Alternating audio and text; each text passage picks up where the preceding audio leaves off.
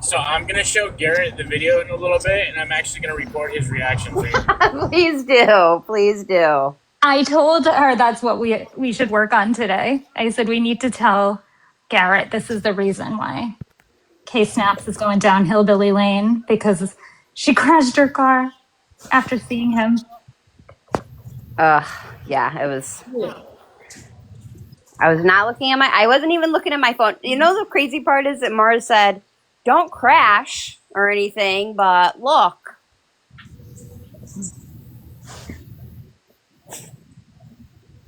Can we have a box for Caitlin, please? Caitlin wants to come up. I think she has some things to share.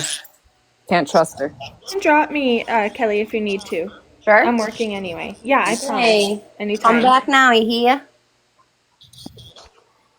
Hi, Jalen. Jalen's my friend. Oh my god, a moose, Jan? Jesus.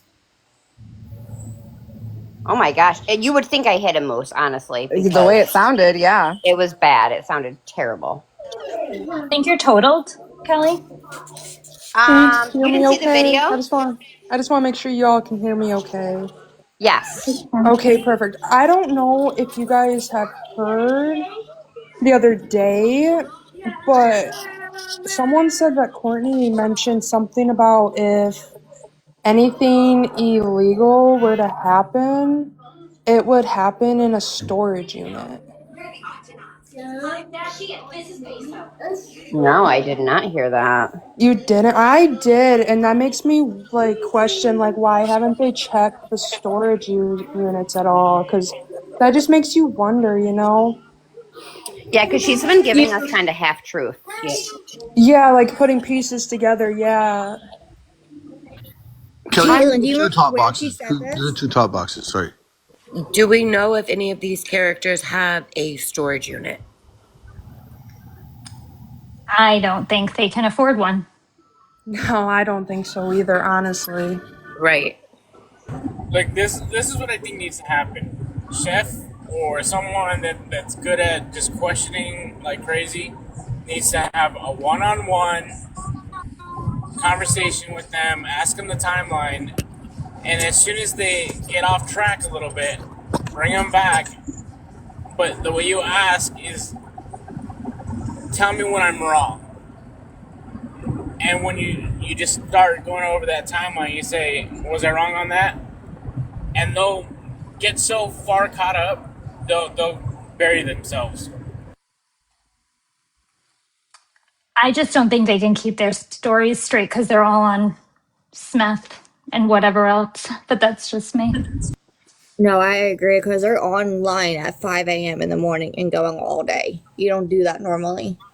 And I think that Steph Case Files and Nicole are trying to do that because having a one-on-one and only 3 people up there is a little bit more helpful than everyone coming and switching the conversation. But Courtney has yet to come on this live, so I have tons of questions. I just keep asking Chef to ask him.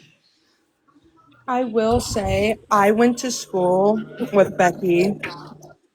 Her and I were really good friends, and we had lost contact after high school because, a lot of people, you'll lose contact. And ever since I seen one of my classmates were missing, I was shocked because I wasn't expecting to see, a classmate of mine, especially one that I was friends with. So I've been following this case since day one, and nothing is adding up at all. And I just keep getting this really, really bad gut feeling, that something truly bad happened to her. And I really hope not, because I still care a lot about her. I still love her a lot as a friend. And I'm really, really hoping that my gut intuition is wrong. And I really hope that we can find her safely and the baby. Now, can I ask you a couple questions about high school? How was she in high school? Because she was with her adoptive parents then. I will say freshman year, she was definitely something else. I I will say freshman, she was definitely something else. She got caught with a plastic water bottle that did not have water in it. If you know, you know. She was smart. She was very smart, but she was different. Like, she would always ask the seniors to go off campus to get her some smoke. And then she would also skip some days of school. Like, she wouldn't even show up at all. She would backtalk teachers and all that. Like, she wasn't like the best, I would say she wasn't the best student, but she wasn't like horrible either, but she did get in quite a bit of trouble.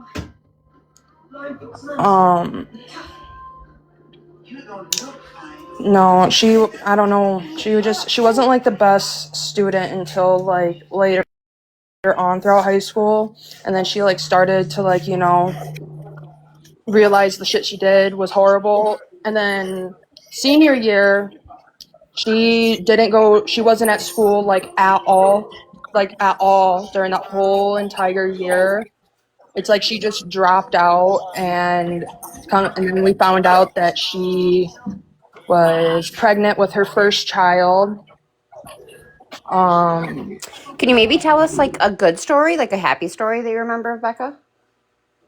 The happy story I remember is she always wanted to hang out. She always wanted to walk off campus and get some food with us during lunchtime.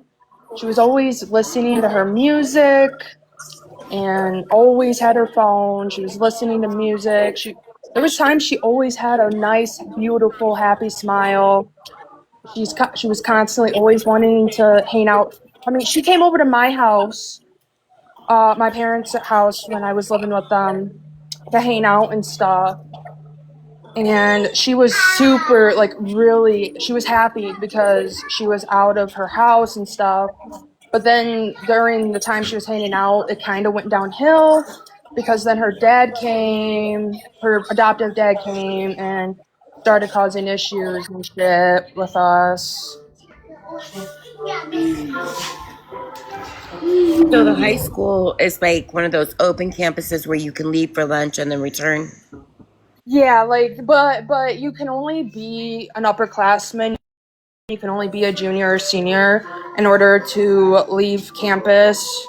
You can't be a freshman or a sophomore. They won't allow freshmen or sophomores to walk off campus at all. Okay. And Becca was with the adopted family at this time? Yeah, she was living with them. So you know Kimmy too, right?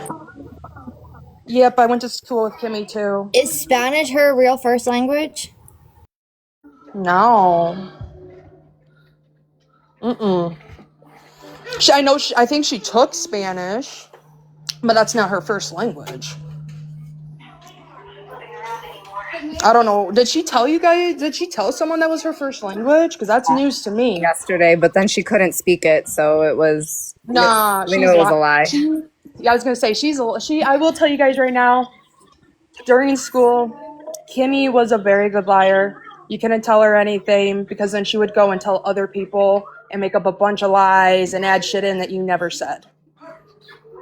Becca trying to rebel against the family, the adopted family? No, not that I know of. No. Mm-mm. The adoptive family, they were more. I heard though that what was her? I know they had a brother. I think he was an adoptive brother, if I'm not mistaken. I know they like shit when they were younger happened between Becky and the adoptive brother. Well, I know she does have an actual brother. He's 25. Yeah, well, this one's name is Timothy, if I'm not mistaken. And we have, one of my other friends has messages of Becky from like a while ago telling her what this brother had did to her. And when she was younger, She was asking him, like, went to his door, like, bedroom door and stuff to ask to play Barbie dolls, and next thing you know, he's trying to, like, strangle her. I don't know if we're allowed to say that on live, I'm sorry, but she was trying to strangle her. She had a really hard life growing up. I know that. She had a really, really hard life from the brother doing that to her. And I also heard, I don't know if it was with Becky or if it was with Kimmy, one of the two, the brother, like, had a, I don't want to say it on live, but it's all spell it out, had a KNIFE. A poker? Yeah, thank you, a poker, and tried to, like, I don't remember if it was Becky or Kimmy, though. One of the two, he tried to, like, poke him and shit. With, I don't know, I don't know. I just don't remember which sister it was. That's why I'm like, I don't want to mix it up because I don't remember which sister it was. I'm sorry. No, you're totally fine. You're totally fine. So And my I'm like, I'm question, trying to talk to you all while watching my kid and stuff. yeah, So you're it's like, good. You're good. My question to you was, so the adoptive parents, they were the ones who were more like so-called strict in her life and wanted her to go to school and do the right thing and all those things. I will say they were strict, but I don't know what happened senior year. I don't know why they all of a sudden didn't care that she dropped out, basically. Well, was it maybe that she was more rebellious? Not that they didn't care, but she got to a point where she was more rebellious, maybe. Yeah, and then she also got pregnant too. When did Courtney come back in the picture? Do you know? That part, I'm not sure. I've heard people say, oh, buddy, you can't have the syrup, honey. Oh, my goodness. I've heard people say that it's only been a few years, and I know that those two don't have a very good relationship at all. I heard people say that she came in Becky's life, like, around 18, 19, so I don't know what's true. I don't know. I don't know the actual age, nothing, because I've been hearing two different things. I don't know what's true. I don't know what age they actually met. I don't know. But I know it's only been a few years. Yeah, a lot Did of people are saying like 4 to 5 years. 4 to 5 years. Becca or Kimmy ever talk about when Courtney did come back around about getting to know that family, a grandmother? That part, I don't know, because I had lost contact with both of them after high school. I did not know that they were going to meet Courtney at all.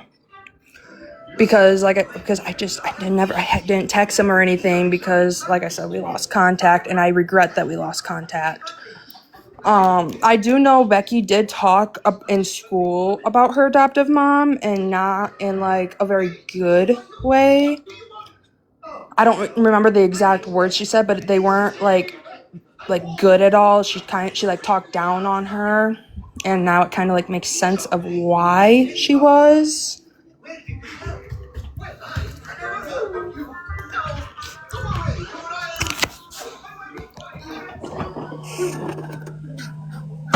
Have you ever met Rich before? No, and I do not plan on to.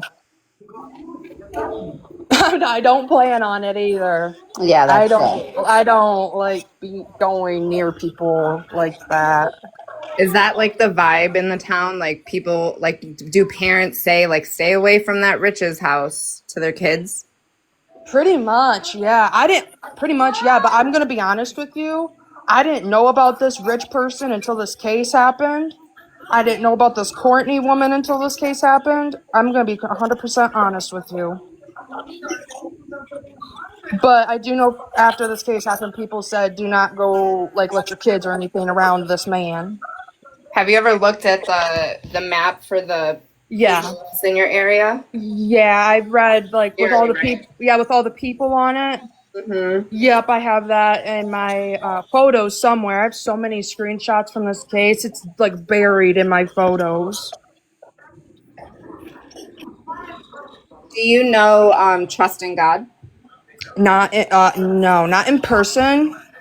He himself messaged me on TikTok, and first he said that he was worried about Becky, which is understandable. Everybody is. The whole community here is. Every state is, you know?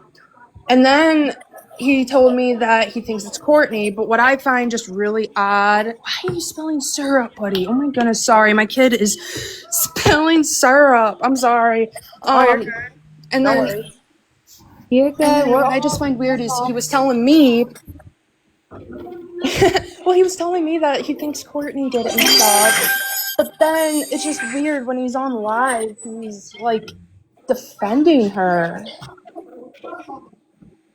Same with Kimmy. I have a screenshot. I don't know if y'all seen it. I don't know if there's a way I can pull it up. But it was basically between Courtney and Kimmy Yeah, where we saw that where she's where she said tell them that I didn't have a hysterectomy and stuff right. and that reverse physiology, whatever that is. I've never heard of that. Reverse psychology, I think she meant. I'm stupid. I don't know what that is. Oh my gosh, why are you spilling syrup everywhere? No, you're good. Sorry. Yeah, they're all really like sus. I can't trust anything at this point from anybody. No, and I don't even know what to believe anymore. I don't know what's true. I don't know I don't know anymore because, as everybody knows, Courtney has changed everything from the story to the description of the vehicle, which I honestly don't think there was another vehicle involved at Right. all. I really don't. Because of how many times she changed the description. I don't know. I want to say how I truly feel, but I don't want to get this live restricted. No, you're good. So I don't know how else I would word how I feel. Sure. And who I personally and what I personally think happened. I mean, if you want to try to give us your opinion on what you think happened, TikTok safe words are like rug instead of the D word, unalive instead of all the other words for that. Okay, in my opinion, I don't want to think this. I personally don't think Becky's with us. And I really hope she is, but I don't think she is. Mm-hmm. And I say that because I've seen comments and stuff from the grandma of one of Becky's other child. I don't know which child, but one of her other two children, saying something about how Courtney knew that Becky OD'd. And that makes me wonder, is that why her and Courtney were sitting in Courtney's car for a good hour or more? Is that why she wanted Becky to come? Not because there was money, because we all know there wasn't. I have a feeling because Rich did say that Becky used during her pregnancy. Mm-hmm. And that just makes me really wonder, did they, push it on her? Were they the reasons, she OD'd? Because I know the mom is jealous. I have a feeling the mom is very jealous of Becky. Mm-hmm. So, it makes me wonder, did the mom, lace something? Because I've seen the audio where Becky said that her lasagna tasted weird. Mm-hmm. So that just makes you wonder, did Courtney or whoever cooked the lasagna put something specifically in Becky's to try to off her because she was pregnant with the mom's ex? Does that make sense? I don't know how else to explain it. No, yeah, totally. I'm that's really theory. bad at explaining stuff. No, you're doing good. I just have another question. Do you know of Rich being like the person that people go to for the rugs? Honestly, that wouldn't surprise me any. To be honest, that would not surprise me. But so my theory is that she was doing the rugs. Something happened, and I think she was doing those rugs with Courtney. I feel like Courtney freaked out because, hello, it's her pregnant daughter and something's happening. She called Rich. I think Rich got involved because he's the plug. He's the one that everybody gets their shit from, allegedly, in my opinion. Yeah. So they had to cover that up because everybody was going to go down. Well, I 100% agree with you. I really do. Well, someone said, my mother-in-law told me that someone seen, speaking of Rich, Rich, how'd she word it? Something about the Manton Bluff, someone seen Rich come out of that 2-track. I don't know what it is, so I'm assuming it's a 2-track because I've never been there, and I live in Manhattan, and I've never been down there. I've never heard of it, so I don't know if it's a 2-track. I don't know.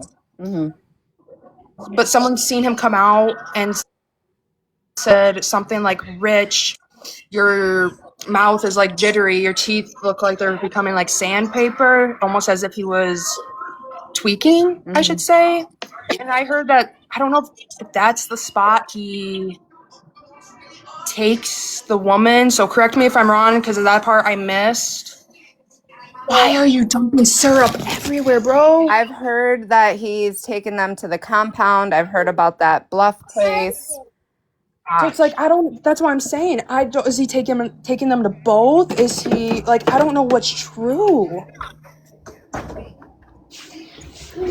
It's so hard to believe anybody because everybody in this whole situation is doing nothing but lying. But I will say, I do have a theory. I feel like Kimmy wants, because I know what she's been lying, I know, but I feel like she wants to tell us the truth because I feel she's seen what happened to her sister.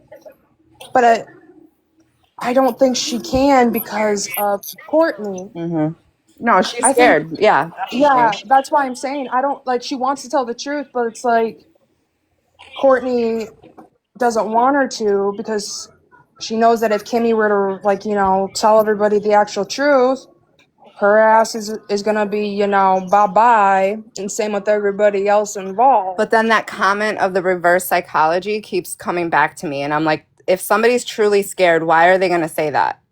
Exactly. Why is she defending her if she's saying that she's actually scared? Then why are you defending her if you claim that you're scared of her? I think that it's more like when you're raised around manipulation, you almost become the manipulator. Yeah. So it's just kind of where, and she's young, and she, this is a way of life for these people. So, And it's sad. It's really sad. Yeah, guys, in the chat, like when we say in our opinion, allegedly, like that's just our opinion. Yeah, I'm not saying like this is all actual truth. I'm Right. just stating my opinion. I don't know the actual truth. Obviously, none of us do. No. Mm-mm. I'm just saying what I feel may have happened, even though it could be wrong. It could be something else. It could be a number of things. It could be there's so many possibilities out here that could have happened to her that we won't know. I just think it's crazy when like people are talking about Rich and what his involvement is, and people come to his defense. Like at the end of the day, this man is a disgusting, horrible human being, and I wouldn't put any of this shit past him. Not a thing past that disgusting man. Me neither. And speaking of Rich, I don't know how true it is, so please don't come at me, anybody. I don't know how true it is at all. I really don't, even though it wouldn't surprise me at all. But what I have heard is he supposedly got a 17-year-old pregnant and was talking to a 14-year-old. Now, don't quote me. I don't know how true it is. This is just what I've heard. Like I said, apparently he was also talking to a 14-year-old. So I don't know I don't know how true it is. It wouldn't, like I said, it wouldn't surprise me if it is. Well, he's charged for PDF for a 13 to 15-year-old, so it's not out of his, realm of doings. Yeah. Charged for PDF, it's not out of his, realm of doings. Yeah. What else that I heard about him? There was something else that I've heard, and it's like right there. Trying to think. He was out last night doing things that he shouldn't have been doing. Yeah, there was that, yeah. And that makes me really wonder, makes it really suspicious. And I'm really suspicious about Kimmy too, because I have mentioned in one of my videos that she ran out of Courtney's house, seen what the game plan was, ran back in her house, but didn't even go to look for her own sister during the search party that Friday. Because then on a live, she was claiming at first she was bowling. Then she said she had to work. And it's like, why? It's like, if that were my sister missing, I would call into work. I wouldn't even go bowling, and I know those are both lies. I would be out there looking. I wouldn't be making up these excuses. So it's just really weird and really odd to me that she didn't go during the search party to look for her own sister. Like, that's just disgusting to me. And her wife trying to back up the phone. That was weird. Another weird thing to me. That was, and then I heard that she would the something about the laptop.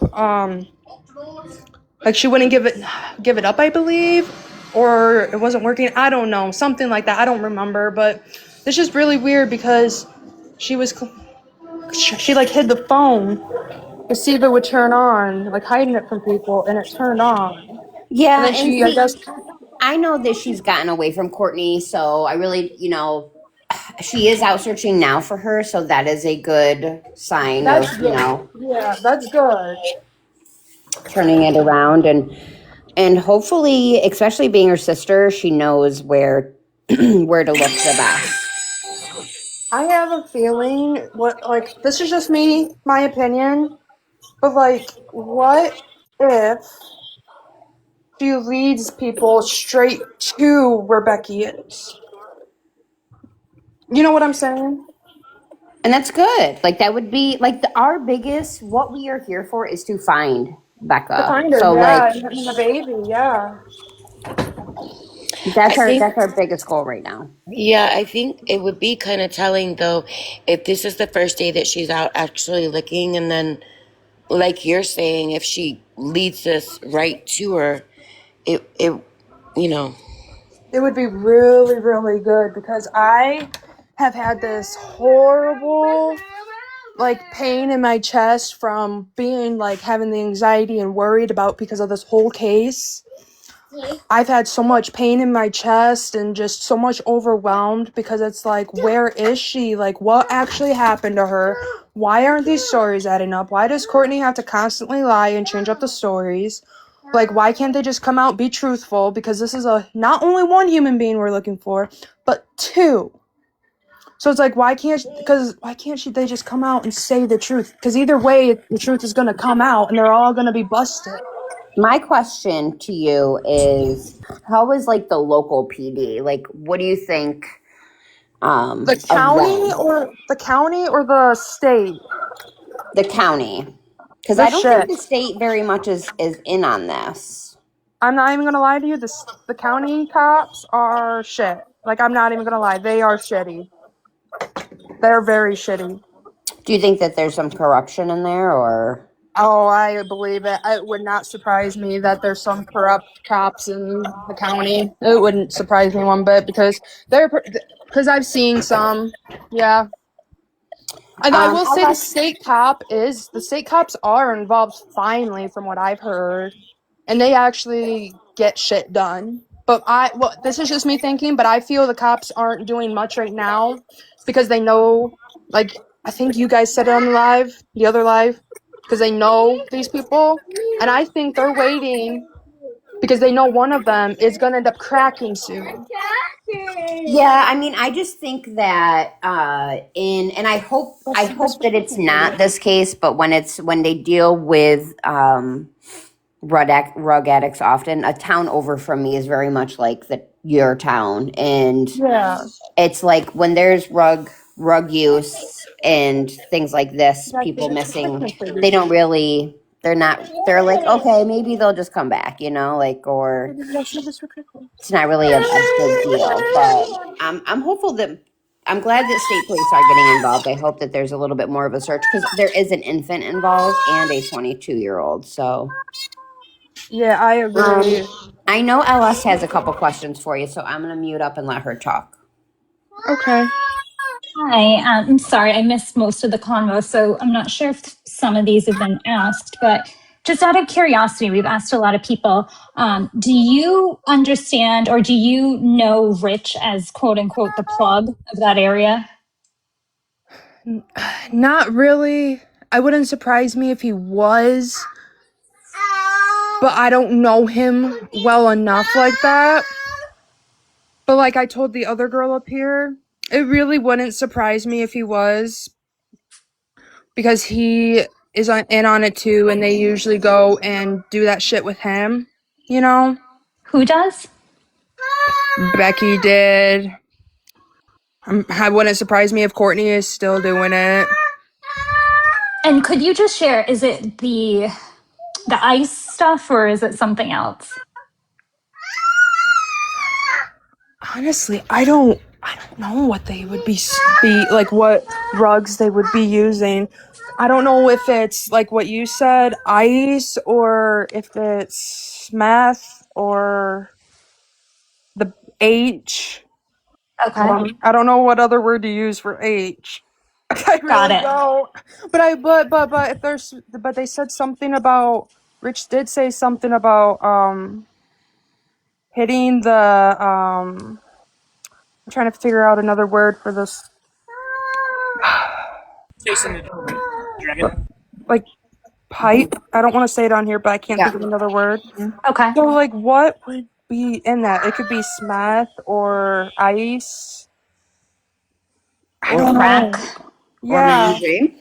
yeah, something like that. I don't know what drugs they use. Like I said, I don't know Rich at all. Like personally, like that. So I don't really know. I really Okay. don't. No, thank you. And then what, I don't know if I can ask this, but what do you know about Paige? Did you know Paige growing up or? I did not know Paige at all. I met her once, and that was a few years ago. And I will say I had a really off feeling about her. So she's not her bestie of however many years? I really don't think she is a really good friend to Becky. Honestly, I really don't, because what I got told is she, the niece of the offender, okay? What I heard and got told is she also slept with him. Oh, yeah. And I'm pretty sure she's in on doing the rugs too. Probably not right now though, because she's pregnant. But who knows? Who knows anymore? Because she's with that party. So I don't really know. Like I said, I don't know Paige 100% at all. I don't. I don't talk to her. Nothing. I've tried messaging her for any updates, and she just didn't message me back at all. Which to me, that's a little weird. Because I grew up with Becky. I've known Becky since elementary school, preschool, elementary. So it would have been nice if because she knows a little too much, in my opinion, about this case. And she just doesn't act like a good friend. Like, I get she's like, she did the candlelight, and I get she was putting up the missing posters and stuff. But in my personal opinion, I really don't think she's that good of a friend. Because if she was really that good of a friend, she would have gotten Becky out of that situation, and none of this would have happened from the get-go, She told us she introduced Uncle Rich to her. No, that's a big red flag in my opinion. And someone said they're not really related. I could be wrong. I got told that that's the niece to Richard. Yeah, I don't know. Okay. And then based on what you know and what you've heard so far, I know you said you don't have a good feeling, but what do you think happened? Do you think she, OD'd and they did whatever? And who do you think was there with her, Courtney or Rich?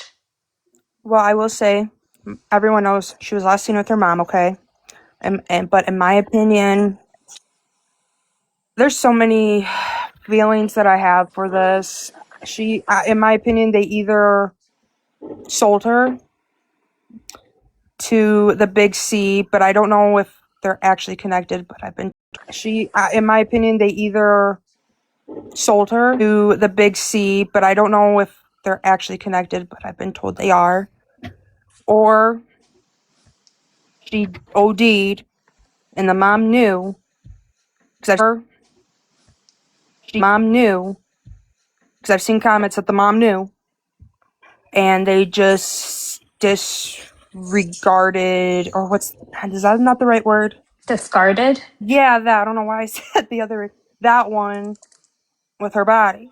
Because I heard he don't work there no more, apparently, that Rich used to work at this one dump place. Mm-hmm. But I guess he got fired.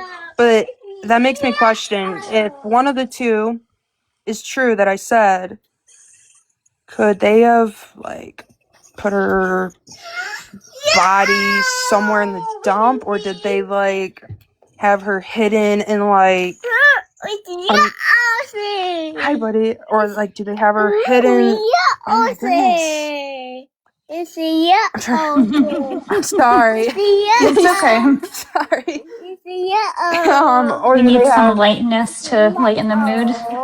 Yeah, he's telling me all about this yellow. Sorry. Sorry, buddy. Or did they like hide her body? If this is all the case, not just in the dump, or what's that other place that people kept mentioning? The compound. Yeah, that. And there was another place. There's so many places people mentioned that she could be anywhere in those places. The Manton Bluff. I heard that trail is a long trail, or like it like has like several trails. I don't, like I said, I don't know that very well, so I'm just hearing what I heard.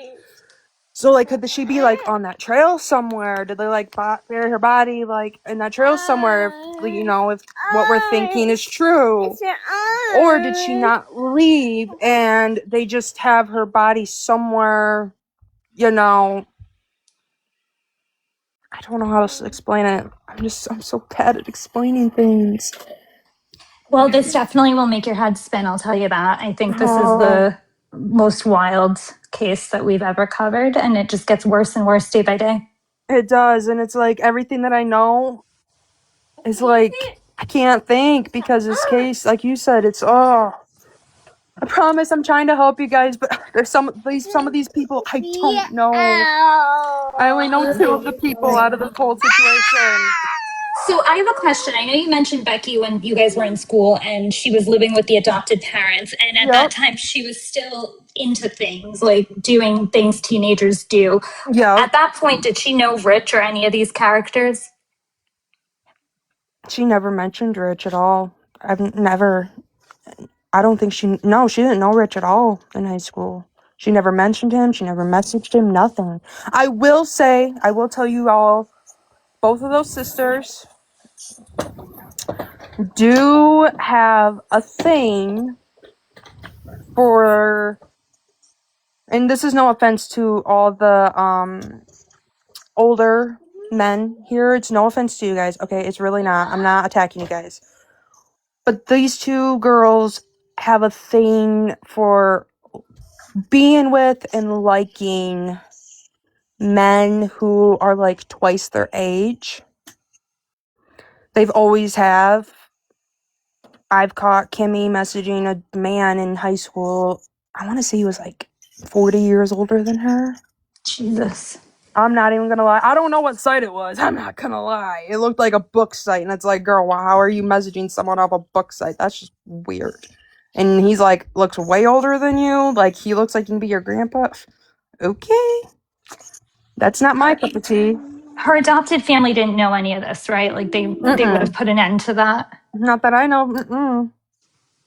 They wouldn't allow. They are the type of people who wouldn't allow that type of things. But Becky and Kimmy were very good at being secretive with their phones, if that makes sense. I just had a quick question. I know you said that before she reached senior year, she was having, she wasn't serious about school. Do you think she was doing rugs before then, like in that early age? I don't really think so, but with how she was acting and with how her moods were like different, and not like how our moods would get. This mood was like, I don't know how to explain it. When was the last time that you spoke to Becca? The last time I spoke to her, hold on. It's been a while. Shoot. It's been a while. Last time I messaged her was months upon months ago. And then it was like nothing after that. Like all I did was like say, hey, just seeing how you've been doing. How are you? And after that, I didn't hear anything from her. And this has been months upon months ago. Right.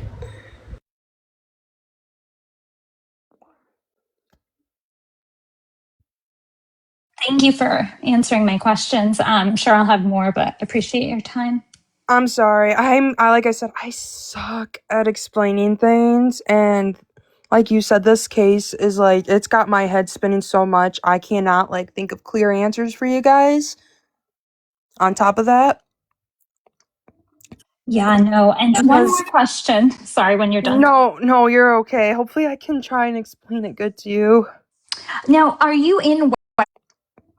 Yeah, no. And one more question. Sorry. I can try and explain it good to you. Now, are you in Wexford or are you in? We're not anywhere near there, so I'm confused about the area. Is it Wexford where she's Yeah. from? Okay. Yep. Wexford. Is there a community specifically near Paige and these people where it's okay to be, effing your cousin, I guess? Like, because it seems like that keeps coming up so many times. Honestly, yes. There Jesus. is a lot, not just them, there is a lot of people like that in this Wexford community. Now listen, I have not lived in the Wexford community very long. I've only been here a few years. But yes, from Cadillac and other Wexford communities, yes, there is a lot of people who do that stuff with their own families, and I find it very disgusting. And I'm just wondering how can people think like that, because that never crosses my mind ever. And I'm thinking, how can that cross other people's minds to do that nasty stuff with their own family? Yeah, well, I mean, when people are on rugs, they're not in their right mind to begin with, you know? Yeah. Well, okay, I'm not gonna lie. I don't know if you guys heard this. This is about Kimmy, okay? I'm bringing up Kimmy. Yay. Well, okay, I'm not gonna lie. I don't know Kimmy, okay? I'm bringing up Kimmy. Yay. um, I don't, like I said, I don't know if you guys have heard this. Maybe you guys have. I don't, like I said, I don't know if you guys have heard this. Maybe you guys. She apparently had a kid, the baby girl, with her first cousin, James Mercer. And yes, I'm gonna put his name out there, James Mercer, or however you say that last name. She did sleep with her first cousin. She did. And she did sleep with her first cousin. She did. I just can't fathom the fact about that. I'm disgusted. Sorry, that was Kimmy? Yeah, yes, ma'am. Kimmy has a baby with her first cousin. Yes, ma'am. Okay. I am not lying about that. I'm not. Yeah, she admitted it on live yesterday. I thought it was her second. I thought it was her second cousin. I heard first. She didn't specify though. She just said her cousin. I heard that was her first cousin. Yeah, me. Yeah. That's the problem with this case is we. Yeah, I'm pretty sure it's second. I think everyone's been saying second, like Courtney and Kimmy. Oh, see. Wait, she said her second. Mom said something about it also. Yes, second. I was gonna say people that I know kept saying first, so I don't know. Like I said, I don't know if it was the first or second, but either way, that's nasty. Either way, that's disgusting. That Is this never. is this the guy in jail? James Mercer? Kimmy? James Mercer, yeah, her baby daddy. I think that he just went to jail a couple days. No, is this Ghost? I Like don't know. I didn't know racist? he was in jail. This is the first I'm hearing about that part. Yes, he is. Why Yeah, are you eating that? That's if so you go on nasty, Kimmy's buddy. page, she did No. say something about him going away. Um, On Caveman. TikTok There, or dude, where are all these? Like, everyone has a hold on, buddy. nickname. No. It's crazy. No, did you say that I can find that on her page? Are you saying like TikTok or Facebook? I think I saw it on her TikTok page. that and Okay. her GoFundMe that she lied about having. Both are on Oh there. my god. What the heck? You So, know, this is her only kid, the girl. yeah. From what I know, yeah, she only has one kid. Oh, I'm sorry. You don't want that show. I'm sorry. Jeez, please, I'm sorry. I'm sorry. Sorry, I broke his heart because I didn't put the right show on for him. People We're in the used to comments are kids. You don't ever asking have to how Hold long apologize you to on. knew. kids. I'm gonna mute myself real quick so you guys don't hear.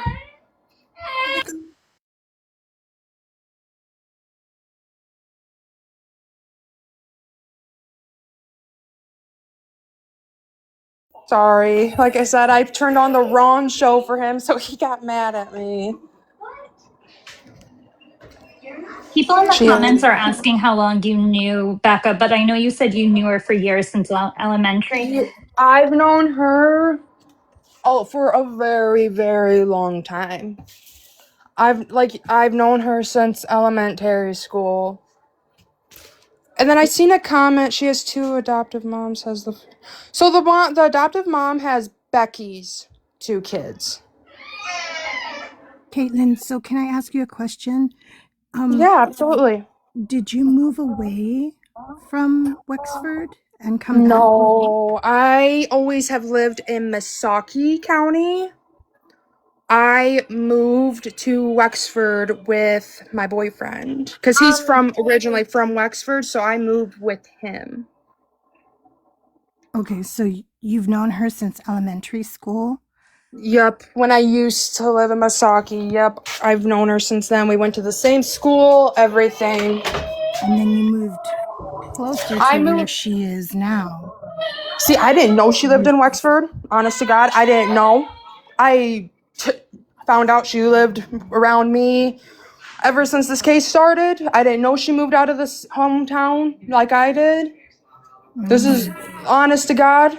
I'm not lying to you guys. I'm being honest. I did not know she lived in like the Wexford Boone area until I seen the article and it said, "Oh, Wexford Boone." I'm like, "Oh my God, I did not know this girl moved and lived in the same county as I did." That was news to me. I thought she lived still in Lake City or somewhere near her adoptive parents is what I thought. But I was wrong.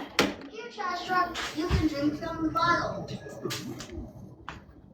But no, I have known Becky for a while. I went to school with her and everything. We hung out a lot during school. Like, we hung out on and off throughout high school. But we, like, still hung out. It's just because in school, there was, like, different lunch times. Like, we had different lunch times. So, like, how do I explain this? So, like, one side would end up go to lunch first, and then the other, like, AI class, advisory class, or what people would call study hall classes, then that side goes. Like, we had different times, so, like, one would go at 11, and then we had to wait till 11:30, and then next semester it switched. I don't know how to explain it to you, because that's just how my school did it. So I didn't, like, get to see her a lot during lunch. Yeah, no, a lot of high schools have like an AB lunch. Yeah, that's pretty much how ours was, yeah. Right.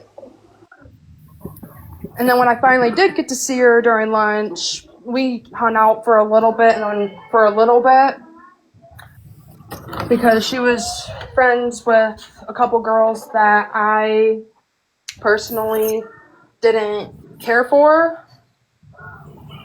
So I waited until they weren't around because I didn't want to cause issues. I didn't want to cause problems. So I waited till they weren't around to hang out with Becky. Just to toggle back quick about your relationship with her, did she ever mention Courtney? Not around me. Not around me. At all. I do know because one of my friends that I have, she said that Becky has mentioned it to her before about Courtney. And this is where I'm like got this part from where she talked bad about Courtney and stuff. That's because she mentioned that to one of our other friends about Courtney. I didn't know a thing about this woman. I didn't know this woman was even a person at all until this whole case started. And I'm like, what the heck? This is her bio mom? She never mentioned that at all to me during school. But you know, some people like to keep stuff, you know, private and don't like to talk about it with some certain people, which is understandable. Well, you don't want the show? Hold on, buddy. So it seemed like she just X'd her out of her life at that point and maybe reconnected later. That's what I'm thinking because she never talked good about her. She never talked about going to see her in school. She never talked about it. Sounds like the worst thing that ever happened was Courtney coming back into her life when she became of age. Yeah, because look where we're at now. I'm disgusted with that mother and that whole everyone involved. Because I don't get how you can do that to your own. I wouldn't even want to say daughter because she wasn't really a mother figure in her life, so I don't really even want to like consider that to her about her. But she's Just because I hear babies in the background, sorry. Just because I hear babies in the background, just be really careful sharing your location, especially on TikTok. Not everyone's on here for the right reasons. So just put your safety above all. That's all I'm worried about. Oh yeah, I'm sorry. Yeah, no, don't apologize. We just want you to be safe. You know, you have small children at home. Yes, I do, and I love him so much. Like I don't want nothing happening to him. So to me, it seems like, so Kimmy, she also lived with the adoptive parents, correct? Yes.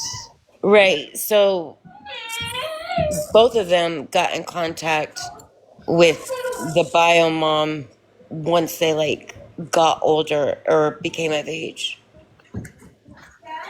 That's how I'm seeing it. But like I said, I lost contact with both of them after high school. And I didn't know that they went and got in contact with her, which obviously was a big mistake for them to. I wouldn't want, and I'm sorry, but in my opinion, I would never want to meet that woman. I never met her. I'm just saying if I were in their shoes, I would never have wanted to meet her. And I'm sorry, but speaking of the mom, ain't no way she needs to be making these hold on, buddy. I'm trying to find your show, buddy. I'm sorry. But there ain't no reason she needs to be making these excuses where, oh, well, I did have my leg amputated, so I can't, like, this and that. It's like, no, there's literal military men and women or people who got sick and had to have, you know, a leg amputated that still will get up and go and walk. So there ain't no reason she needs to make an excuse and saying that she can't go and search for her daughter. Because she can use crutches or a cane or whatever and can still go and look for her. Because as far as I'm concerned, I don't think she even went out this whole time to look for her. No, she hasn't, and she didn't even go to the like candle vigil or nothing. Yeah, that screams a red flag to me. Because if I had a one leg, I would still go to all of that. You want this one? Okay. Sorry. Can you hear me? Yeah. Sorry. No, you're good. She had mobility getting those Tide Pods Yeah. and driving. How does one drive with one leg? Yeah, and she was able to drive. I mean, the other day on live, I heard her driving in a vehicle. So if she can do all that and like you said, get in the Tide Pods and stuff, then why can't she go out and search for her own daughter? Because I heard that something about how I don't know if it came out of her mouth or whatnot, but I heard that she wants everyone else, the public, to look for her own daughter, which I mean, we have been, but it's just weird that she herself can't get up off her ass and go out and look herself too.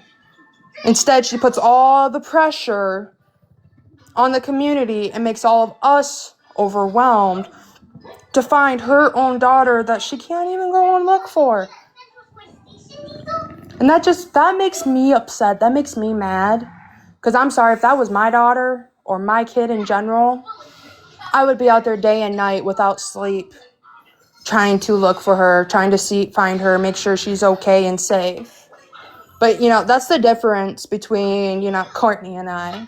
I would actually go out and look if that were my kid.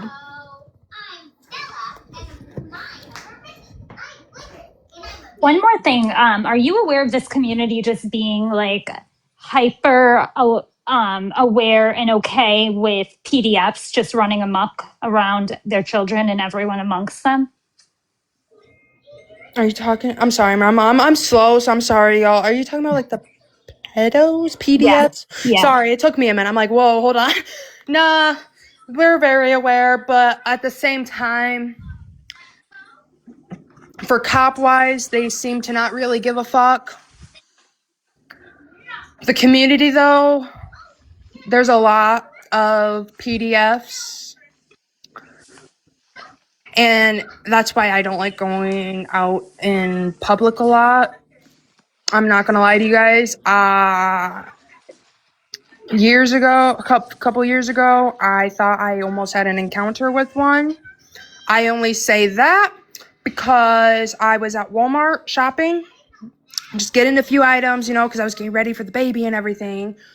And this guy was really weird and kept following me. Like, I went into the shampoo aisle because I also needed to get a few things for me. And I went there, and then all of a sudden, here he comes looking straight down at me. Wasn't looking at no shampoo, nothing. Not this guy, this older guy was looking at me. So I went to another aisle, and here he comes.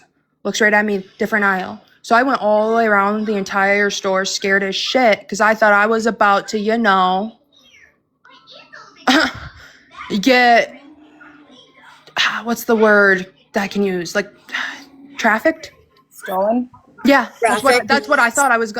Seriously, I thought that was gonna happen to me. Just the way that guy was acting and kept following me and looking down the aisle, the same exact aisle, not looking at anything else but looking at me. No, I thought that was about to happen to me, and I called my boyfriend and was crying my eyes out because he was at work at the time, and so I was crying my eyes out and told him, "Look, this guy is following me, and I'm scared to death." I mean, I had my pepper on me. I don't want to say the other part just in case. So I could have done something. But I walked around the entire store because the store is pretty big. So I walked around the entire store. So I thought that was about that. Sorry, I had to put that out there because that almost happened to me. Rich, by chance? Huh? Was his name Richie? I'm just kidding. No, this guy, I can still freaking see his nasty face. No, he had them big glasses on, like them 80 looking glasses or whatever glasses they were on. He had like a flannel, and he was like a very older guy. Like he had to have at least been in his 60s or some shit. And he had like a bald spot on top, little hair in the back, and I was like, no, this is not gonna happen to me. No. So no, I just had to put that out there because I just wanted to warn girls. Like, if it can almost happen to me, it can happen to anybody or almost happen to anybody because it almost happened to me. So I just wanted to put it out there and warn everybody, like, be careful whatever store you go to because it doesn't matter what store it'll be. I'm sorry. Don't leave your house. Noted. Got it. I don't hardly ever leave the house because I am very timid to go to Cadillac now. I'm very scared to go to Cadillac now. I'm not even going to lie to you guys. I am scared to death to go to Cadillac now. So I think what LS was trying to get at is we've encountered a lot of these characters in the past couple of days who, like, we ask them, have so and so been around you or your kids and stuff, and they seem to normalize it. They seem to act like it's a normal thing for these guys to be registered offenders. And that's very, very nasty that people are okay with having their kids around them. I'm sorry, but I'll never have my kid around people like that. No, that's just disgusting, and that's a red flag to anybody who allows their kids around people like that. Because I wouldn't do it. No, nobody in my family or my boyfriend's families. Well, there is one uncle of his in my boyfriend's family that is very weird like that. But we don't ever, ever, ever see him or bring our kid around him. Ever. I mean, honestly, like, you seem like the most normal person we've talked to out of a lot of these characters. There's only been like maybe one other one that we can say is like normal and against all these things. Like, everybody else just seems to think that all these things are normal in their life, you know? It's not normal. If you're bringing your kid around a PDF, then that's a red flag on you too. Like, that's nasty. You're just as guilty. Cause no kid needs to be around And that's anybody a like point that. we were trying to get across to these people. Like, if you know this about a certain person, they should never be around your family, your kids, anything. You should just X them out of your life, you know, just discard them, you know? Yeah, that's why my boyfriend and I, we will never, ever, ever let our kid be around this one uncle of his, of my boyfriend's. We will never, ever, because my boyfriend's mom had told me some Right, and that's what you're very saying. wrong I mean, and stories this is a about family this. member, an uncle, and that's what we're encountering is these people are saying like, "Oh, well, he's an uncle, and we know that this happened in his past." But one guy even went as far as to say, "Well, we've all made mistakes," and it's like, no, we don't all make those kind of mistakes, No, you we know? all don't go and do that to children or a fucking disabled person. I'm sorry, but if you guys looked really good on Richie's thingamajiggy, what's that?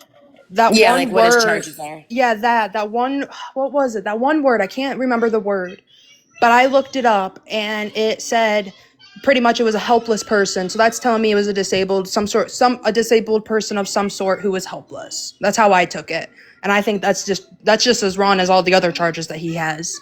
All the charges are disgusting. But that one, that one also fumes me. All of them fume me. But it's like, why would you do that to children and to a disabled person? A helpless person who can't, you know, like, defend themselves.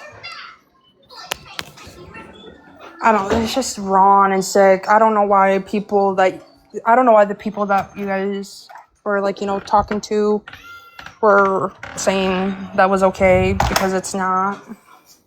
It's not. They're wrong in the head for that. They're very wrong. And that's putting their child's safety at risk.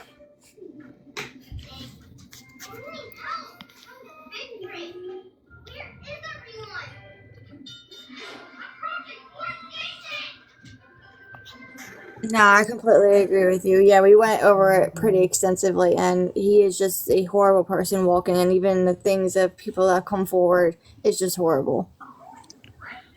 And I'm glad I never met him. I'm really glad I didn't. Because I've never met this man ever. On a strat, I've never met this man at all. Never, ever, and I plan on never to. And I seen what... Oh, he must have left this live to go to his son's basketball game. But, Chef, is that his name? I do agree. I agree with him about locking him up. I 100% agree. That man needs to. I don't care how long he was in prison beforehand. No person who has them type of charges or a murder charge deserves to ever walk outside like we do again. Ever. Like, he should have just stayed in prison. That's just my opinion, though, and I really hope we can get them all locked up, because they're all just as guilty. Yeah, I think we all agree on that, and that's Chef's like main motive is to like get them all locked up. Yeah, I think we all agree on that, and that's Chef's like main motive is to like get him off the streets, basically. Does Chef plan on coming to Michigan? I'm being serious. Like, does He can make it. He'll make things happen. I have seen him do wonders before. So once he sets his mind to something. See, I've never heard of him until just the other day, and I'm like, who is this? This guy seems very intelligent and very, very, like, on it. Like, like, on it. Like, he's gonna, like, I hope he does something. I really do, because that'll actually make... This is what Chef does. I mean, we all, I mean, as a collective team, we put our minds together trying to find these missing, like, children or people, and you know, this is something that he's very passionate about. So when he sets his mind to something, he can get some stuff done.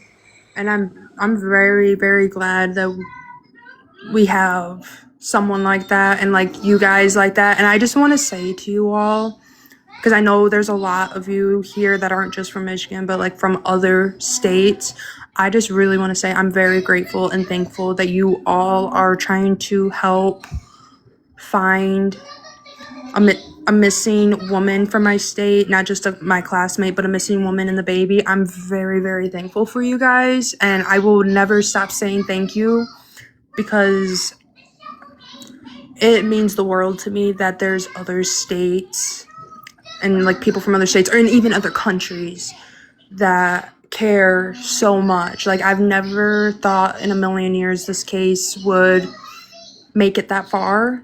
So thank you all very, very much.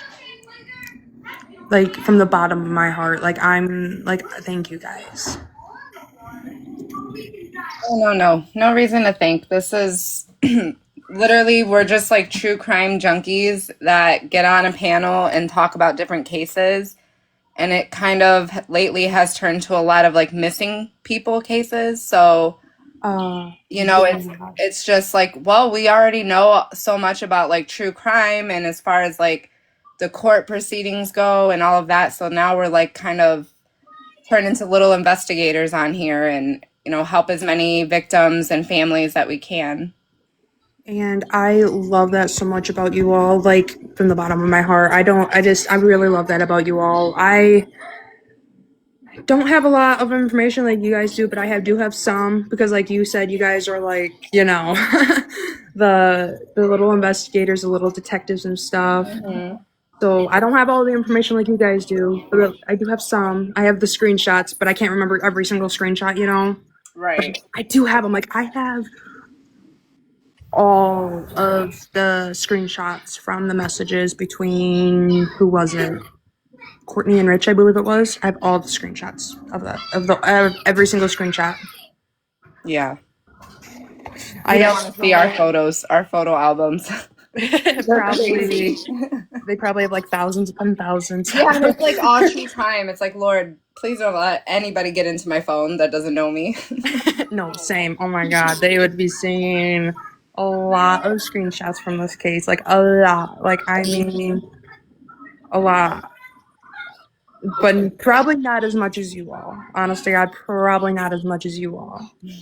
Because there's times I will take a break from just watching this case and looking at this case, because it's like, I need to take a break from this. I can't. My head is hurting. This is giving me a headache. I gotta leave this case for a little bit and like take a break, because this is too overwhelming and it's too stressful. I mean, trust me, we've all felt that way over the past couple of days. There's been so many shady characters and so much stuff going on with this one in particular that we're like, we need a break. No, oh my God. We also know that we also want to still be on it. We want, our end goal is to find Rebecca, find this baby, and, you know, whatever the circumstances may be, we just want to know, you know, where she's at.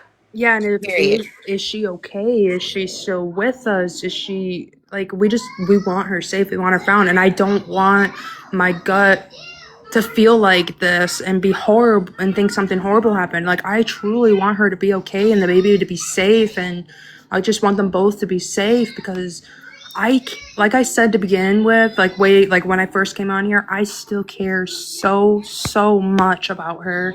I still have, like, she may not know this because we lost contact, but I still care about her. I still have a heart for her. I still love her to death as a friend, even if she don't think so because we lost contact. I still do. And I just pray to God, Becky, if you see this somehow, we're praying that you come home.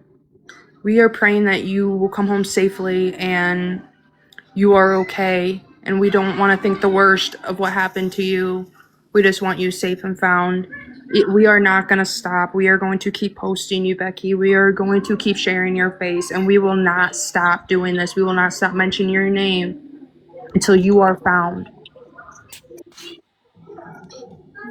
Like, I've been trying to like stay back and not post as much because there's times where I get a little scared.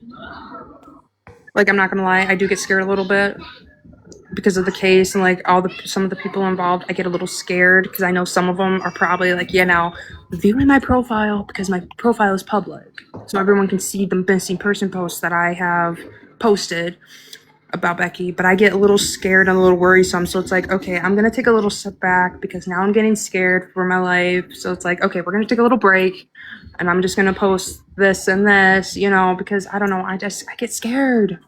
I truly get scared.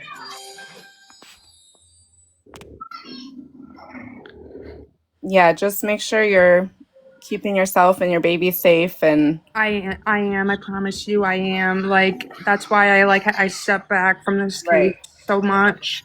It's not because I don't want to find her. It's because you guys heard, I have a little one of my own. So that's why I step aside from this case for a little bit. That's why with this little group chat I have with just my friends and I, sometimes I'll be like, yeah, probably, I don't know. Like, I try to step back because some of them also do too, have like little ones. So like, I just try to stay out of it sometimes because I worry about my safeties at points, but I really worry about my kid safety.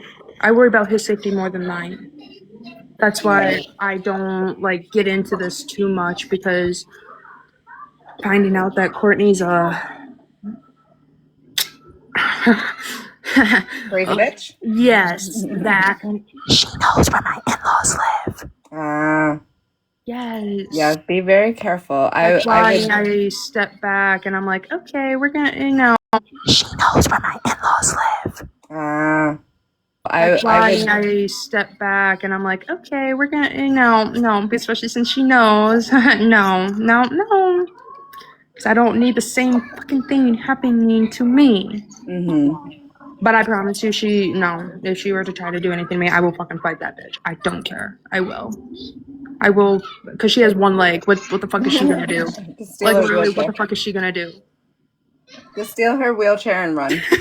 I'll be like, you can't catch me now. What are you gonna do? Hobble on one leg to try and beat my ass? It made me laugh out loud. Do you know how Courtney lost her leg?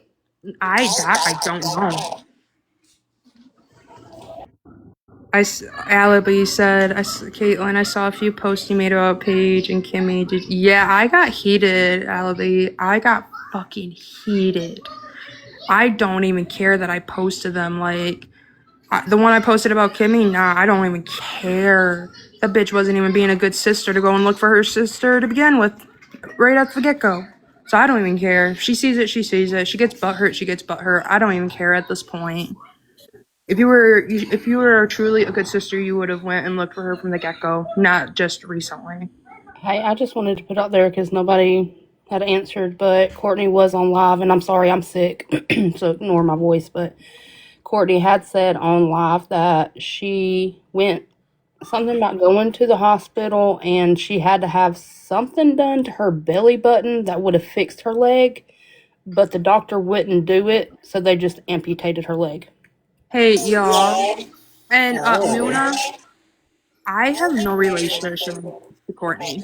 I don't know this crazy bitch in person, and I never want to. Because I'm telling you, if I meet her in person, I am going to fight her if I meet this bitch in person. Attorney Yates, I want to know if Attorney Yates has heard about this. Hey, her if I meet this bitch in person. Attorney Yates, I want to know if Attorney Yates. Hey, y'all, my chat just said, I don't want to say it on live because one of them just said keep it Hey, y'all, my group chat just say it on live because one of them just said keep it on the down low, but one of my friends said she has a lot of tea about this case, like a lot. Say it on live because one of them friends said she has a lot of tea about this case, like a lot. But she said to keep it on the down low, so I'm just like waiting because I really don't want, them people involved in this case to be.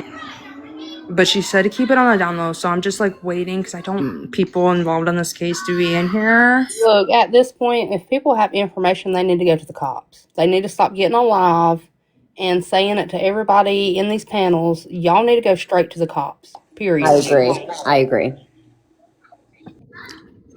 I do agree. They're like blowing up my phone, so I can't I don't know. I'm ignoring it because I don't want to get stressed out at all. So I'm ignoring it because if I read it right now, all I'm gonna do is get stressed out all over again. And right now I'm pretty calm and I'm pretty content right now, as you all can tell. Who is blowing up your phone? My group chat. There's a group chat where we have been talking about this case separately. Right. And what we personally think and what our opinions are in that group chat. That's just a group chat that we have, a personal group chat. So we just I will say this. This is all I'm gonna say. One of my friends said something. Hold on, let me reread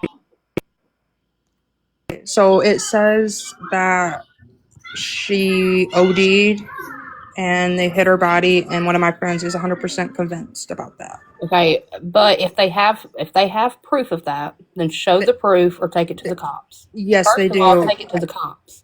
And once I get off this live, I'm going to immediately read it and see if they have the information. This is the problem: is people get on here and they start telling of who said what and he said, she said, and then all these rumors get started, and nobody knows the truth about anything. I will say. Don't say anything at all. Tell them, go straight to the police and tell them. I will say I don't know if what they're saying is 100% true. None of us know. I'd hop off live and I would just have a conversation with them and then see what you can give to the cops. Someone said for me to go now, not later. You guys, I'm gonna get so fucking stressed out. Just go. You know what, love? Just get off. If it's stressful, what's going on the other end of your phone, turn it off for the day. But I would get off of here because if it's causing issues, it's not worth it. Well, it's not that it's causing issues. It's just I think they just really want me to read it, and I really just enjoy talking to you guys because it is keeping me not stressed. It's keeping me calm and content. And it's when I go and read those, but you coming on here and saying stuff that hasn't been proven. Never mind the story. How can you help in the search for Rebecca? I don't want to hear the fucking story no more. I don't want to hear no long talk. How can you help in the search for Rebecca? Can you help in the search for Rebecca? Can you help put this pedophile away?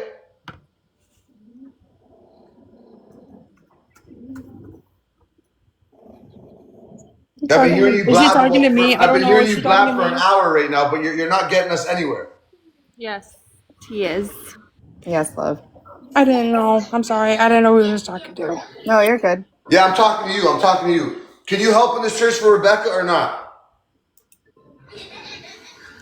I've been, but I don't have Okay, so I don't care about the long talk. There's no more long talk in this case. It's either you know how to help or you keep your mouth shut. You understand? Yeah. Okay, thank you. I don't care about the fucking what you guys had at school together. I don't care about all that no more. I care about can you help in the search for Rebecca or not? Because you're doing exactly what everybody else is doing right now. You're taking people on a roller coaster. I just sat on a phone call listening to you blab about absolutely nothing that can get us where we need to go. Okay, I'm gonna drop. That's exactly what I was gonna say. Like, you putting stuff out there is not helping anything. We're not doing that no more. I told you guys earlier this morning, we're not doing that no more. If you can't help with the search, then just carry on. If I picked you up right now, Caitlin, where would you take me? I would take you to go check Manton Bluff. What's that? Talk about Manton Bluff. What do you know about Manton Bluff? Is there any horror stories from there? That is a trail, and it leads off to lots of other trails. Okay, and so what about the trails? you Why do people go to these trails? Do they hike? What do they do? Do they get high? they're- What do they do there? Yes, they do a lot of rugs. Okay, great. Rugs. They do a So lot. would you suspect that? Would you suspect? Has there been any bodies ever found there? I've been told there was, and then I've been told there wasn't, so I don't know how true that is. Honest to God. Next Honest to God. question. How far is that in regards to this to the compound? How far is it in regards to Courtney's house? How far is it in regards to the gas station? Where is it to all that? We went through that last night. We did Manton Bluff is not far at all, right? Did we go through that with Caitlin though? No, it's not far at all. It's on like the other side. See, I've never been there, but I've seen it's on the other side. All right. So if I gave you all the tools, all the research, all the people to go together, you're gonna take me to Manton Bluffs. Where else are you gonna take me? To the compound and to Okay, we heard that too. Where else? To Manton Bluffs. Where else are you gonna take me? And to where? Okay, we heard that too. Where else? Courtney's house, the camper, everything. If you had to gamble on a place that Courtney and Rebecca would go and hang out and smoke a joint or get high, where would they go? They would go to Richie's house. Okay, but Courtney can't go to Richie's house, so where else would they go? To the Manton Bluff. Like, that's like where they would go. They would go straight to the Manton Bluff and they would go straight to the Manton Bluff. Okay, so what do you know about this gas station? Is it a 24-hour gas station? It's far from the gas station. Like, it's not near the gas station. Westco gas station. That's in Cadillac. Yeah, duh. Manton Bluff isn't in Cadillac. No, it's in Manton. It's in Manton, correct. So what goes on at that gas? No, it's in. So what goes on at that gas station at 3:00 in the morning? Honestly, I don't even know because I don't go there. Okay. Honest to God, I don't. I really don't. Do kids work there? Do older kids work there? Is it known to be like a joint? People can go there and pick up some rugs after the case? There is teenagers who work there. There's adults who work there. But I've never known for it to be a rug store from the times that I went there. Okay.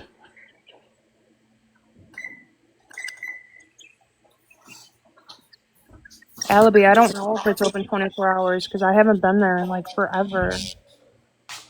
It is 24 Do hours. you know what? Do you know what I think is going on right now? I think like with you coming up and talking about your group chat of your friends and stuff, and then the whole like, should I say it? Should I say it? Like, there's a really big issue in this town of everybody wanting to be within proximity of such shitty people so bad. Like, I've never seen people so eager to be a part of terrible fucking humans. And for some reason, everybody wants to collect TikTok data and then come up and then act like they're contributing anything to anything. So I think, like, regardless, like Chef said, unless you can talk about something that hasn't really been dissected and chopped on the internet in every which way, I don't see how, like, listening to you is useful in any degree. I'm so sorry, but I'm over it. And also, on that point, all you're really doing if you're not helping search, you're becoming another character to this fucking ring of characters. You don't want to be known as a character, sweetheart. You want to be known as someone that's helping. Chef Lexi is friends with Becca too. If you want to ask her All right, questions. Lexi, how can you help in the search? I don't give a fuck how long you've known her. I don't give any shit about that. How can you help in the search? I think we need to look into her friend Zoe Davidson, who she used to get high with. Ooh, say that again. Say that again. Her friend Zoe Davidson. Zoe Davidson. I think we need to look into her. We need to ask her questions because she's seen abuse go on between her and Rich, and they used to go and do rugs together. Okay, so here's the other thing I'm going to tell you. Has Zoe Davidson spoke up? No. She's actually my cousin's ex-wife. And I know her to be doing rugs in Matin, and I believe that she knows something and she's just not wanting to come out with it. Okay, so here's what you're going to do. If you care enough, you're going to go report that, and we're going to move on from there. How can we help her? You're not coming here to tell a story no more. We're not telling a story. Any useful information, you're going to go turn that over to the people that can help more than anything. You guys got to stop throwing names out there like it's nobody's business. There could be, I've just got off an important phone call that this could be very serious, and people got to really start understanding. Right. You start throwing names out there, and there's people that this is serious. Like, people's going to start going after these people. Right. And that's going to be on you because you're I just want people to names out. Stop throwing names out. Go straight to the cops. I've already mentioned to the authorities about Zoe and their past of using rugs together, and that I think that she needs to be questioned because if Becca did run, she would know because rugs together, and that I think that she needs to be questioned because she would know because they were so close. So I mentioned that already to the authorities. Kelly, check your messages. Okay. Sorry. And I do want to. I just want to say one more thing, and then I'm going for the day because I got to go to work. But I'm so intrigued in this case. Like some of these people coming in here, and I think she's gone now, but are acting like little high schooler kids that, oh my gosh, somebody just said something, but I don't think I can say it. Just trying to get somebody to say, yeah, go ahead and say it. Don't say it. Go to the cops. If you hear something, go to the fucking cops. It's not that hard. Call the tip line. If you want to be anonymous, be anonymous. Go to the damn tip line. Do something instead of just getting on TikTok and being like, hey, I heard this, or so-and-so said this. No, if you think that it might actually be something, then go do something about it. Instead of getting on TikTok, I get on TikTok to listen to the updates. Get on TikTok, listen to the updates, listen to what you need to listen to, and then go report what you know. Period. Point blank. I'm just trying to show you guys. You guys do not want to be the next Rebecca. That's all I'm trying to tell you. That's where I come with this case. And honestly, like, I'm getting to the end of it, to be honest. I really am. Like, I already believe she's obviously gone. If you can help in the search to make her go away, quietly, peacefully. Hold on. I'm getting a message right now. Collateral. Sorry, I got ADHD. I'm doing a million things. I got 3 phones going. This guy's not sharing me his location. What the fuck is he doing? Anyways, Lexi, if you can help in the search, do you have a family? Let me ask you a question. Do you have a family? Yes. Okay. Do you love your family? Obviously. Absolutely. Right. Do you think that if the tables are turned, Becky would be helping you? Absolutely. Okay, great. Do you think that she would risk her family for this? It depends. I don't know. Because she's her and her family aren't really on the best terms 24/7. You know what I mean? Like, there's so much hit and miss on Rebecca's family. It's hard to say.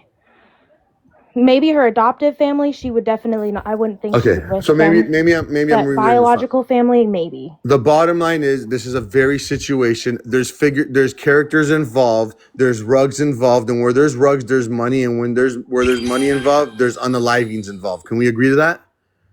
Absolutely. Why? What if you the next thing you guys can honestly do is move in silence. If you're not, I have people out there right now that are literally searching. I can, if you give me if you give me something that haven't already given them, I can possibly go get them to search that area. Okay, if you can help me put Richie in jail for the rest of his life, I want that information. Chef, I will say Lexi has been working on the back end. She hasn't been coming on lives, but I she has been understand. messaging on the side. Ali, I understand all this. But what we're doing now is we're risking our own families right now. She may be going to the gas station or Walmart, and God for fucking bid, okay? People need to understand this could be very much bigger. Without me saying too much, this can be bigger than just a bunch of crackheads running around a town. I believe it's bigger than that. Okay, so there you go. And you're willing to do all this right now? I just want to help find Rebecca. That's all that Okay. matters to me is Yeah. finding her and bringing her home. I understand. But the thing is, who can help her more than you guys is not us. We can spread the word, but now we've actually gone into day 6 of hearing everybody's life story. Who's fucking who, and whose cousin is related to whose cousin, who's a registered fucking creep. But we're not getting anywhere. Can you agree to that, Lexi? I can agree to that. Okay. And this is, I'm coming off aggressive. I don't know how to do it any other way. I'm just trying to really make people understand that. This is very frustrating, so I understand where you're coming from. Right. But the thing is, listen, I'm going to be honest with you. I just got off the phone with a very, very, very reliable source. This is bigger than just Rebecca missing. That's all I'm going to tell you guys. So if people want to carry on and continue to come live and talk about nonsense, you may be putting yourself at risk. I never talked like this all week long until I got this confirmation, is what I'm trying to tell you.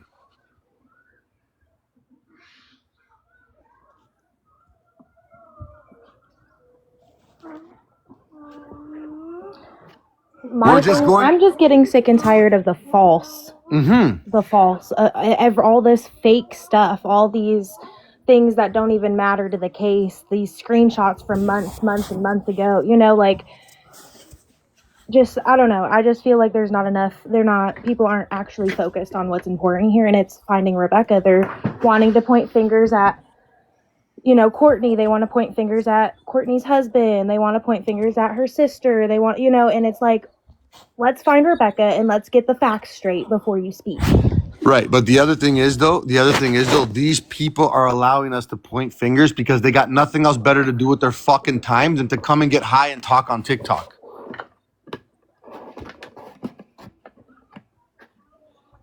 For those of us that know how to operate in this situation, we've already gotten the max amount of information we possibly can get from these people. Someone said, Chef, I have coordinates. Did you see that one? Because I know 44 years. Chef kicked me off. You did, Chef. You did. I kicked her off. She got off. No, you kicked her off. Why would I kick her off? Reason. Did she probably say some outrageous things and...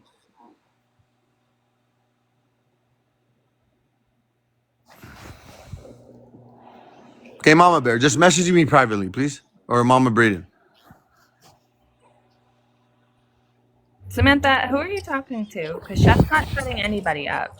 And if you have a problem with it, there's many other lives you can join. Who's saying what? Stop shutting people up. Who the fuck is this?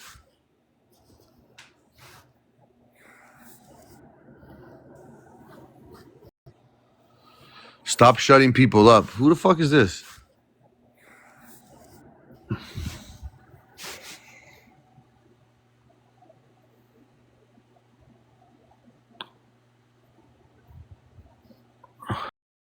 Okay, guys, I don't give a fuck what you think about me, respectfully. Okay, guys, I don't give a fuck what you think about me, respectfully.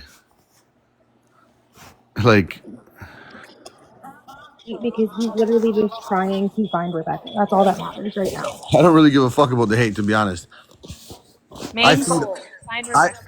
I feed off of hate, to be honest, guys. I fuel off of hate.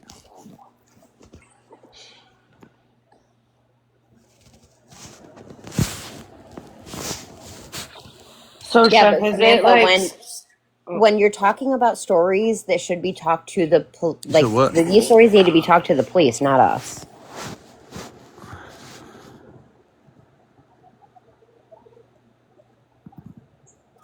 Yes, people talk shit, but hearing people's stories give a new lead. Okay, so you want to get that information, Samantha, which is perfectly fine. Okay, but now at the same time as getting a lead, they can be jeopardizing themselves. Okay, but now I can be jeopardizing themselves. Give the lead to the police. If you were here earlier, that's what I said. I didn't say shut up and carry on with your life. I said if you feel that there's a lead, give it to the right channels. Coming on TikTok and telling us is not doing anything. Go to someone that can, and that's the police, not us on TikTok. This live is honestly pertaining on where, if she is missing, where we could send people, and how my biggest thing is putting this fucking piece of shit in prison. This guy I second that. this guy is a groomer. This guy is a groomer. This guy's been allowed to get away with manipulating, grooming fucking women and manipulating them for over 25 fucking years. And children. He is a serial PDF, you guys. Like, within this case of trying to look for Rebecca, we have stumbled upon probably one of the craziest serial PDF things I've ever got to witness within any case of my true crime life, for sure. And it's just a shit show. So it either really needs to be about how the fuck we stop that from continuing or how to get Rebecca, and that's really it from here.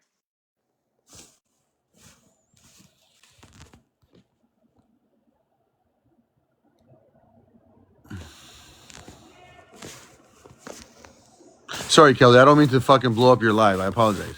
No, you're fine. I was actually on the phone too, so I didn't. I was like, I don't know if you're talking, but I can't hear you.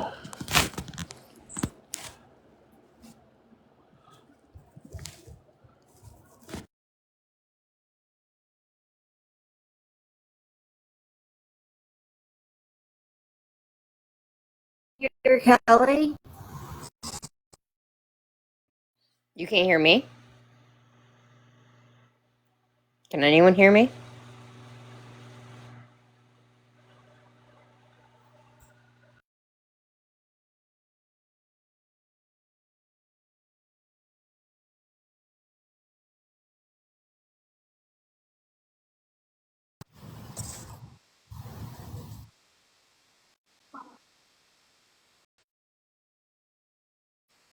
Oh, Chef can't hear you, Kelly. Is that Kelly, is try that better? talking now. Yeah, that's better. Yeah. Okay, sorry, I switched phones. Sorry, Chef. I thought she was talking about the chat, not you.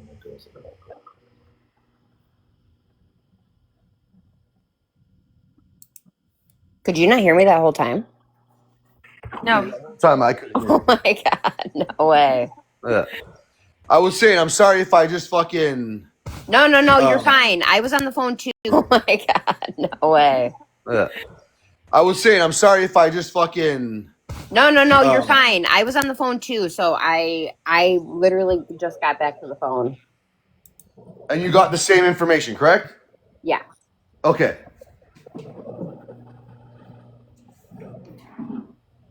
And the reality is, we're just really looking out for their best interests. So. And the reality is, looking out for their best interests. So.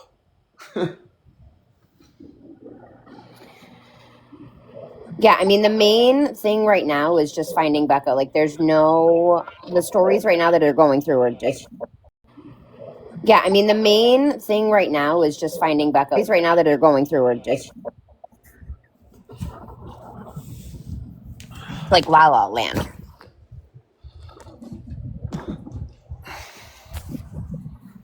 We're My being thing talked is, about. That's not true, Hurricane Holly. That's not who's true. talking about us?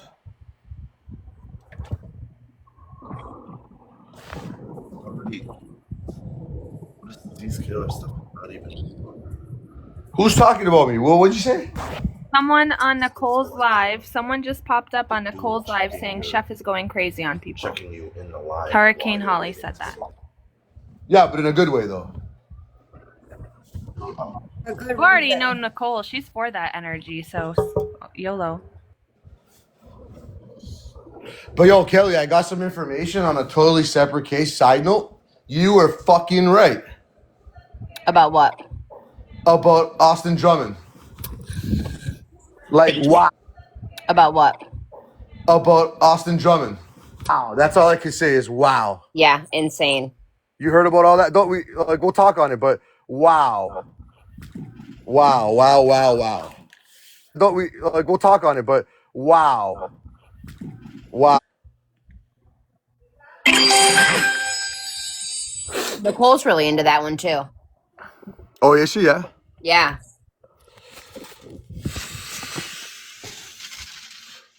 I gotta go get fucking. I gotta go take a shot of Tennessee whiskey or something because my blood pressure is just boiling right now. I gotta go whiskey or something because my blood pressure is just boiling right now. We saw your comment, Christine. Thank you. Austin shit is wild and wrong. Is so. Yeah. So another thing, right? Because like our focus is church. Like, doesn't it boggle your guys' mind? Doesn't it boggle your guys' mind too? That like, could you ever imagine not trying to even be part of a search that involves your two? That like, could you ever imagine not trying a search that involves your child? That involves your fiance, quote unquote. Like, wouldn't that strike the biggest alarm? Child that involves fiance, quote unquote. Like, wouldn't that strike the biggest alarm? Fuck the mom. The mom's crazy. You know, a lot of times you love a woman. Like my wife loved me more to take me out of my fucking situation more than she loved me for what I looked like or anything else. She knew there was hope at the other end of that tunnel, right? So she's like, fuck it, I'm gonna ride with you, but yo, you gotta listen to me, right? So in this situation, like, you know, the mom, we know what the fucking moms are, but what kind of man doesn't even go look for his fucking girl and his unborn baby? Sits and gets high all week long for weeks in and weeks out, and then tries to just message people, manipulate them by saying, hey, are they still talking about it on TikTok? Like, take that in, ladies and gentlemen. Take that fucking in. How we're like look at the world that we're living in, that this guy can just still walk free knowing that he has not tried to search for his daughter, girlfriend and an unborn child.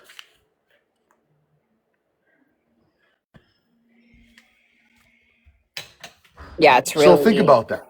It's really, really sick. Like, you wouldn't be able to stop me from doing that. Yeah, you're getting high. You're trying to manipulate your previous victims, and they're so scared that when you call them, they have no other choice but to answer because of how scared they are, and they literally and questions are being asked if they're still talking about him on TikTok lives. Also, I just want to make a statement about law enforcement too, as well, because I see it in the comments. Like, we don't know what they're doing behind the scenes, and I can guarantee you, from what I've heard, they are doing a lot behind the scenes.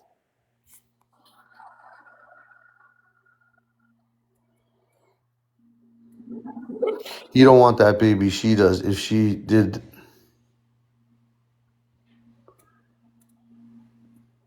I think the locals that are stepping up helping are people who didn't even know Becca, and that's pretty sad. Right. Right. And guess what? What you know? What's even more sad? The ones that know her and love her and went to school are sitting collecting government assistance, sound perfectly fucking normal, but yet fucking don't want to go out there and search. Shut the fuck up. I got no time for you no more. Yo, you hear my wife scream. She's like, "You're a madman." I'm like, I am.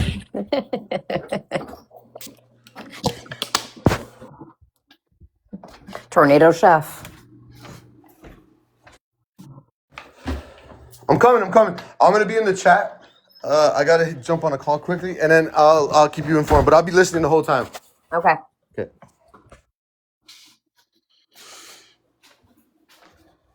Now it's gonna get quiet.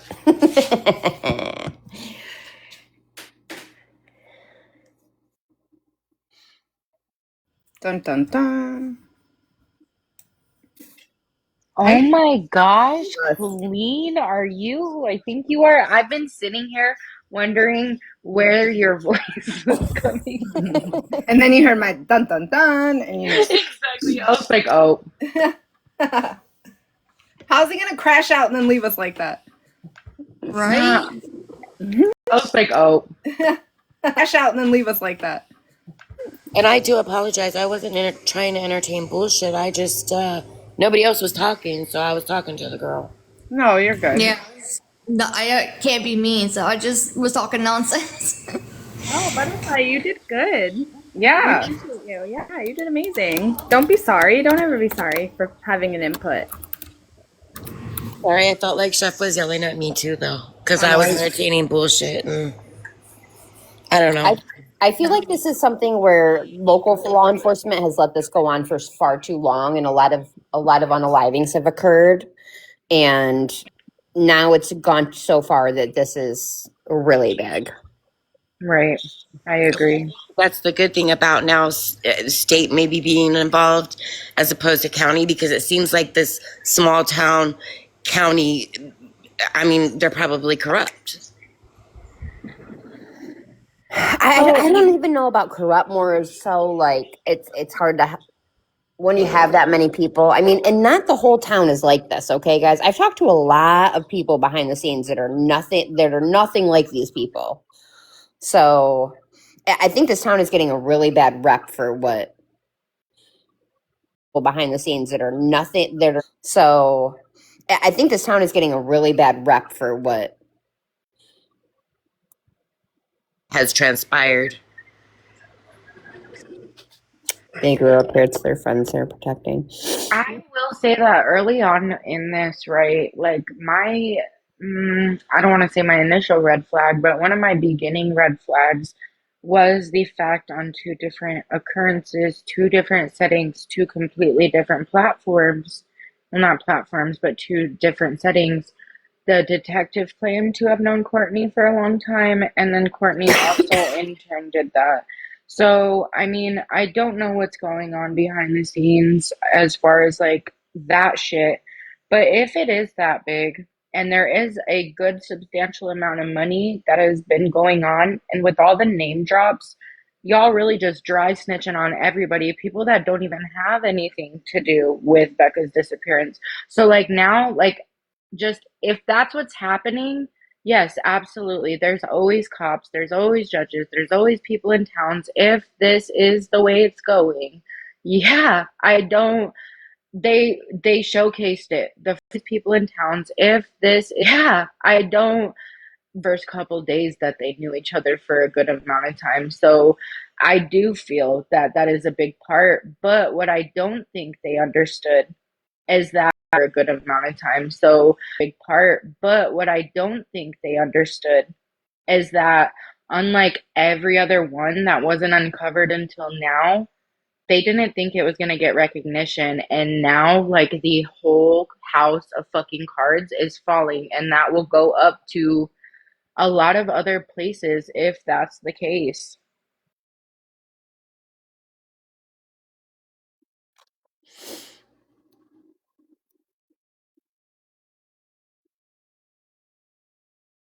Yeah, I mean, I wish this was somewhere closer. But like, what are things that we can do from here to help with this? If I'm gonna be completely honest, and I'm gonna sound like such a bitch right now, I think that yes, there should still be search parties for Becca and the baby, of course, but the main focus to me would be making sure that none of these registered aggravated offenders live with children. I would start deconstructing households with offenders in them. I would understand that Rebecca's situation is merely reactive and we can be proactive and ensure that further generations of these fucked up families aren't future Rebeccas as well. So I think I don't know what we're doing, teaching them that pedophilia is bad, which is crazy because we've literally broke down what they should wear to go search. We've broke down that PDF is wrong. We've broke down that incest is wrong. We've broke down that you're not supposed to do these things with your cousin, your family. We've broke down that you're not supposed to, we're literally giving them common sense lessons throughout all this. And at the end of the day, all we can do is protect the future children of this specific group of people because what the fuck? And it's just going to keep going. I agree with you, and I think a lot of it, I mean, in this case particular, starts with Rebecca's mom and this guy who supposedly lives in a tent but doesn't live in a tent and it's probably in her household.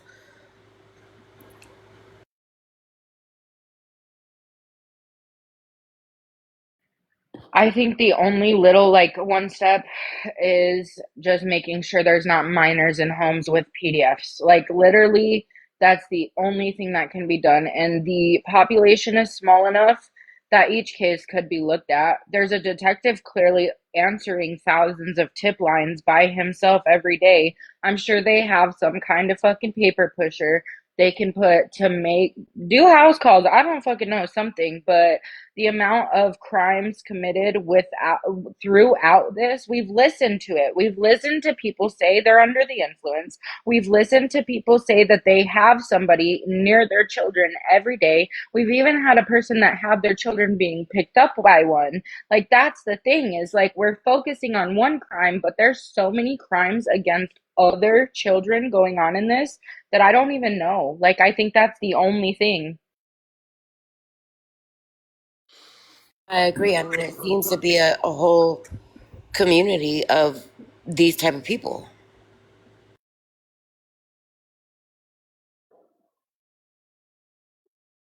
Yeah, it really is a community. It's like a small cult of PDFs that Exactly. it's so sickening. And the generation, it'll just be generational after generational if we continue to do it like this. And you know what's crazy? It'll just be generational after generational if we continue to. And you know what's crazy? There's these programs for PDFs, and I don't know specifically which states they're in, but they're communities without children in X amount of miles, whatever. Literally, you guys, the more that this shit is normalized is the worse it's gonna get. And this is basically that, but they've turned a town with people that don't commit these crimes into one of those compounds. But the twist is there's a lot of fucking kids less than 20 feet from these people. Which is not is there not? I know that in my town over, it's kind of like this where, PDFs can't be near within a certain amount of range of schools. They're not even supposed to be online. They're not supposed to live with each other. They're not supposed to live with minors. They definitely aren't supposed to be picking anybody up from fucking school. Aren't they you can't be with? They're not supposed to live with each other. They're not supposed to live with minors. Picking anybody up from fucking school. Aren't they you can't be within a certain amount of feet of kids, especially schools and things like that, parks. That yesterday, what we saw, that town lit up like a Christmas tree. There's no way that yesterday saw that town lit up like a Christmas tree.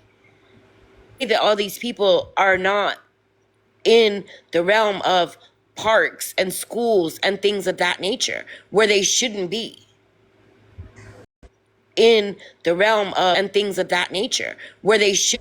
Honestly, the schools need a background check to even be required for anyone that's near the school. If you're going to that school, you need a background check. They need something. Well, you guys, and I know y'all have heard me in a lot of these other motherfucking cases, but it really starts at the bottom of it. It is the fact that crime against children offenders are released back onto our streets. Like I've said before, somebody with a bag of devil's lettuce is going to serve way more time than somebody that ruined a child's Right. fucking life. Literally. Exactly. Yeah. It's always just a systemic issue. And every time, we're like, fuck California.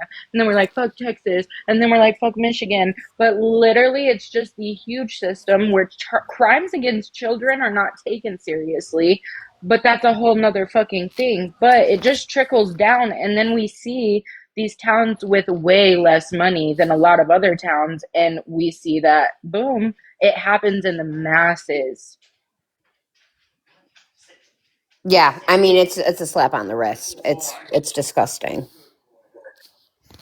Multiple repeat offenders are just getting out within.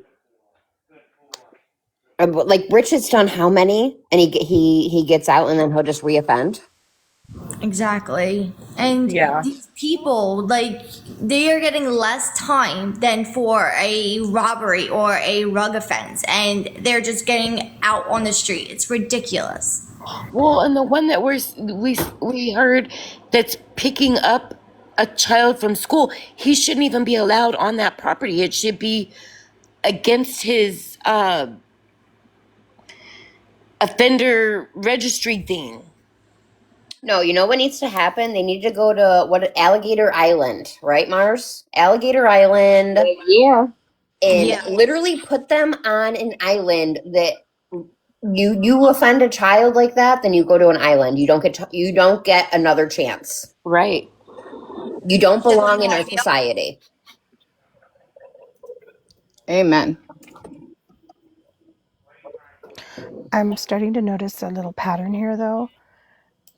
A lot of people don't want to get involved and they don't want to tell or they don't want to report specific people that are doing wrong because they're either dependent on them for rugs or they're their friends. The community has to get more involved in protecting our kids because these kids that you're not protecting now are going to be the same kids that are going to be in those hospitals taking care of you when you're old. And imagine what that's going to be like. Yeah. We all need to put in our part. Yeah, I agree. But, a lot of these things go on within families. Like a lot of these PDF things are incest. They're people these are kids that don't have a good parental figure in their lives. They're very vulnerable kids. Like those are the main targets for these people where they groom these kids and they make them, they're already feel like life is against them and that no one loves them. They're an easy target. Right. No, but the fucked up part about this, you guys, is that's not even the case. I don't even think, literally, you guys, they don't even think their life's that fucked up. Honestly, when we talk to these people and their occurrences, I mean, we had Paige post saying, I still love my uncle, I don't give a damn what y'all say. Like, when it's so generational and so Yeah. inbred into these people that like the only thing is getting the future fucking generations out of there. Like the fact that any of these people have lost custody to prior children and are allowed to keep having children, another thing we talk about very fucking often. That's another thing that absolutely needs to be revisited. People that have lost custody of their children are unable to obtain their children back in a certain amount of time by whatever. Like if they do the work, fucking cool. But if you haven't had your children, let's do a 5 year, maybe 3 to 5 years. If you haven't put in the work, you cannot have them. And when you have a child, we will take it. And it doesn't need to be state to state. It needs to be a federally ran program. And you know what's crazy is that I've seen cases. I mean, I tried to get foster children for a while with my ex's sisters, siblings, and they were more for the mother than their safety. Like, we'll just keep them in foster care until the mother can get right. And I'm like, what? Like, they Yeah. must make money off this. It's a big thing in the CPS is reunification over the safety. And I have seen it so many times that they have put reunification and they're like, oh, they put the work in. And then a year or two down the line, we end up in the same exact situation. And they're like, oh, they put the work in. And then a year or two down the line. It really is. I think I'm thinking about doing, have you ever heard of, like, I don't know if you guys have them, but we call them CASA workers, where you get to go and take kids that are in the foster system and take them to the foster system, and kids that have been reunited with their family members, to like baseball games and to the park, and like get to know them so that they can, have conversations and have someone that's steady in their It's like a lives. big brother, big sister kind Kind of of, thing. yeah. It's have conversations and have someone. Big brother, big sister kind Kind of of, thing. yeah. It's not. It's very volunteer. It's a volunteer program. We need to get something like that. Yes, I love that. I mean, look, somebody even said it in the comments. Also, when I was volunteering at the school, I had to get immunizations. I had to get, I had to go through a whole background check to do all that. They can do the same thing for for that type of thing, big brothers, big sisters. They can do that. It's not that hard. I think it all just boils down to like state. It's not that hard.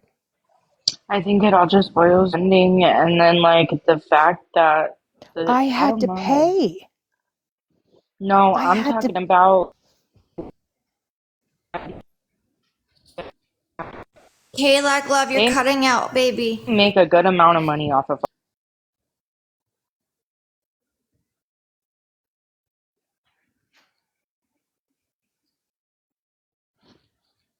Can you re-say that, Kalak? You cut out for half of it.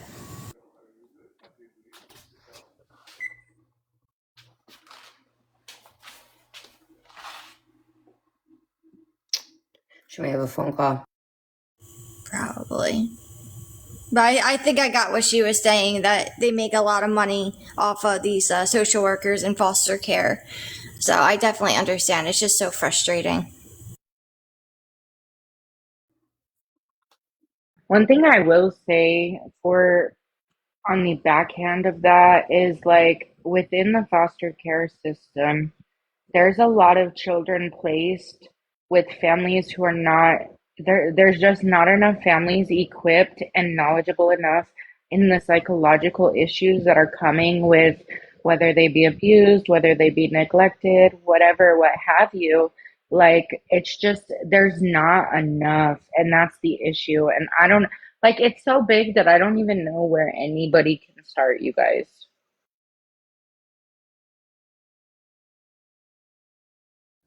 I agree. It's just like doctor. I agree. It's just like doctors or vets. There's not enough vets to the need. People don't want to get involved with children because they know that that's going to tug at their hearts. They don't want to be in that type of position. They don't want to end up seeing the hurt or being required by law not to be able to help them or whatever. I get it. But we as a community have to end up getting together, and we have to end up saving these kids somehow, some way. Even if it's just one at a time. Right.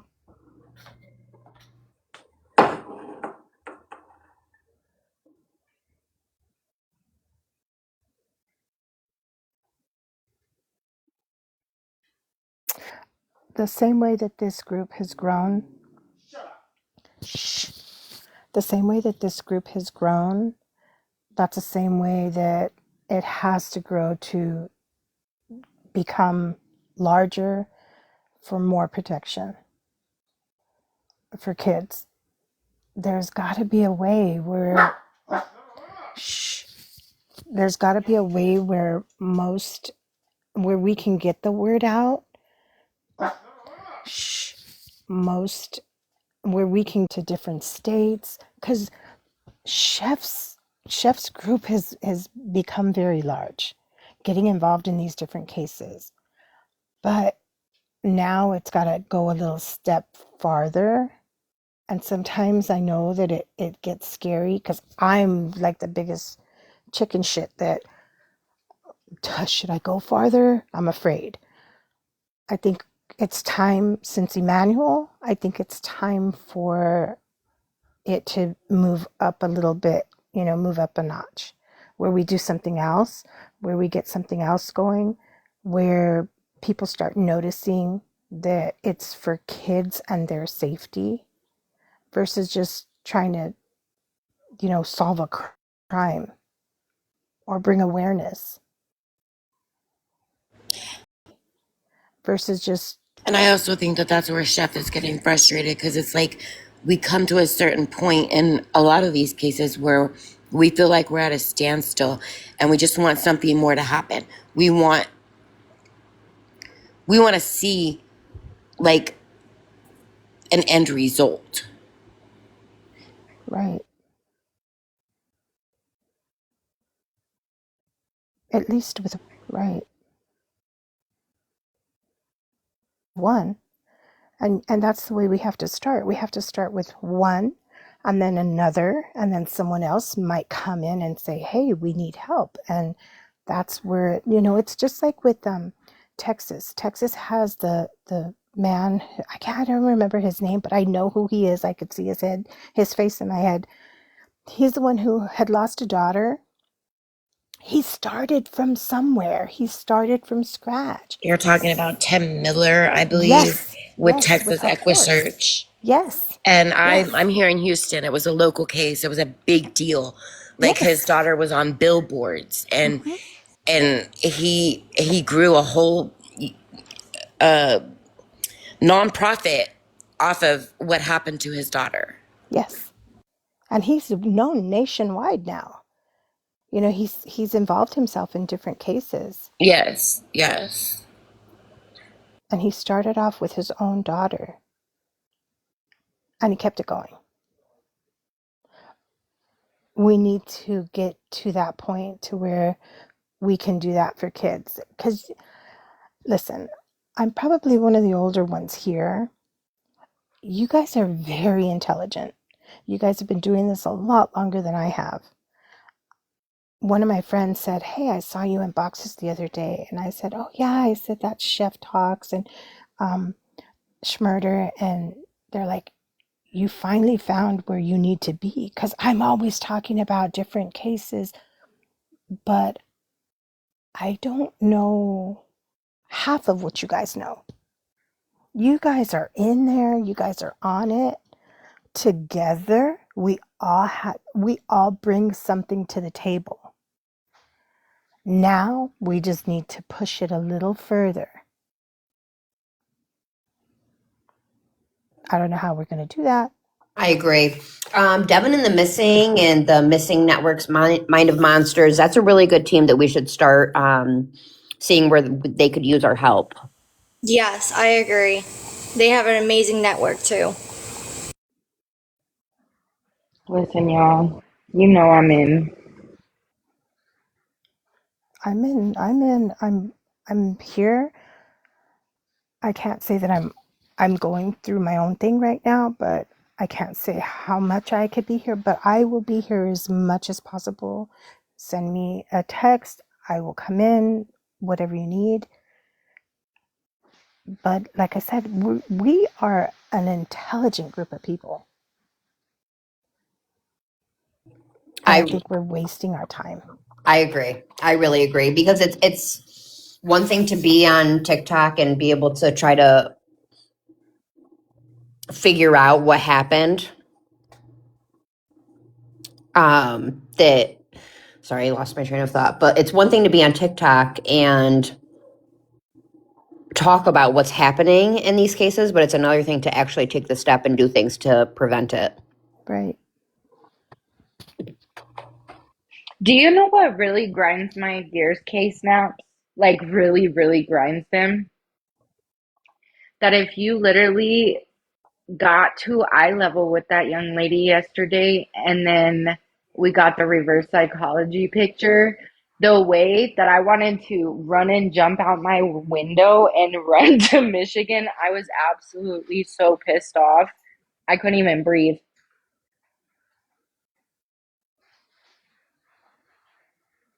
I'm with you, Kayla. Like you're gonna sit here and play in our face. You know, and it's definitely it's hard because I was once that age and I was once that dumb and naive. So I kind of get it. So, but it's still it makes me want to shake people for sure.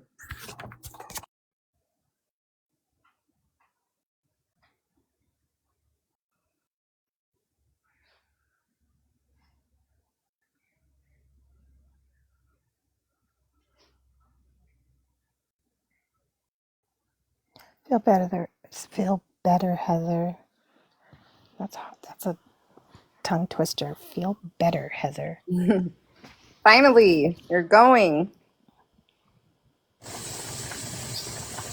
At least she's going. Hopefully, it's all good news. And they give you something good for that pain. Yeah, I'm glad This you're week, finally going. this week everybody has gone through some sort of head trauma, whether that be by an animal or a car or a case. Like, this shit's been crazy. For I'm real. feeling personally attacked. Same, I'm so sorry, but same. damn, we are pattern recognizers over here, okay, guys? We need to be on the same mental capacity as these people. We I couldn't do feel that like without damaging. it all is connected to Mars though. Ay. That I was Mars. mentally victimized. And Mars. That Mars, man. Gotta keep her away. I thought we were sending bills to Chef and Heather. No, they go to Heather because she started this shit. Yeah. Yeah, that's There. what I think Oz was saying earlier. He was like, we can blame this all on Heather. I'm going to be billing her for my therapy or whatever. Dude, two in a row. Two in a row. Literally, like I thought the first one was bad, and then she just had to updo herself. Literally, I went through a mental breakdown on Ashley Buzzard. I was like, I don't know. Am I going insane? I saw the news yesterday, and I turned off the TV. I was like, no, I'm not doing this. No, I don't know. The hillbillies definitely made me like more like, so what is Ashley up to? Because listen, that's the way I feel with Right. this shit right here. Yeah, this case has definitely made me want to. I mean, as frustrated as we were with Ashley, it's made me want to go back to that. You know? Yeah. This morning on Smurders, I was like, yeah, tell me everything, girl. I want to know every little detail. Let's spend as long as we can right here. I feel Have like you guys heard of this case? No, tell us. is that the one On the with the case. 3 kids or just 2? She has 3. It's a bigger picture. Okay. Yeah. No, I didn't. What happened? She's a second grade teacher, and she like literally beat the shit out of her kid with a belt. The hell? Like pulled him by his hair up. Oh my god, the video is traumatizing. There's a video. It's sick. She got Teacher of the Year award a couple years ago too. I was like, shut the fuck up. This is what I'm saying. These are our children are in like the teachers. These are teachers. Oh my God, I have. Our children are in like the teachers. These are teachers. Oh my God, I have my own Who's story. protecting our children? I only volunteered. Nobody, just us guys. I only volunteered at the school because I saw what we had as teachers for my son's school. I Oh my stayed god. there for what, almost 4 years. He was in kindergarten, first grade, second grade, third grade. And when he went into fourth grade, I'm like, I'm out of here. I'm taking him with me. I did homeschooling and then sent him back in high school. Teachers Eddie, are are you not the there? Are you same. working? Eddie, I'm gonna drop you. I'll bring you back.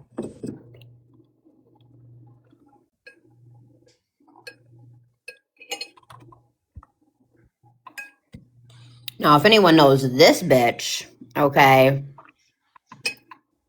And Does where is anyone she know where this based out happened of? at?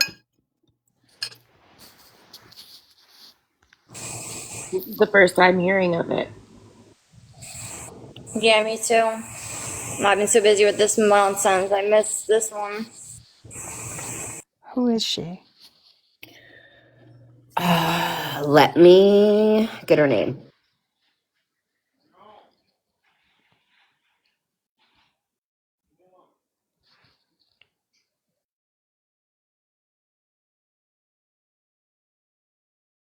When I Who saw that filmed it and sent it to her 24-year-old son, who she'd been doing, and sent it to her 24-year-old son, who she'd been doing to.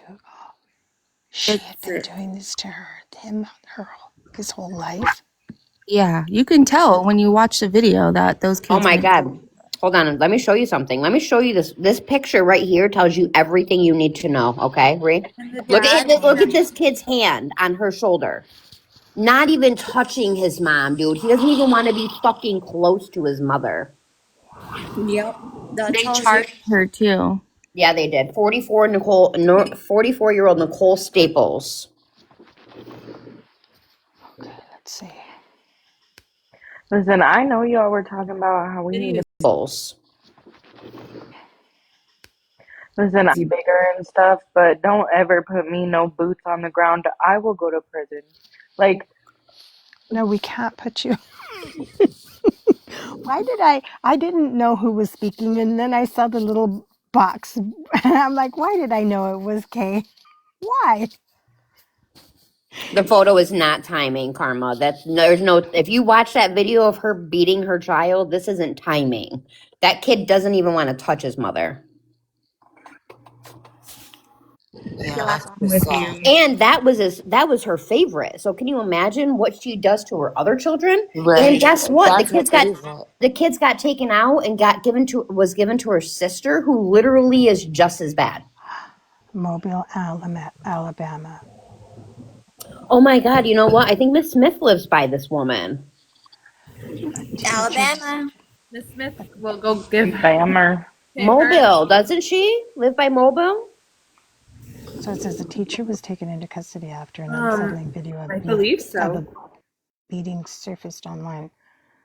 44-year-old Randy Nicole Staples, a second grade teacher at Cottage Hill Christian Academy in Mobile, Alabama, was arrested after a troubling video reportedly showing 22 strikes over 14 seconds was posted on Facebook. By her older child. So a child filmed it. One of her children filmed it and then sent it to his sibling that was living outside of the house, who he posted it on Facebook, and it didn't last for long on there. And the Yeah, dad was out of town during this and claims he doesn't know. Bullcrap. Yeah, there's no fucking way he didn't know that she was abusing the children. No way. Staples was hitting her 12-year-old child with what appears Well, I to be mean, a if the older belt. children know that this was happening to them, they knew that it was happening to their younger siblings. Yeah, they would have seen it. And yeah, this doesn't just happen as a one off. You have done this for years on end. She was Guys, picking I, him I up grew by up his hair. I grew up getting disciplined, and my grandma was from Louisiana, and she got the switch and the belt on us, but never did she aggressively beat us like this lady did. It's very, very disturbing. And I'm not saying it's okay to do those things whatsoever. I'm just saying I grew up getting disciplined, but never did I get beat in the manner that she did to her child. Right, same. I mean, I used to get whippings. with the belt, but it was like 4 or 5 licks done. Like, you're not getting like what these kids got. Dude, pulling his hair, like she pulled his hair to get him off the ground. Like it was, I like want to puke. Seriously. Yeah, and then like as he stood up, you can tell that she was just going to like. I thought she was going to hit him across the face. I did too, but I think that she knows better not to do it across the face because then it would be marks shown. But did you hear her, Kelly? Did you hear him? And when she yanked Yes, him? ma'am. Yes, ma'am. Yeah. Like, And the fact that these kids are now with, oh my gosh, Ling Ling, I bet it's all over.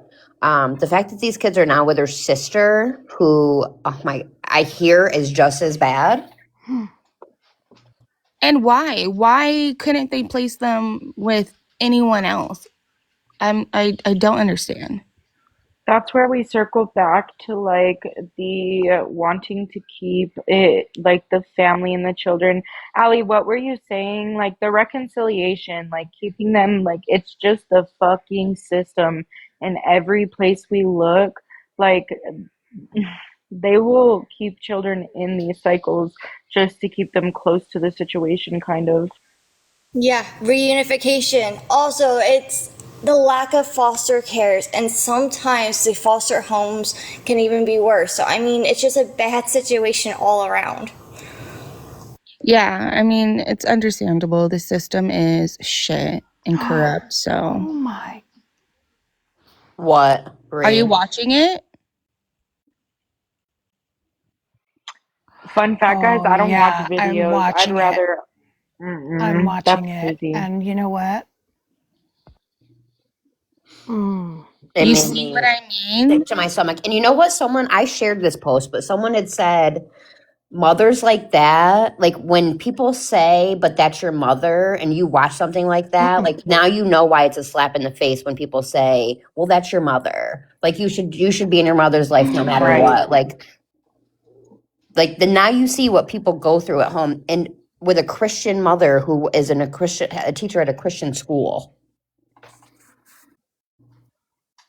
It's because a lot of people just the disguises are endless, y'all. I know y'all are hopping on the religious thing, but like we see it in every community of everything. We're literally like we see it everywhere. So like it's just crazy to like try to put this on a specific group because of one case when we can go over 15 other cases of people in every other group.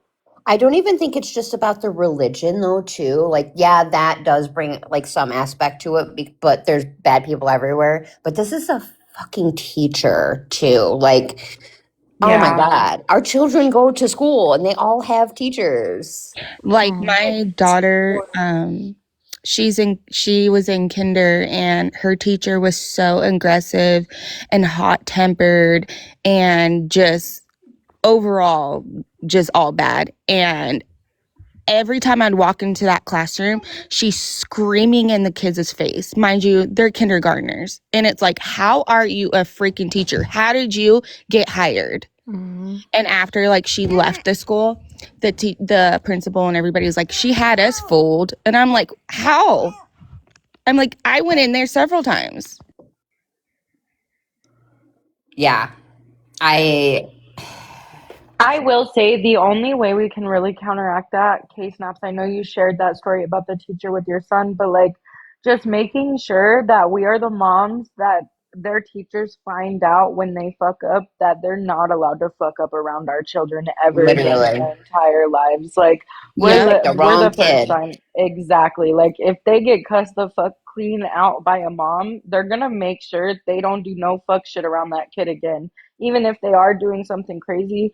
But that's the only way, is if all the parents come together and let these motherfuckers know you are in my child's hands, life is in your hands, and that's it. Yeah, she learned her lesson real fast. I mean, they didn't even have to fire her. She quit and went to younger students, and I'm like, a preschool. I'm like, as if that's any better. You don't need to be working. They allowed her into a preschool? They allowed her into a freaking preschool. Crazy. Yeah. And she was snatching kids by arms. I mean, very, very aggressive. And I was like, absolutely not. No. That's insane. Yeah, no, mine just made a comment. I like tore that teacher up. Right. Like, you're not about to talk to about my kid like that. Fuck that. I It couldn't was imagine if she was aggressive.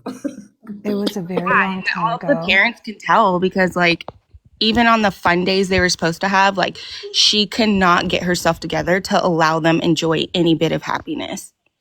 It was just disgusting. It was a very long time ago. My son needed to go to the bathroom. I have an older son. He's 41. I'm only 21 myself, but I don't know. It must have been my previous life.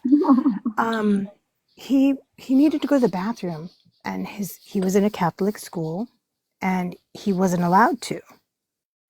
So the worst thing that they did was call me. I went in there.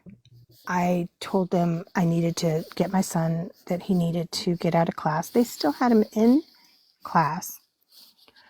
I went to the classroom and I opened the door, and all the kids are flying everywhere. The teacher is yelling at them. She's an older lady. And my son is sitting there in his wet shorts, his uniform. And I tell the teacher, I said, your first problem is that you didn't let him go to the bathroom. Your next problem, you're looking at her in the face. Oh, I'm so sorry. Nope, no time for that. I grabbed my son, and she was fired the next day because I went over and I talked to the principal, and I actually talked to the administrative lady that was there. And I said, if you don't fire her for not allowing my son to go to the bathroom, then I'm going to end up having more problems with the church and with you. And she was let go. She was let go because she didn't allow him to go to the bathroom when he told her he needed to. And so you're holding a child, kind of kidnapping him in the room.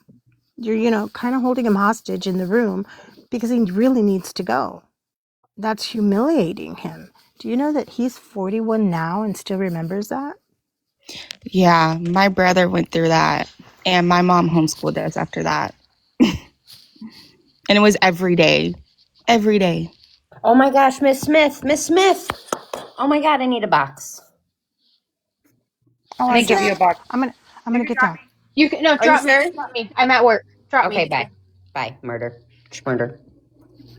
Because I think this is really close to Mrs. Smith. Is this Yeah, I close? want to hear. Is this close to you, Mrs. Smith? Mobile? No, that's Ah. it's near Dano's got an office in Mobile. I think it takes him like 4 hours to get there. It's not Mobile is kind of like on the bay of the Gulf Coast. But I will tell you, Mobile is not like a good area at all. And I'm going to tell you something else. With her being a teacher at a private school, because the Christian schools are private, you do not have to have an education, like a college degree, to be a teacher in the state of Alabama at a private school. They can hire you to be a teacher without you having a background or education. Yep, I saw that coming. Which is wild. I mean, and it may be like that in other states. I just know it happens to be here. And I'm like, well, why do you pay extra money for your kids to go to a private school if they're not getting you think they would get a better education? Miss Smith, what do you notice about this kid's hand by her shoulder? He's scared to touch her. Dude, he doesn't even want to touch her, I don't think. Like, there is no Mm-mm. motherly instincts in this woman at all. And even in the video, you see the dog Mm-mm. doesn't even want to go near her. Usually, when a child is being played with too rough, even your own dog will go and rush and be like, "Wait, what's going on? What's going on?" That dog in that video didn't even want to go near her. Yeah. Yeah, the dog was barking at her and running up and running away. Like, the dog was in distress. Hmm. Both of them. There's two of the dogs. Ugh. This is I. And what was she just charged with? I want to watch the video. You watched the video or you didn't watch the video? No, I don't want to watch the You don't video. want to watch the video. You don't. Absolutely not. Mm, And did you hear that mm-mm. the kids are now with their sister, who's like just as bad? Yeah, no, I was listening for a little bit before I requested up, but it just made me think when you said something about her teaching at a private school. Um, a girl that did like accounting for a firm that I worked for. She was absolutely horrible at it, and she went and got a job at a private school in Alabama. So this woman maybe not even have a degree to be a teacher. And then, um, did they not do a background check on the sister, or did they just say you're first again that can go? What about the dad? Can the kids, can they not kick mom out? See that? I mean, maybe And that's what I heard, but she got arrested for sure. But the dad said he had no idea what was going on. But I think abuse in the home, they have to take the children out of the home till like all investigations come to an end. Correct. yeah, yeah. Especially when they have the video evidence, you know. But I'm going to tell you, so I've done an adoption for a family member in the state of Alabama, and the way that they inspect your house, like you're the criminal when you go to adopt, is wild. But these foster kids are just placed with anybody. I've known someone that had her kids be brought to a foster situation because of the dad in Alabama, and they sent the kids with the dad's family instead of it was just bad. But it was a bad situation. Alabama and their foster system and CPS is awful, awful. I feel like it's everywhere, Miss Smith. It's Yeah, so it bad probably is. I've just know everywhere. it's really bad Yeah. here. But when good people want to do stuff, like with the adoption that I did, um, like I'm telling you, like the guardian of litem, which is an attorney that the state picks to represent the child, she was just, I mean, it was almost like they did something wrong the way that they were being investigated and judged by the house, and like stuff that realistically most people don't have in their home. Like she had to come back and revisit and make sure that there were certain things in place, like um, plugs over even the bathroom where a newborn baby wouldn't be able to touch over the sink. They got docked for that. So then she had to come back and when they had those on there, but they did all the ones that were like lower level. I don't, it was awful. And but it was, they almost felt like they were like belittled because they were doing something good. I don't know, but it's never that way to the parent that's actually doing bad. It's I don't know. Well, you're right, it's probably everywhere. Yeah, and the fact that people are overworked, CPS workers are overworked and underpaid, and they just there's some point probably where they desensitize and they're like, "Fuck, I can't do this." Yeah. Like you try to help when you. I'm sure when they first, because if I was a CPS worker, I'd try to help every kid, but then there gets to a point Oh where it's like yeah. there's so many children, it doesn't stop. Mhm. Mhm. So one of in Tennessee there was a girl, the dad's family. Doesn't stop. Mm-hmm.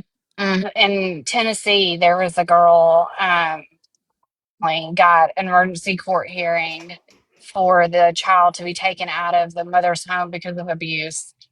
And when the judge signed it, be taken out of the mother's home because of when the judge signed it, we went straight over to the house and I called the local police department, and she was like, she house, and I called the local police department, And she was like, she can't have any of her clothes. You take her with what, and made her take her shoes off and leave barefoot. And it was awful, awful. And then like 6 months later, she got the kid back. And it was like, you saw all of that. It was reported. And she didn't care enough about her child and was so mad. It was just the principle. Like, a lot of parents just want to control their kids and not do what's best for them in like a loving situation. But like, you literally let your kid walk out of the house in winter with pajama shorts, no shoes, and no jacket because you said that you bought it. So at Hmm. what point do you care about your child's health and safety? But I mean, I guess if you're in that situation, you don't really care anyway. But I was just astounded that 6 months later she had to take some classes or whatever, and then 6 months later she went back to live with her mom, and I'm sure was abused mentally just like she was before. So this woman was released on bail. Oh, I'm sure. Not Yeah. not a lot of bail either. What was it, like Mm-mm. 7,500 or something? 7,500. So she would Yeah. have had to put up $750. K Well, Snaps, I Yeah. have a question. Can you unmod me so I can cuss people out without like tarnishing anything? Listen, if you think that they shouldn't be in here talking, then you can mute them. I just She want Sensory to leave me the fuck alone. she wants I know, and you keep on saying I'm not interested in this. You want me to? You want me to? I'll do it. who Well, is I just it? don't want everybody to run and be like, chef's community. That's why, like, I don't try to excel in no kind of community because I like, listen, guys, I don't want Listen, I that knew what I bad. was doing when I hired you. Right. And some people just obviously shouldn't be here talking, you know? Yeah, I mean, there's comes to a point where just like read the room, you know? That was a mom. Can I cuss? Can I cuss, mom? Mom, can Right. I cuss? Moment. Saw that coming. I was waiting. I Kid was Cap wanted a too. hall pass. I thought when you said I'm not interested in hearing any of this, I thought you would be like, okay, got it, heard. Oh, sensory mama. Honestly, Hey, Kelly, real quick, and then I gotta go because I gotta do. It was her Look, son, this is the place. Carrie Ann. It was her son. This is the place of the. Hold on. Be careful. Oh yeah, I won't make it Oh, big. oh, Oh yeah, shoot. hold Wasn't on. even thinking. I'm getting out. I wasn't either. I'm out. I'm out of the car. Why did I not think of that? I'm so stupid. But look, it's so pretty. oh my God, I need to leave the fucking desert. I want to see color changes. Yeah, the trees. No, this is the where my daughter's getting married. But I wanted you to see it, Kelly. Look at how pretty where this is this? is. Oh, it is Hey, beautiful. Where is is this the this? venue? Say That what? staircase would be Snap. This is my in favorite. Oh Yeah, my god, yes. So And that pretty. loft. Is the Is she yeah. bride getting gonna walk down the stairs? Because that would be so gorgeous. No, I don't think so. I don't know because I think she gets ready. She'll. I Is she think. getting married inside? Yeah, it's raining so bad. I'm pretty sure the arch will be right here, and then she will get ready in here somewhere. And then they'll open up Oh, the that doors. Yeah, Mm. Oh my god, the vintage couches. Stop. yeah. Uh, I think she gets ready in here. thing. Isn't Oh, this that's so nice. pretty? oh my gosh. Look at that. It's like the old fashioned sink. How much did that run you? It was a pretty little penny. I know mama paid for that. And then I think he gets ready upstairs. Um, it's the Bathroom. bathroom. So goes the bathroom. It's a beautiful venue. Yeah, That's a thank you. gorgeous. And then this is the kitchen. There's the speaker, the How far away microphone. is the big day? Tomorrow. This is the Ooh, kitchen. What's in here? Oh, it's a reception. Why don't we do that here? Well, how many people are coming? 200. So yeah, Oh, that probably wouldn't yeah, be big you're enough. not gonna be able to do that. Put the kids Yeah, in that's. there. Just I lock was the gonna say kids in make that that the room. kids' room. Put all the kids in. Hi, baby. This is gorgeous. Are you Who's getting ready is upstairs? that her? Yeah, that's Kylie. Oh my God, Kylie! Oh, they're saying Congratulations! hi, Kylie. Congratulations. Congratulations. Oh, I thought it was that one. Is it? Th- yeah, no, I think it's back here. How exciting. Yeah, yeah, yeah. Bridal suite. Oh, it says it right there.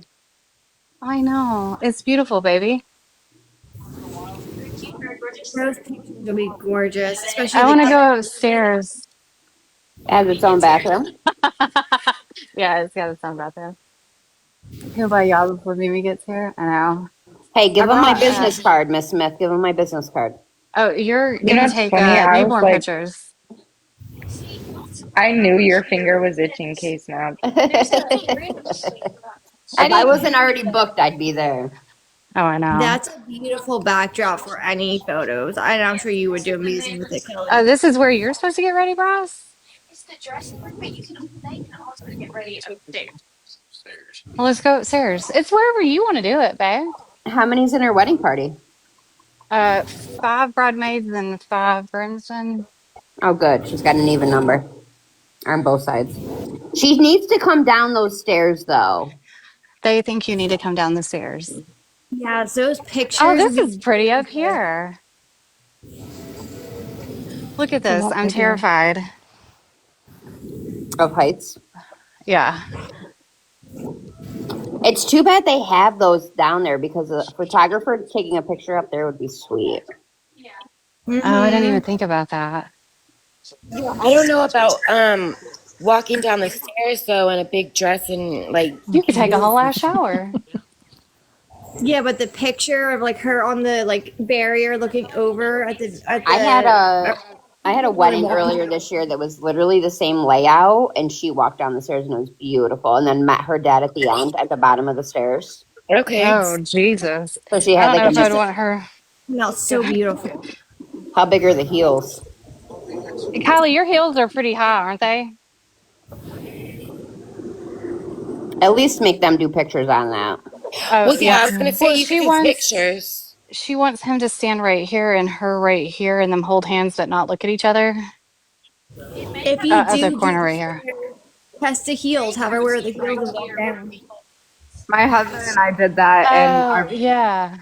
my Like that. cousin. Yeah, that's what we did, and my cousin prayed for us.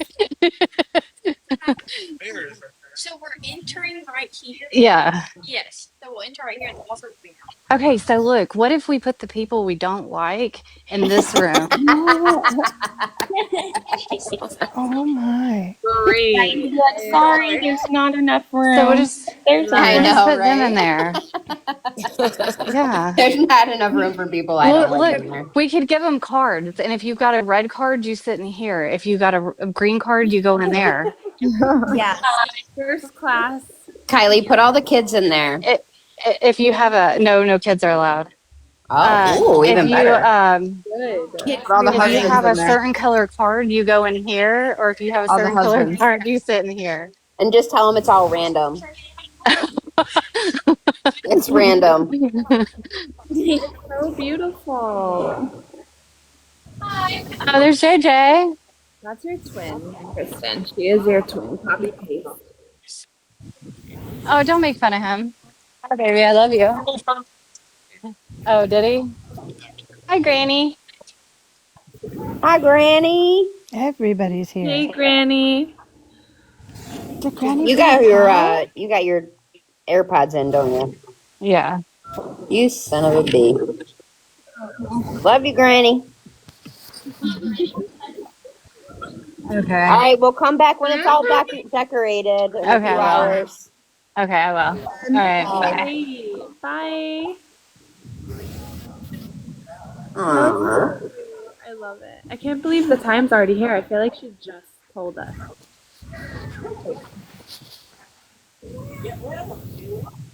Where is Kayla going to run the streets? I don't know. It's my favorite. Going to run the streets? I don't know. It's my favorite thing to do.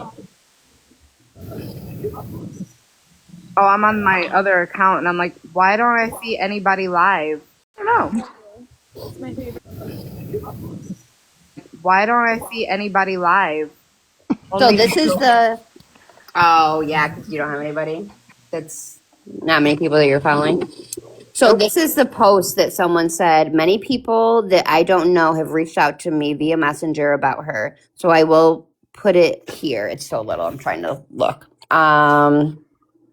Unfortunately, she's my cousin. I've not had contact with her in years. She's sick. The video made me vomit.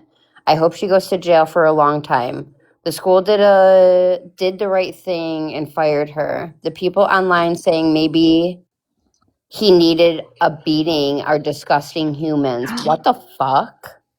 The kid in the video she's been beating is known to be her favorite. So imagine how bad it is for the other two.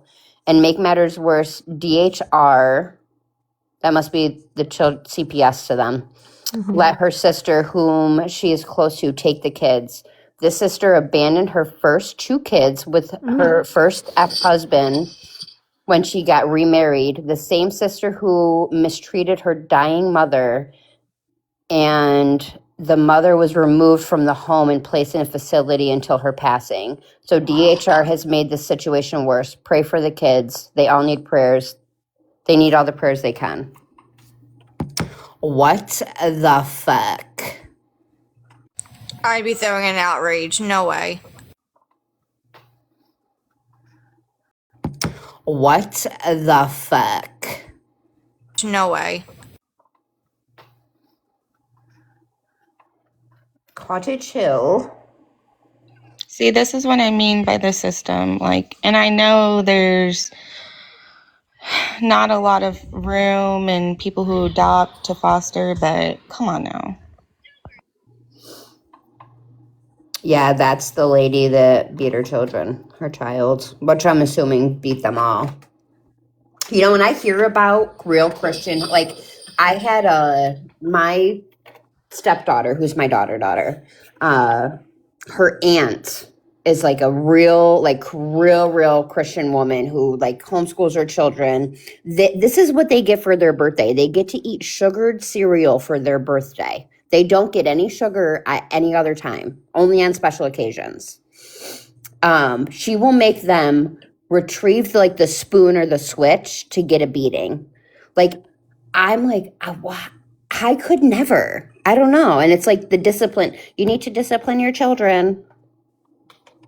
It's absolutely disgusting.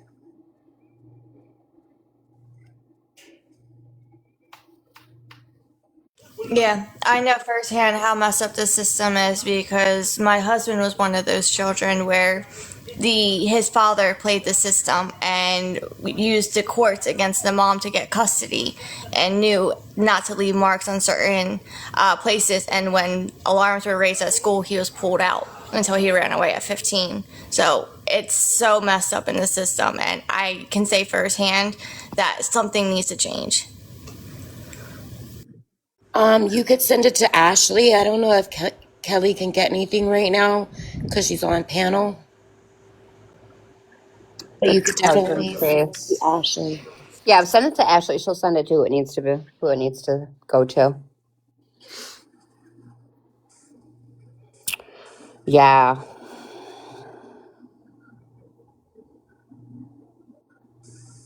How many of us think that she's going to get probation out of this?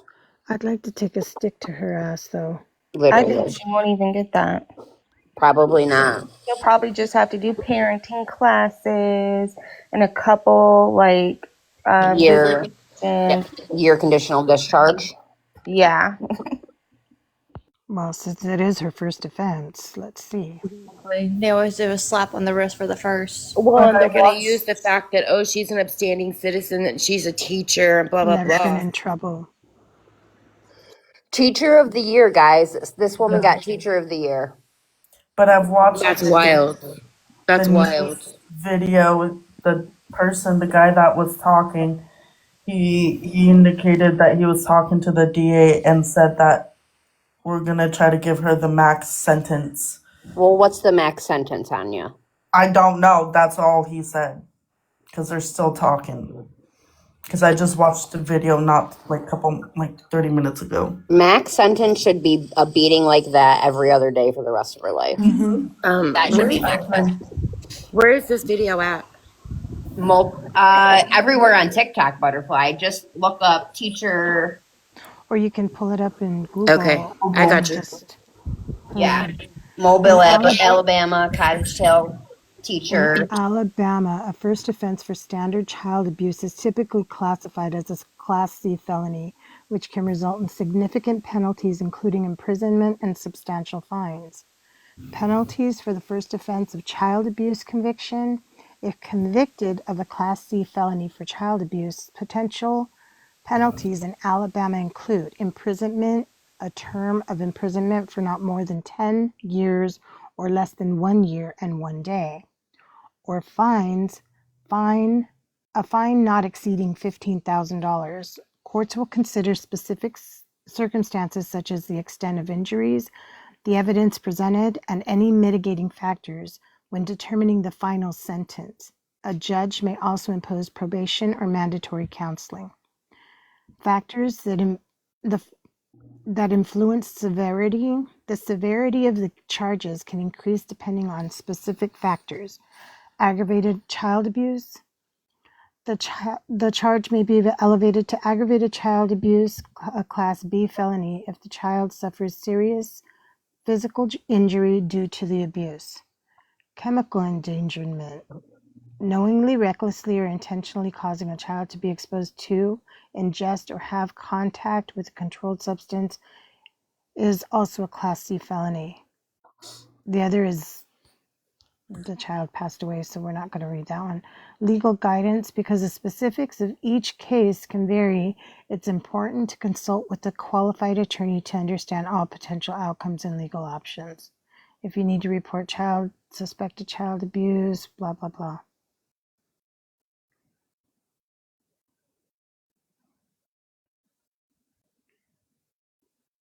We know what injuries the child sustained. Like, I know y'all saw the video, but do we know how?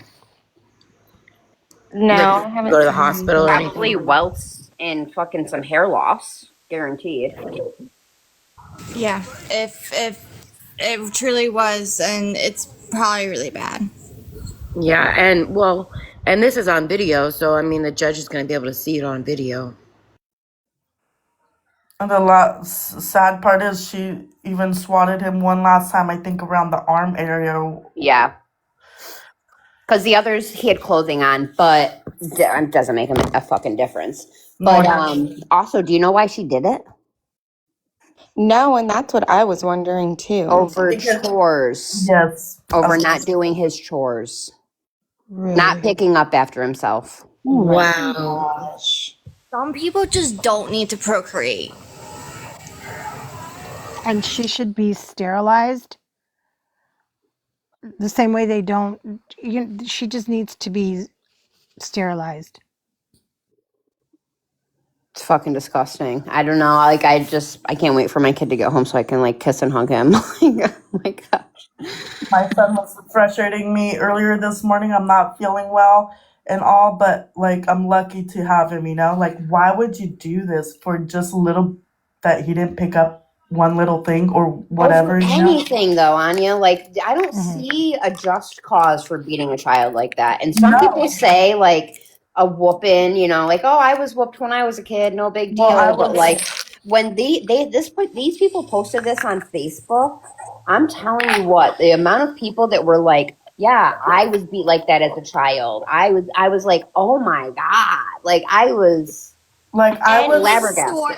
Physical against a child is wrong. If you would not be physical against another adult, if you would not be physical with your boss, if you would not be physical and you would get an assault charge for hitting an adult, there's no reason to harm a child. You should not lay a finger on a child. But I was, because my mom didn't understand, because I was the only one in my family that had learning disabilities. And so she, like, literally, if I because I didn't get diagnosed with ADD until third grade, but in second grade, I would roam around the classroom because I could not sit in one position. Like I had to walk. And if I brought a bad note, she would whip me. I had the states and capital tests in fifth grade. I have dyslexia, so it was to spell it correctly. She would whip me. Like she did not understand that I had learning disability, and she's like, "No, I treated my daughter well." I was like, "Okay, mom, but that's on you." But that's why, like, some days, like, I am thankful, and and it's so hard because it rubbed off on me for my son, and I'm working my ass off to not be like my mom because it's just I get so frustrated easily, and it's just like I need to calm. I walk away, calm my nerves, and go back to him. I was like, "Mommy is sorry that she," and then we give each other hugs and stuff like that, you know. And he tells me it's okay, mommy. Yeah, and I think Anya, like, I don't think that you beat your child, but I can sympathize with, like, there's times where you're just overstimulated. Like I've been overstimulated and like yell, and then I'm like, oh my god, I'm so sorry. Like I should not have reacted Yeah, like that, that's me. Listen, and sometimes yelling or certain things that are said they hurt even more Yeah, than a little spanking. I agree. True. I I'm agree. not gonna lie. And I'm not trying to say something just to be a part of. I spanked my son. I spanked my son when my son was a toddler and didn't know not to touch the outlet. Yep. I'd like kind of make it Tapped them. sting. Yeah, yeah, Yeah. yeah, You yeah. make it sting. So no, don't do that. Or I would pat him on it. And no, I'm going to say it. I spanked him on his butt, but he had pamper.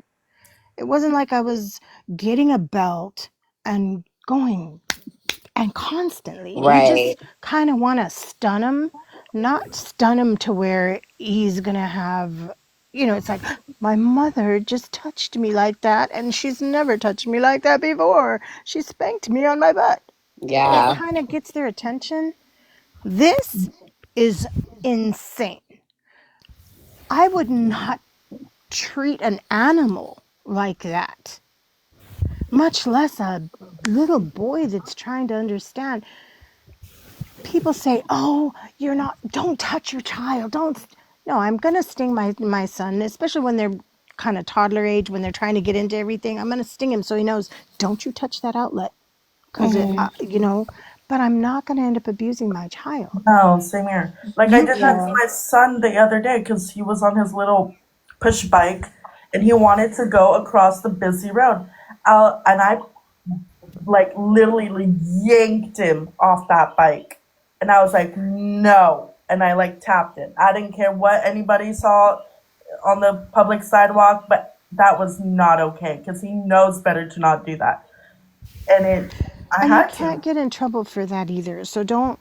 That's No. another thing. People are very quick to say, "Oh, she's abusing her child." No, you're not abusing your child. What you're trying to do is you're trying to direct your child. If you have to pull your child back, or you have to make sure to spank him on the butt, or even pop him with a ping on their fingers so they don't stick their fingers in an outlet, so they know that, oh, that hurts, I'm not going to do it anymore.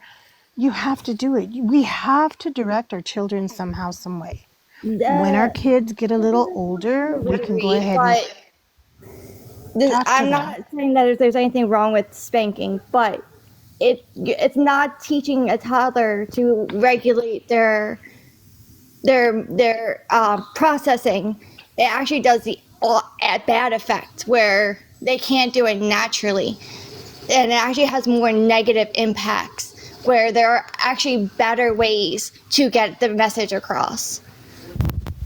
I So agree. many better ways. You got to teach them to how to regulate and process their emotions. And I feel like hitting a child is not doing anything but teaching them that violence is key when you're angry. So Yes. I I think that parents need to, and I'm not telling anyone how to parent because I got my ass beat when I was younger, okay? So did But I. but I'm just saying, like, I have a daughter, and I think I slipped up one time, and I just did the little to her mouth when she kept saying no, and it like I saw the look in her eyes and her world shatter, and like I Mm-hmm. could never do that to her. And it was the heat of the moment. And I just feel like you just got to let them process their emotion, take them for a walk, tell them how they're failing is completely normal, but how they react and how they manage it is what's important. And now, when I'm saying spanking, I'm not saying to where they feel it. It's just like an attention, like, oh, she hit me. Like, it's not a hit though. It's like, hey, like a clap. Like you're trying to get somebody's attention. That's what I used to do to my son because I and get that. It's just even when he got older, I never had to. You know why? Because, and we're very close because the certain way you speak to a child can get your child to stop doing something wrong. Be honest, be an adult, but let them know what you're talking about. And sometimes you got to show them certain things that can happen and be honest. I've never had a problem with my youngest. Now my Everybody oldest, I didn't has, know how to parent. yeah, everybody has their way of disciplining and parenting their kids.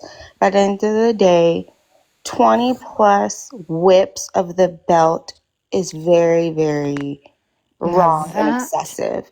Point blank. I mean, we don't need to go back and forth about the way we parent and mhm, we get everybody has different beliefs, but at the end of the day, this lady did more than 20 times of that's abuse. whippings.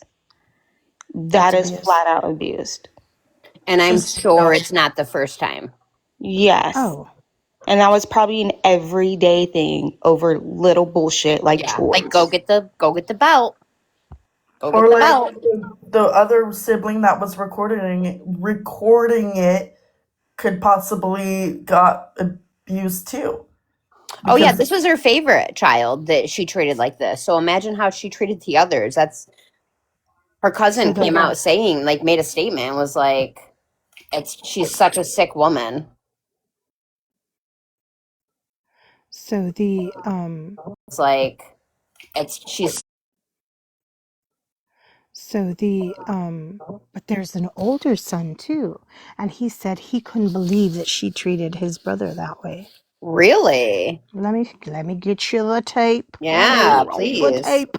Oh, he talked. Yes. Oh He's wow. like, Okay, so I just learned about this morning, so I'm glad we're investigating this together. oh Kelly, do you God. see the last comment? Her other Who? son's 24. Yeah, that's the one. Yeah.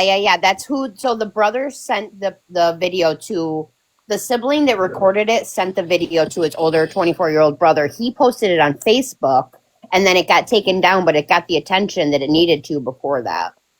Before it got taken down. Here Wow. it is. Lemon, what's going on? Yeah, that video made me sick, Lemon. Teacher arrested on abuse charges, dodging our cameras tonight. Nicole Staples bonding out of jail this evening, hopping on a golf cart and immediately driving off. Now, Staples was arrested on school grounds after disturbing video allegedly shows her hitting a child with a belt more than 20 times. Staples has since been fired from the school. And tonight, one of Staples' sons speaking with us about that viral video. Our Claudia Nichols has your late reporting. And Claudia, that video also led to the Mobile County Sheriff's Office investigating. It did, Lanice and Cameron. Mobile County Sheriff Paul Birch tells me not only was the video turned over to investigators, but throughout the day, concerned community members sent it directly to his cell phone. Birch says after watching the video, conducting interviews, and consulting with the district attorney's office, deputies moved quickly to make an arrest. We can't show you the video that sparked their investigation, but I did watch it. This video captures the moments 44-year-old Nicole Staples is released from Metro Jail, bolting straight onto a golf cart. That's after a disturbing video went viral, showing her allegedly hitting a child with a belt over 20 times. Her son, Jackson Staples, who no longer lives at home, says he was sent the video on Tuesday and was immediately alarmed. I didn't feel like, she should be working out of school or even doing that to my little brothers, She's done it to me my whole life, so I'm 24. Jackson says it appears it all started because his little brother hadn't done his chores. Something like he sort of left, went to the neighbor's house, come back, and then it transpired. Hear the woman yelling and hitting the boy as he cries. It's egregious. I mean, I'm all about, discipline a child if you're having problems with them.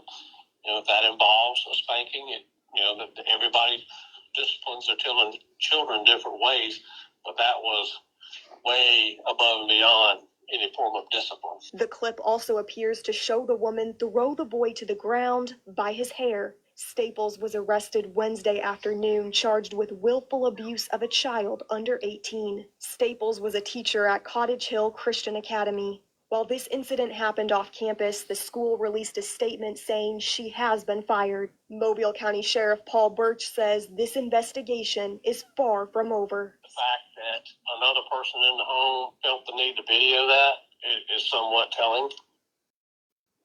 Jackson tells me his brothers are now with his aunt in Baldwin County. Staples was released on a $7,500 bond within a couple of hours of her arrest. She is scheduled to appear before a judge for a formal bond hearing on Friday. Cameron. You see how the brother said Collaboration has never been easier. Judge for a formal bond hearing on Friday. Cameron. you see how the brother said Collaboration has never been easier. you see how the brother said she's been doing that to me my whole life. Like, get the fuck out of here. And a teacher, oh my God. How old was the sibling? Doing that to me my whole life. Like, get the fuck out of here. How old was the sibling that recorded it? Younger. I think like 10. Let's see if I can find it. And I think the dad was gone, like, allegedly, like, on a business trip. I don't know if they're still together, if they're in separation. So. Yeah, he said he's never seen it happen. Like, yeah, right. Right, yeah. Well, how much are you in the home? Because, Like, you better be gone all the Yeah, time but to be. yeah, but even then, you don't think those kids told him if he wasn't, like, say they were separated, you don't think they were like, please don't make me go back to mom's, like, she beats me. Literally, yeah. No way.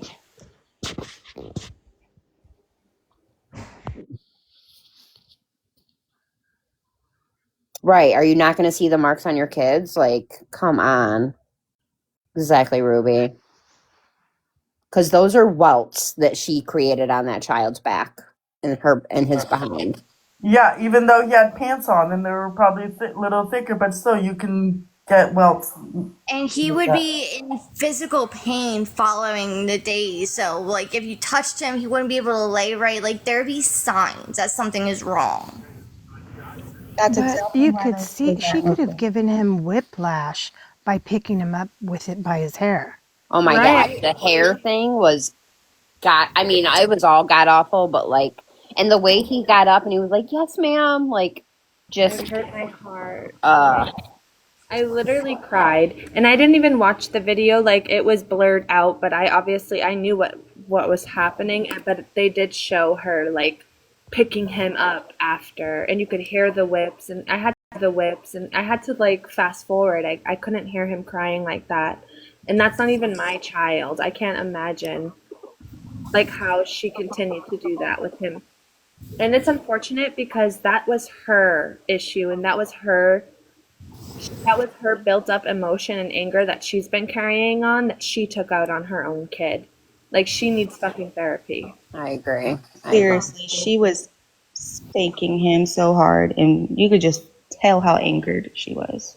Yeah, and it had nothing to do with that child. She just took it out on her own child, and that's Yeah. horrible. Yeah. And I'm all for like kids doing chores and stuff, but cleaning the kitchen, I, I mean, before a certain age, you know that they're not going to do that crap the way you want them to do it. It's a learning process. That's why we have Right. them do chores. We know that they're going to half-ass it and we have to do it behind them, but Right. I mean, Mars, how Exactly. many times do you say, I told them to clean, but it's not up to my standards, so I'm just going to, that's how they learn to do it. They'll never learn if they don't have to actually go through the process of learning it. Exactly.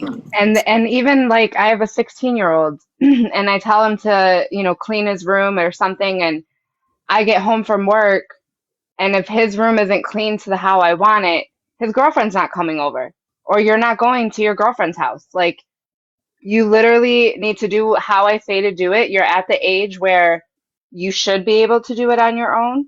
I give more grace to my younger one, but the older one, it's like, no. And I've gotten to the point, like, let me find out you didn't do a chore and you're already hanging out with your girlfriend. I will come pick you up, or I will make Literally. her go home.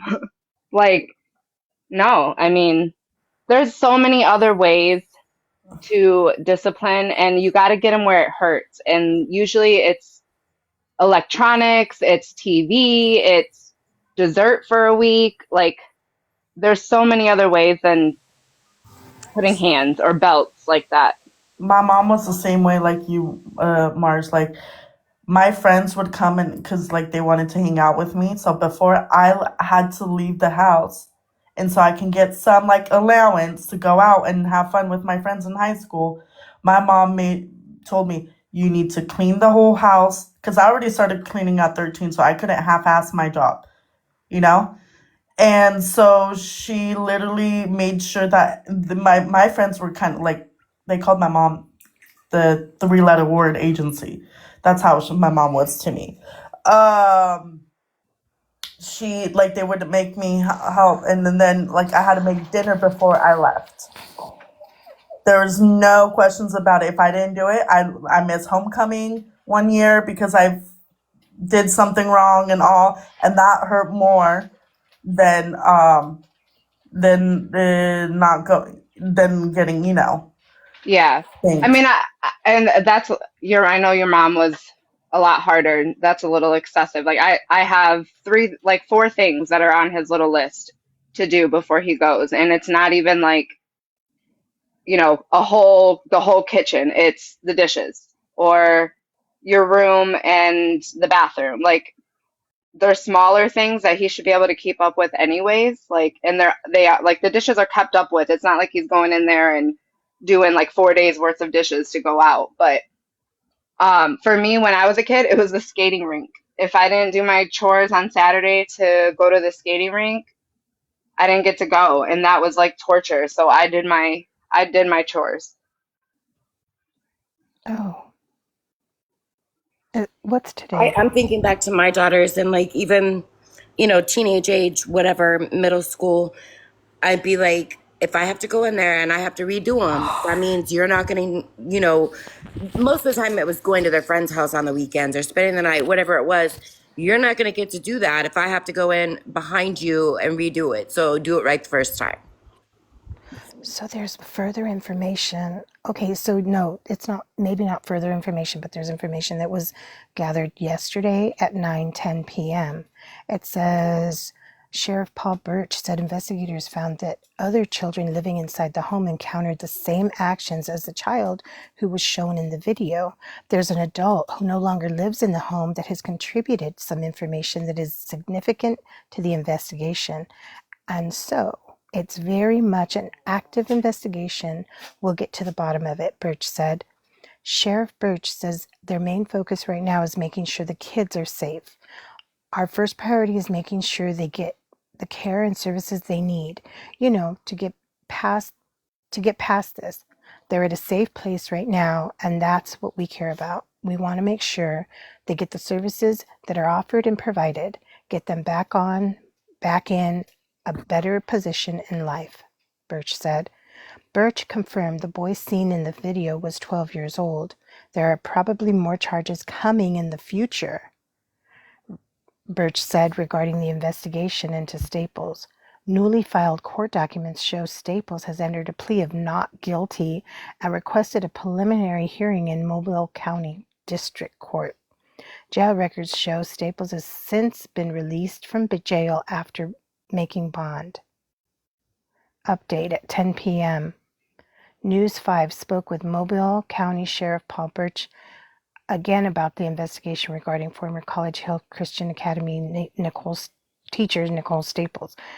Mobile County deputies began their investigation after a tip was sent through the sheriff's office crime tips page about a disturbing video of Nicole allegedly hitting one of her children with a belt. This was abuse. Based on the fact that this is all the same information from prior. Bottom line. So maybe that means that the dad wasn't in the household and he's like giving her up or something. I'll find out right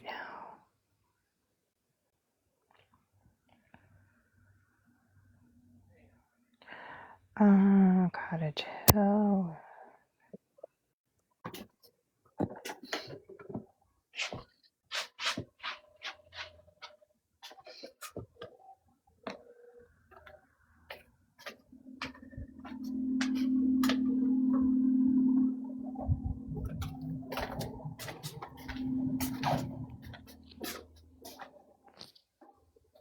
Okay, no, there's nothing else. Okay, hold on.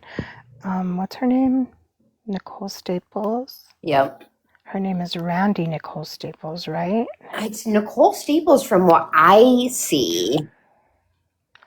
Let's see. Then when you Google search it, it says Randy Nicole Staples. I wonder if her middle name. Maybe that's her middle name. Let's see who lives in the house with her. And she's in Mobile, Alabama. Where is she in Alabama? Mobile. Mobile. Hey, can I have a hug? Yeah. I love you. Love you. How was school? Good. I love you so much. Randy N. Staples, 44. Tomorrow. Let's see. Randy Nicole Staples, Green Bay Farms. 3-bedroom, 2-bath home. I had to man. Oh man, my heart sank this morning when I saw that video. I was like, no. My kid's 12 too. Like my boy's 12, so I could not imagine. Like something about the same age of something happening to the kid when your kid is the same age as something happening to them. When you hear about these things, man, it just like, But what you just did, Kelly, that's how a child should be treated. Yep. Mm-hmm. Donovan Staples. It makes me cry. With like her. it Let really me give makes you me. a hug. Like, you know. I'm just glad he still lets me. My son's 21. My son's 21, and I'm about to go out there and hug him because of what this stupid witch did. And make But sure you Donovan, her husband, is 48. He no longer lives with her. He lives in Mississippi. Or he's not living there. He's living in Mississippi. Right, so he's probably the other adult that's, you know.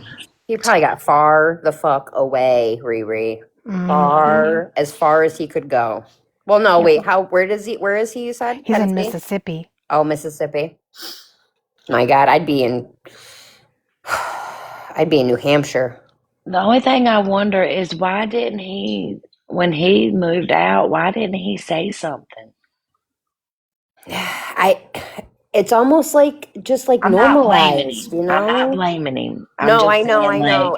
But when you're raised like that, you're almost it's like a normalized situation. You're immune to it. Yeah, and also when you have siblings too, like you're afraid too. What's going to happen?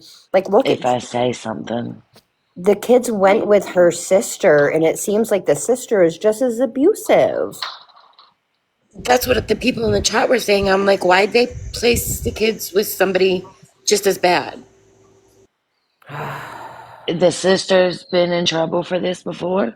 So well, the now sister, they know. The kids will report it if the sister tries anything. I think the husband's remarried. Oh, so the sister of her. Well, then why wouldn't they go with the dad? Well, the dad only lives in a one. I think he lives Reset in a your goal, studio. Kelly. Thank you, Heather. So the sister, it says in this Christy Gross had said that that's her cousin and she's a sick human being. And the sister that the kids went to live with abandoned her other two children to remarry and had her mother, her unaliving mother, removed from the home and placed in a facility until her passing because she was of mistreatment. No, so hold on. I'm gonna leave when I leave, go to the hospital and get better. I'm gonna leave and I'm gonna go to Alabama because they need to get them kids out their home. Yeah, that's what we were saying. I Listen, know. if anyone is listening and they don't want their kids, I will take your kids. Me I too. will take your kids. I will help you. If you want to come back and get your kids, you can. Just don't abuse them. Riri, Don't where are you mistreat them. located? I'm in California. You Where in have some? California? I'm near Palm Springs. Anya, you're not giving up your kid. Hey, girl, No, I'm I'm not Cali giving up. I girly. just want to meet her. I mean, I love my kid and I don't abuse I my love kids, him. No, but I would not I give would up have my kid. so gave you a 2-year-old just a little while ago. And the side Listen, note sometimes, For just a and couple hours. this and the is I'm This, the not doing thing. side well. Sometimes moms just need a break because we Yeah. don't get that break. We have our kids 24 hours a day sometimes, and until they even go to school. So then after when they go to school, yeah, when they go to school, we get a little break. But when they come back home, depending on what's gone on at school, our kids can drive us insane in like 30 seconds. Like, Yeah. hold on. And Yeah. sometimes we do need a little bit more of a break. I'm You know here what? for But it. every time I get a break, I'm like, because I have my kid 99% of the time. But like anytime he's with his dad for like lunch or something, I'm like, "Oh, I miss him. But Yeah. then before, I'm oh like, yeah. go. See ya. Bye. And see, Uh huh. I was that person who should have been a teacher, but in my own head, I was like, I don't even want to have kids. You know how many kids I wish I had right now? I wish I had 20 kids, honestly, because I know that I can direct. When I was younger, I didn't know what I was doing, what I wanted, where I was going. I didn't know, your career path later on in life. Now I can direct kids. I can make them have fun and they keep you alive and they keep you young. And I want to do that. I just don't want to end up doing a daycare. Right. But, it's like I know I can actually teach because of volunteering for 3-4 years. I know that I can actually teach and kids love me. I just didn't love them when I was It's younger. funny that y'all are saying that because it's like my daughter, she sits there and complains all the time. Because, her and the children's father aren't together. I have them all the time, but then he gets them and she's like, I miss them. Yeah, I say that, and then as soon as I'm away from mine for 5 minutes, I'm like, I want my kid. I know. There's sometimes when, Same. especially when he was littler, I'd be like, couldn't wait for bedtime, but then I'd be like, oh, can I just wake you up and like play with you? Yeah, and Oh, I Hudson is still very love I have to bedtime. quiet. watch him. I like whenever my son finally falls asleep, even though he gives me a hard time, because like he doesn't like right now. He's not in preschool right now because it's only Monday through Thursday, so he doesn't nap. But when he naps at school, it takes him longer to fall asleep. And it's just like when he falls asleep and with his little pillow that he can't not live without, it's the cutest thing ever. I just want to like kiss him all over, but I don't want to disturb him. I would kiss him all over When my kids anyway. were gone for Yeah. like 5 days, I lost it. I didn't know what to do with myself. Oh my gosh, I couldn't imagine. I have not been away from my child for more than like one night, like a kid's friend's sleepover or something, but he doesn't even really do that. But now that he's older too, it's like, he's like hanging out with his friends, he's got a girlfriend, and it's like, I just miss You you miss being it. so little. Listen, and you guys are so much. I know you guys are younger than me. So when you have your young ones, remember this time, it doesn't last forever. Right. And it goes by so, so fast. I was I rem- totally joking about giving up my 2-year-old, but he has like, since I have been hurting this week and not feeling good, he has hit like the major part of terrible twos. Like, literally begged me to get up in the middle of a headache earlier to fix him juice. Then he sits in the middle of the floor puts the juice in his mouth, swishes it around, and spits the whole cup of juice. Now he does this with the whole entire cup all over the floor. Like, I can't handle it right now, but I You love know, him. when Wesley And was I'm like, He let does it that younger, with go. water. I would be like, man, I can't wait till he can like make his own peanut butter and jelly, you know? And now I'm like, oh, you don't need me to make that for you? My husband made Heather, sure to get snipped because I'd be begging him for another baby. Heather, And I have a That's how 6-year I old. ended up with a get your 2-year-old. get your 2-year-old, and when you give him juice, put him in the bathtub. Well, he drinks juice and water mixed all day. Like, I Oh, well, then can't he'd leave him have to in be there in the all day. bathtub most of the day. And he would I would go love ahead that and put him because, in I the mean, that's bathtub his after. favorite thing to do. He loves to take a My bath. 2-year-old does the same thing with the water in the mouth and then spills it everywhere. Yesterday, he played in my coffee. He got that everywhere. So my son, because like he loves orange juice, but I water it down with water because it's so sweet. And I told him, son, and I have to get his vitamin. I keep forgetting the elderberry vitamins for him. And he threw a tantrum. I was like, Mommy's not feeling well. Can you not like start crying for like 20 minutes, please? And he finally calmed down. And he's like, Mama, but. I was like, no, son. Mama can order or Daddy will get it. Okay, Daddy will get it. I was like, okay, good. Because it's just like crazy how a tantrum for the littlest thing, and you try to explain to him, we have to go to the store, but he doesn't understand. And just talking to children, talking to them like a little adult, actually they do understand, but it's not that they don't understand that they need to go to the store. It's that their patience is practically zero. They want it now. So whichever way you're going to do it, get to the store, Mom. That's what they're saying. Exactly. Yeah. So, I mean, and if it's just nothing is that serious to be so upset at your child for. Honestly, I love like I love hearing kids in the background. I love seeing that parents are taking their time out, or they sit there and they talk to their kids. That's all the kids need. I've Patience Yep. with always your children is talking and I've them always talking talked to back. them like they were grown, and I think Yes. that's why one reason why Caden is so smart. Like, he's Hmm. very, very, very smart, and I think it's because we all talk to him like he's grown. An adult, yeah. And Oh that's the yeah, same thing with toddlers my can son. absolutely understand. Oh Hmm. yeah, An adult, yeah. And Oh that's the yeah, same thing with toddlers my can son. absolutely understand.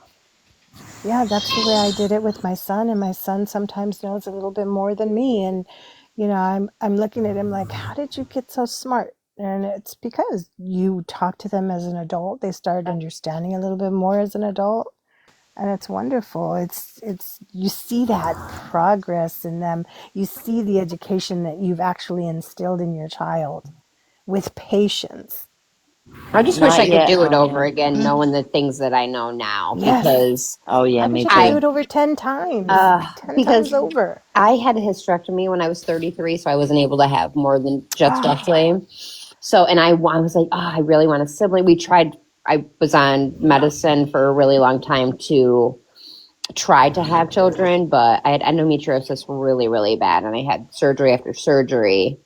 And and then I like look at these kids that are just not wanted, and I'm like, how could you not Really, like? you'd be a really good adoptive mom or like a foster mom. Foster. We tried. So my stepdaughter's siblings, we tried to get them out of foster care. They were in South Carolina, and it ended up being so my son's father had a DUI back like 6 years ago that But they were now like, you're by nope. yourself. I know now but now I have only a 2-bedroom house, so it's like I could get maybe a boy, but Well, Wesley's perfectly fine with the basement. Yep. Like, that's his.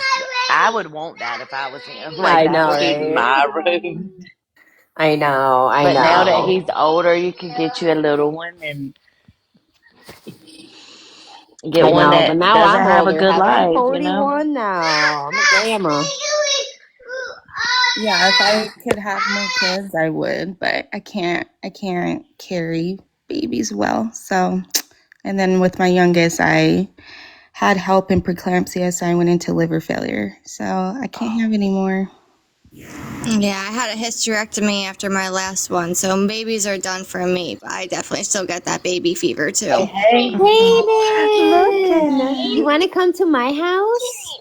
Oh, he's he's so cute. clicking on the picture of him. Look, Canyon! Yeah, I see Oh, Kaden.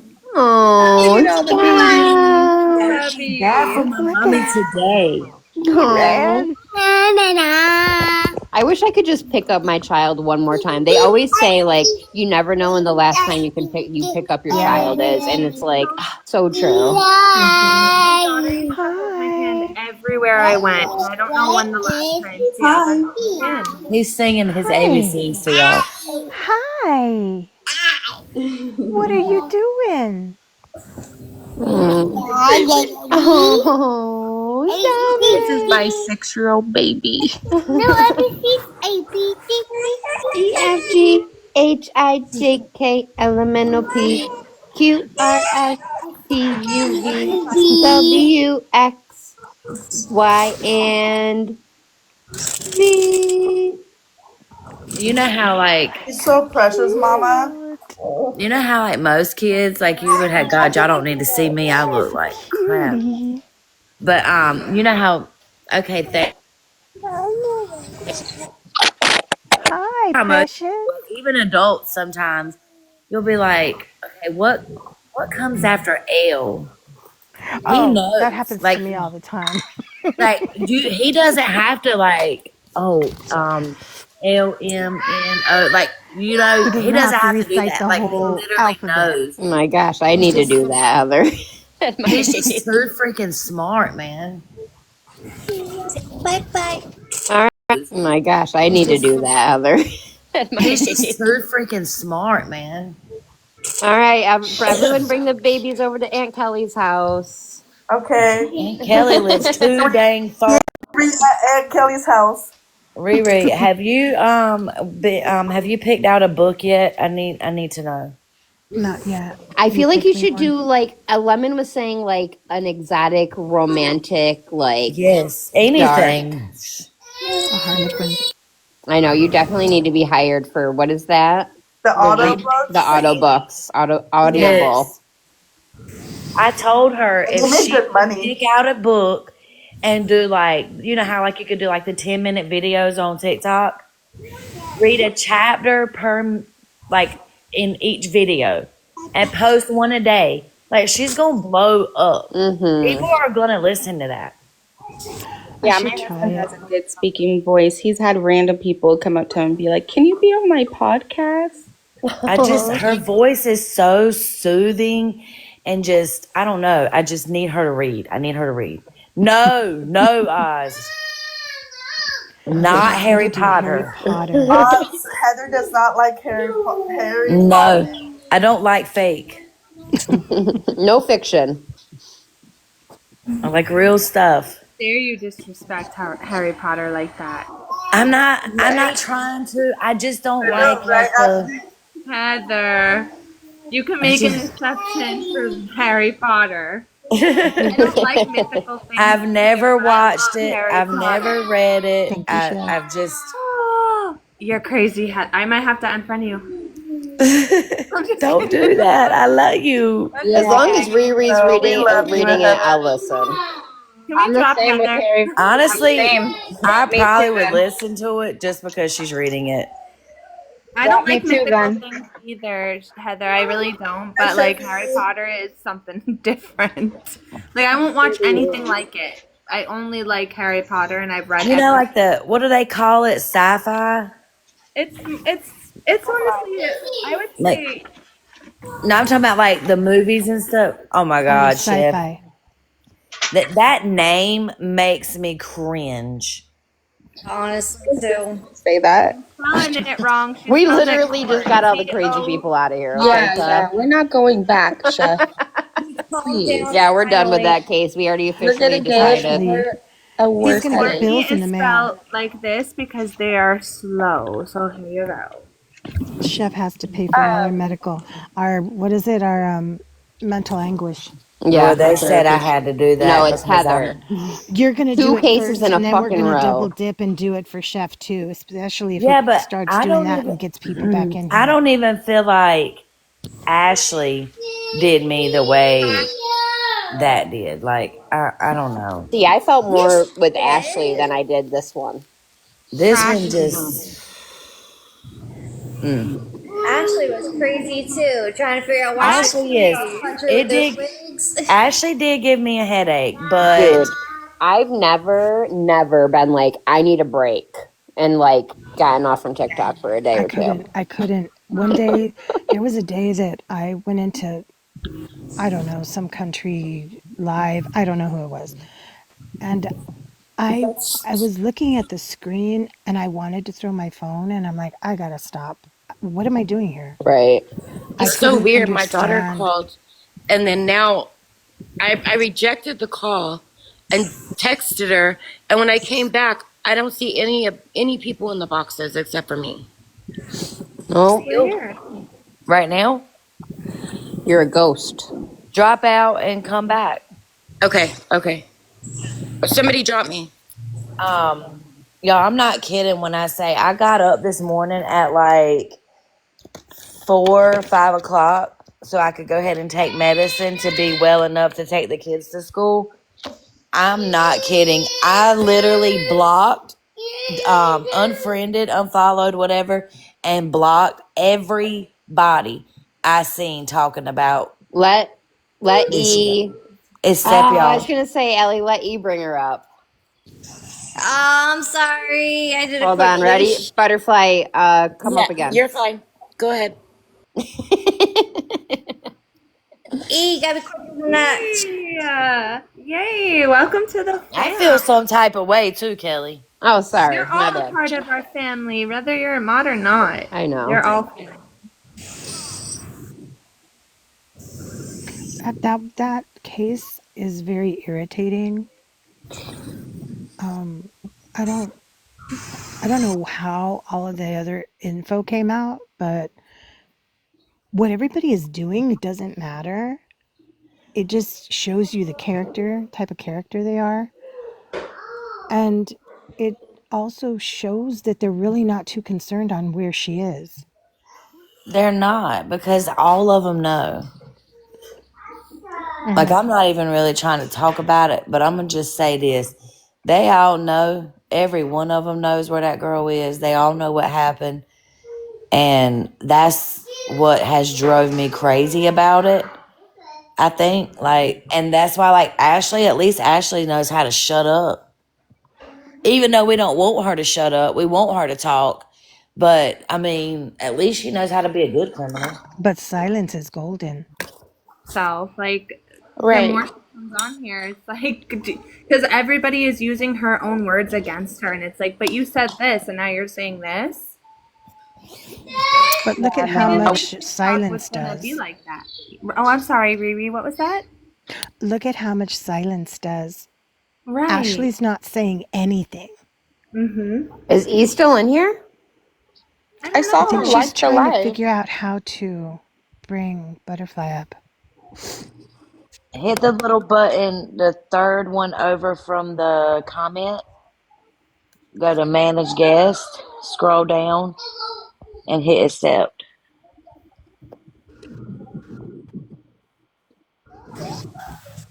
Is she here? if you're still in here. Oh, let me see. Baby. I will say though, the Brian Eaton or however you say his last name, he did say that they are still watching Ashley, even though she's not on the bracelet anymore. He was out there at her house, I guess, last night, and he said they are still watching her. Great. So we're just wasting resource. I mean, not wasting resources because obviously, hopefully, she slips up and sends something. But why not just keep her on an ankle bracelet? You know, drop the charges just a little bit later on. I don't know. I don't think E That's is in here why any longer. All right. Go ahead. Anybody can bring her up. That's why they wanted to get back in court so fast, because that lawyer knew that she had that, and that's why they brought her back to court so fast, because he knew he could get that Yeah, dropped. I know, I agree. So that's what I missed this morning. I guess I came in late. So she got the ankle monitor off? Yeah, the Charges are charges are dropped. completely dismissed. She had a Oh, recording that went against what Tyler was saying, so because of the evidence, they had to drop the charges. wow. I missed She that worked part. it. Yeah, she was smart enough to figure out how to get out. Apparently, been smart enough this entire time. Look where she still is. And if anybody wants to hear Gabriel's dad, he did a press conference himself, where he answered a lot of questions. And if anybody wants to hear it, I could send it to you. The girl, the little The girl. one from Florida. Oh, send it to me, Heather. Her dad did it, and like the police were there, but they weren't a part of it at all. And they are checking abandoned hotels and stuff for her. Do you want to Oh, play it? Heather. Everyone wants to listen to it. Okay, hold on. Which case is this? If It's I awful. can. Another crazy one. This Heather does it again. Ugh. Can I send it to you, Kelly? Text it to me. All I'll go right, on my hold on. computer. Because So, it's gonna probably get loud in here. Yeah, Gabrielle is a 10-year-old that's missing from Florida. She was in the custody of her mom. The bio dad was trying to get custody because the mom was homeless, and then the mom was arrested for shoplifting. To which while she was in custody, the dad was, "Where's my daughter?" She said that the bio dad had her to the police, which he did not. So now she is missing, and we don't know where she is. Oh, great. I haven't been on my computer in a few days. Thanks to you know who. Yeah, the big kids are about to be home, so I know it's about to get loud. And the Caden's grandparents are bringing them home. So yeah, it'll probably be This is loud. a 10-year-old? Yeah, her and Melody are about the same And age. again, the system failed this little girl. Oh yeah, the system failed this little girl big time. Like there was literally pictures of her sleeping on cardboard in an alley, and they didn't take this child. And the dad, he has been investigated. He has taken a polygraph. He's done all the things. So no, like I know a lot of people were saying he won't doing what he should, but he has This Black Friday definitely gift, done all cleans your that. retainer at the touch of a button. Oh, sorry. Jasmine wants to come up. Oh, I'll go ahead. I'm going to drop. No, Riri. You can drop me. I'll Are you drop. sure? Are you working? No, but I'm good. I'll come back. Okay. Okay. I wish we I can had more drop myself boxes. fast enough. I know. Can you imagine unlimited I've seen boxes? people. I've seen people with 16 boxes. It I love is you didn't have to because drop.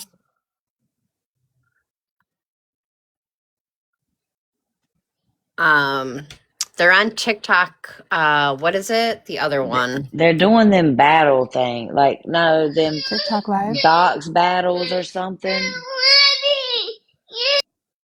No, I think they're doing Caden. co-host. Kelly, like I think if I co-host with you, like if I go live and you go live and we co-host, I think we could have 16 boxes. Oh, that would be sweet. We should try that. Okay, hold on, I'll be back. Talk about Yeah. my Oh, wait, right now? Oh, she wants to do it now. Oh, then we Jasmine can watch the Jasmine video doesn't care. first, She wants to do Jasmine. it now. Like, okay. What better time than now to test it? Right. I can't. She's like, okay, I'll be right back. Wait, I Wait. don't think she can co-host unless we all get off. That's what I was just gonna ask. Does that mean we have to all drop and then re-come back up? How does that work? Yes. Should if she co-hosts and then invites, they'll either drop us and then we can go back up, or Jasmine, just come back until this is over because I'm going to be dropping out anyway. As soon as everybody gets home and I can leave. I don't think she's in here anymore. She's right there. Yeah, she's here. I think you have to nudge me. Like, I think you have to invite me to Request. co-host. Let I me think we all have to be see. off. Yeah, I think y'all have to. Well, we'll play this and then we'll try it, okay? Mhm. Missing daughter, Gabrielle Terrelong. If anybody has heard anything or can give us any whereabouts or seen them anywhere, please. I beg. I'm begging from the bottom of my heart. I just want to find my daughter. I want her to come home. If she's out there and she can hear me now, we're gonna find you. Just hold on. If anybody can help with any information, anything, please contact the sheriff department or contact this number 954-493-8477. There's a missing reward for any whereabouts. Please let us know. Gordon, what was it like when you started to realize that you didn't know where your daughter was? It's a nightmare, but a headache at the same time because I was looking for them. I've been looking for them for the past 3-4 months, but I also had a court protective order to stay away from them from a case we have in March that put me in jail. So pretty much I was seen with them in May trying to get them off the streets, and she's been eluding me. She got the police involved again. That's how I can stop her. Can you tell me anything about Gabrielle? She's a very outgoing girl, very vibrant. She likes to have fun, but she is shy too. She's very shy. She wouldn't just talk to anyone, but she talks to other kids. She's very smart. She likes the color pink, bright pink. That's her favorite color. She likes to eat Funyun chips. She likes pizza. She wants to be a princess. She thinks just like a normal 9-10-year-old girl.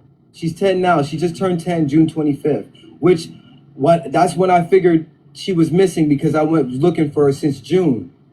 So, yeah.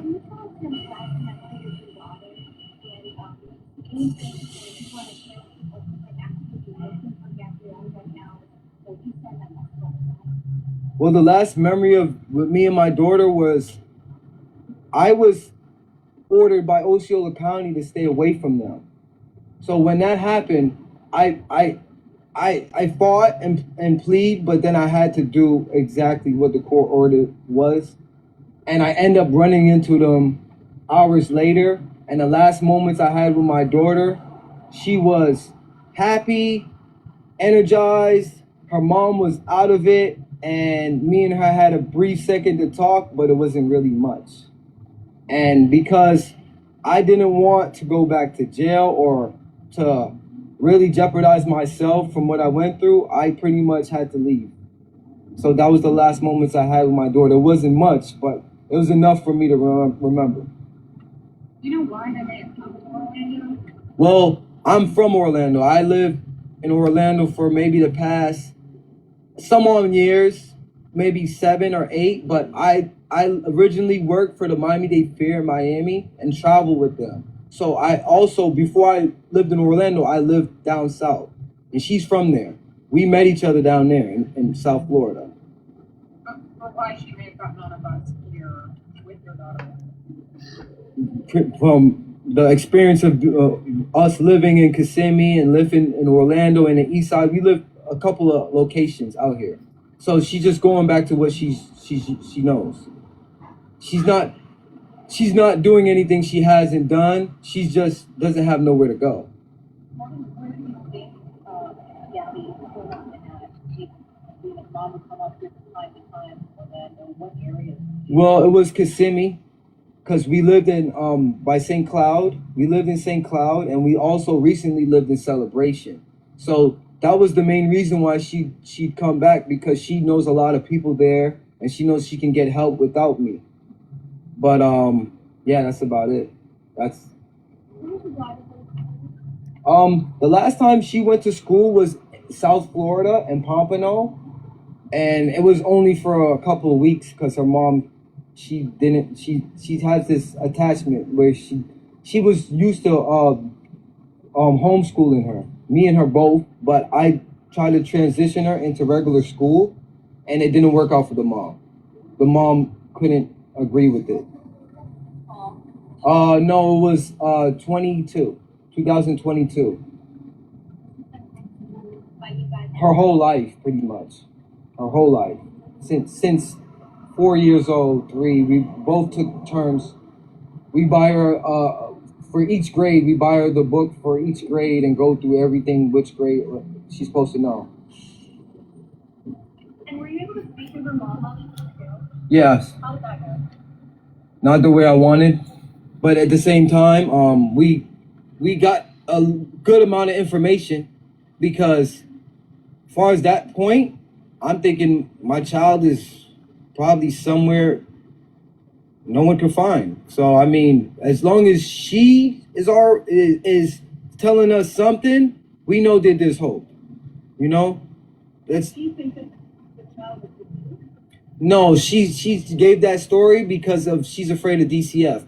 She's let me tell you something. Pasha has been running around for the past 8 years. Only 2 years of Gabby's life have she stayed situated in a house or a household for 2 years straight. Every other year, she's lived with me, she lives with my mom, she lives with my sister, and every time we try to get her comfortable, she finds a way to get up and go. And that's just her. That's what she wants to do. No one is forcing her to do anything. This is how she's been for a while. No one can really tell her what to do, but we try and try, even to this day. I mean, she could have found me when I was looking for her. She knew where to find me. She knew exactly where I was. Before this year, she'd always come to my job, find me, and say she need help. So this time, she's definitely doing something else. Oh, yes, she's schizophrenic. I don't know how she became schizophrenic, but I know that there was a time period between 2021 and 23 where she was pregnant and she had a stillbirth. And when she had stillbirth, I guess it did something to her, or whoever she was with, it caused her to have schizophrenia. Now, her schizophrenia, she never told me about. I end up finding out the truth that she had schizophrenia of last year, June of last year. And when I found out, the day I found out, she left the state and moved to California to get treatment from her brother, help from her brother. She didn't want me to find out. So I found out over the phone, basically, that she's schizophrenic, hearing voices. She finally admitted it to me. And I didn't know the whole time. I didn't know she was hearing voices, but I knew something was different with her. She wasn't the same person for a while. Whenever you talk with Tasha, does she ever say when she last saw Gabby? She says that she's supposed to be with me, and when she says Gabby's supposed to be with me, that's a clear sign that something bad happened. Her father, Every Miss time Holly. she brings up me and it's a question directly to her, it's pointing the finger the other way because something bad happened. I talked to her directly, and I didn't want to hear any of the lies, because even if you're giving lies, my daughter's missing. I just want to know, how do you feel about that? And the way she reacts is a dead feeling. Did something I never seen before from her. She ever act like this before? Never. I have never seen her act like this before. So this is what raised my concern even more. But I was already concerned because she was hiding for 3 months. Think about that. I have a court order, and I had people spotting her, telling me, I seen your daughter and I seen her. I go over there, she's not nowhere to be found. So I'm thinking she'll come to my job. That's why I went back to South Florida, because I heard she was there. I didn't work at the place anymore, but I'm thinking she'll come to my old job like she's done in the past, looking for me. Abby is her name. Well, every night I'd go on my phone and Google, and I'd type in both their names just to see if anything comes up. And after a month or two of doing this, I called my mom and I said, "Can you help me?" And she said, "Well, you gotta do this, take the hard road, because the easy route doesn't work out for you." So I took the hard route, and I said, "I'm going to take care of myself," because everyone that I got involved, it didn't help. So after a certain while, I went back to the old way of feeling desperate, and I went on online and I searched her name, and I seen she was in jail. No, well, yeah, right now as we speak, yes.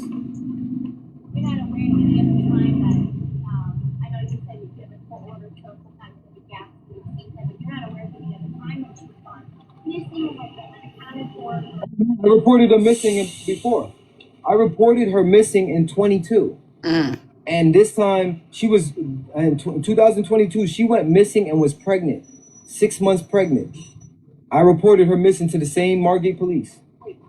Yep. The same person. She was missing with my daughter and was pregnant at the time in 2022. And then I end up finding them on my own. I got a tip, found them in Coconut Creek. And then I had to call Margate and said I found them. No, this situation is a little bit different. It's a little bit different because usually she's found with Gabrielle. You found her without Gabrielle. So now we have a missing report on my daughter alone. So it's a different situation. Before, she was with the mother and she was pregnant. So, you know, we was concerned about what happens when she gives birth. Who's going to watch Gabby? When she went to jail, my concern was, where's Gabby? You're in jail. Who's watching Gabby? See the different scenario. What is law enforcement telling you as far as the investigation? Well, they're telling me there's hope, and we definitely have leads, and we definitely are doing something. They're doing something about it, and best believe that she's somewhere. We just need to continue to search. Could you talk more about the places that she might be, or the places that Pasha would go? So you said he used to live in Kissimmee. Like, where specifically do you think people could keep a better eye out? Well, I would say, honestly, everywhere in Florida at this point, because we're going over every location that possibly we could think of. So if that's the case, we need to go of every location, period, because at this point we're still looking. So I mean, it doesn't hurt to look for any little bit of help, or to look places we haven't looked. Oh man. Who live around here who saw Gabrielle? Well, I know people know our family. Like, they seen all three of us together, so they know us well by us together. But if they seen her alone, and a lot of people don't really know her. We don't have that many friends. But if they seen her alone, they could pick her out, because, I mean, she's not really like, you know, I mean, unless we're together, I mean, it doesn't really matter. They'll pick her out pretty well. I mean, they'll see if someone had to see something. I just feel like even if we don't find her in Orlando, doesn't mean she's not going to be found. So maybe if we could get any clues or hints from anywhere, that would be the best thing right now, you know? Until I find Gabby. Honestly, I wherever I feel is best location where she could be is where I'm going to be to find her.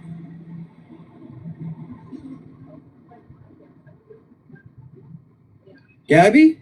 Yes, Gabby, she knows who her father is. She knows who I am. She knows her grandmother. She knows her aunt. She knows us, and if she was out there by herself, I'm pretty sure she'll go to somebody and say, I need to talk to my father. I need to find my father. She would say it just like that. I know her. That's the scary part, that she hasn't done it yet. What's it like with the holidays coming up? I'm trying not to think about it. There's nothing really to think about. It's just, there's no holiday for me. There's no holiday. What holiday? I have nothing to look forward to at this point, unless we find her.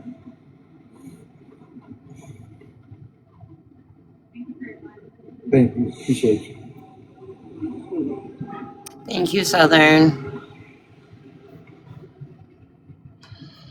If anybody has any whereabouts, they know any whereabouts where my child could be, or anything, any information, please come forward, please. I'm speaking for in a position of a father that is desperate, need help right now. Any help I can get to find her location. Please, please help us if you can. If you know how that is, having a child and not wanting to not see them again, then you will understand that this is serious, you know?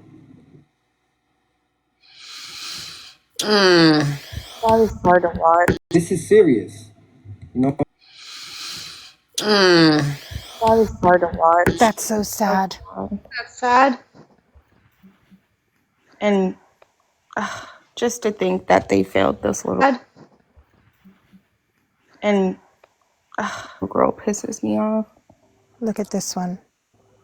I mean, it's good to see that there's a father out there acting like he's supposed to, though, when a child's missing. Kelly, I sent you the little short clip of when they said that. I think it's the one they said they were searching hotels. This afternoon, we heard from the little girl's father. He is pleading for anyone to come forward and tell him what happened to his daughter. But what made his plea unusual today is that he had the microphone all to himself. Now, normally in these situations, we also hear from police. West 2's Luana Munoz live outside the Florida Mall in Orange County. Luana, this caught a lot of us off guard today.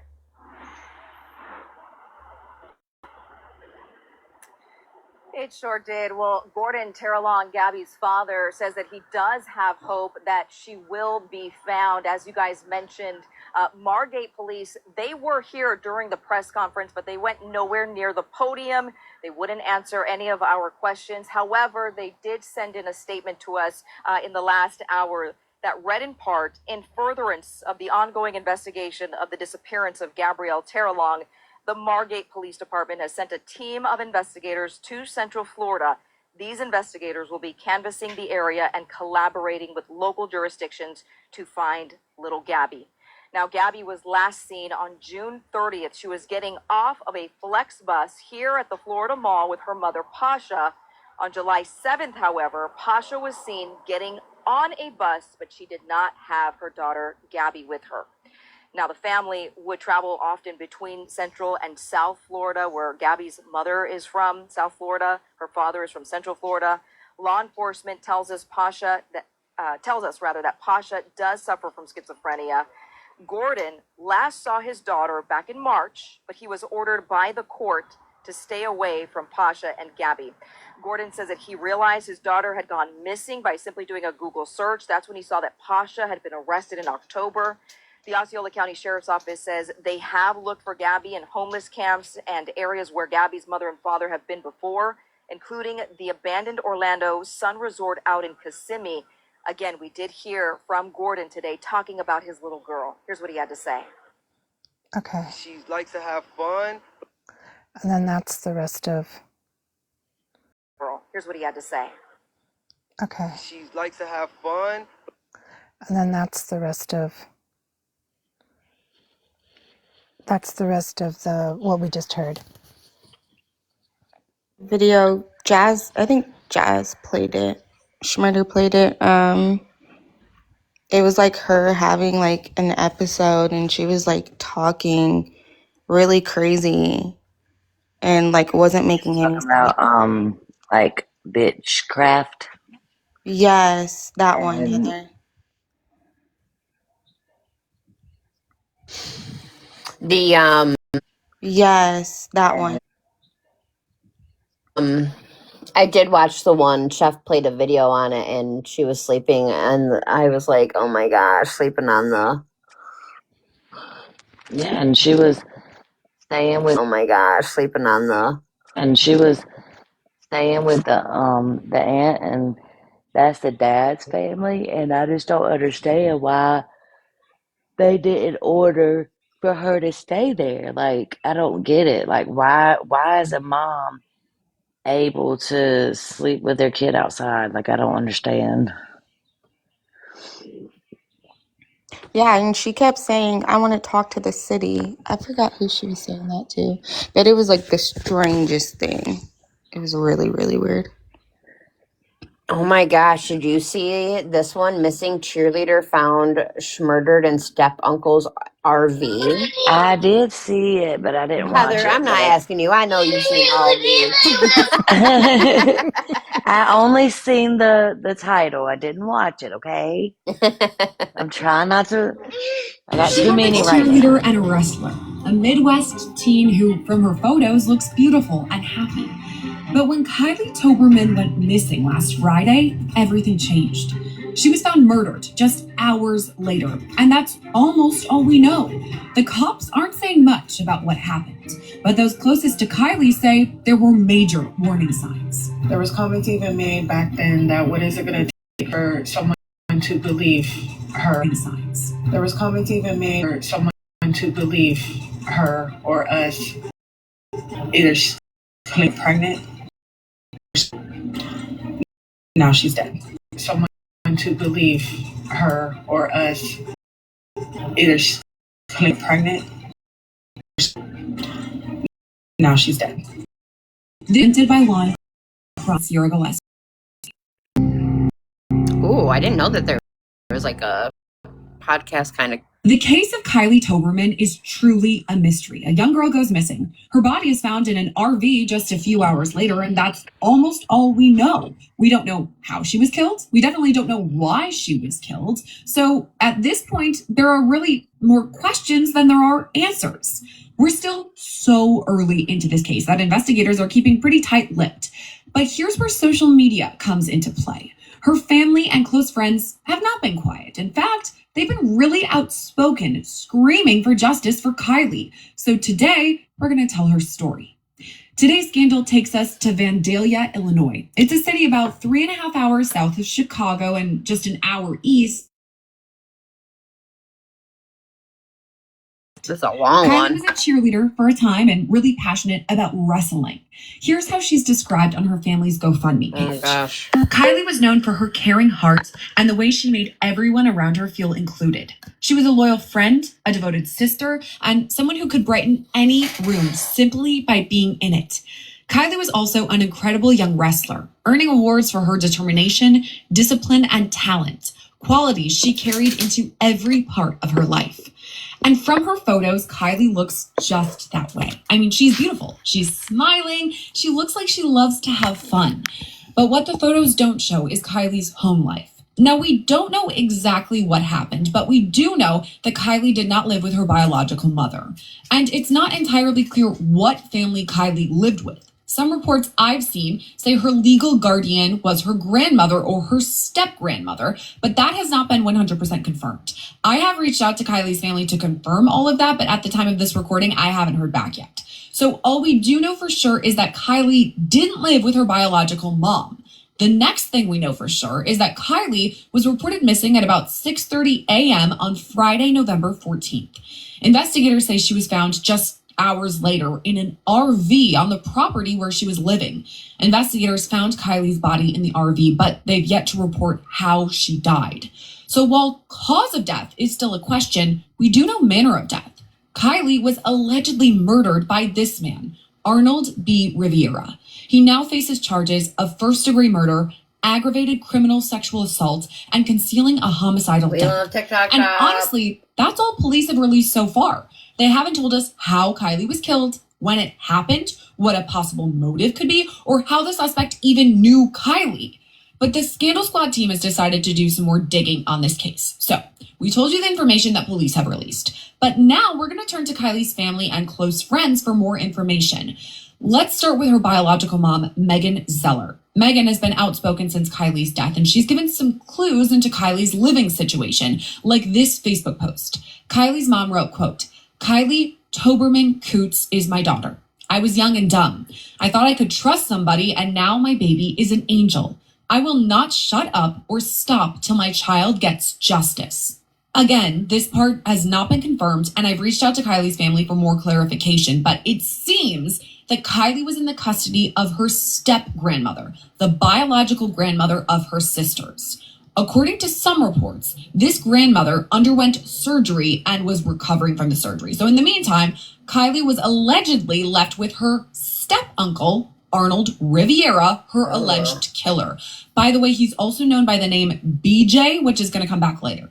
Now, this has not been confirmed by police. It's in Illinois, I have seen on many social media posts claiming that Arnold or BJ Riviera is Kylie's step-uncle. And her mom was clear about this. He is not her biological uncle. A different man with the last name Riviera is her uncle. Let me explain. Megan wrote this on her Facebook, quote, Donovan Riviera is Kylie, Camilla, and Cora's uncle. Please do not think he had any part of this. He was a child himself. Please respect him. As far as I see it, he's a victim as well.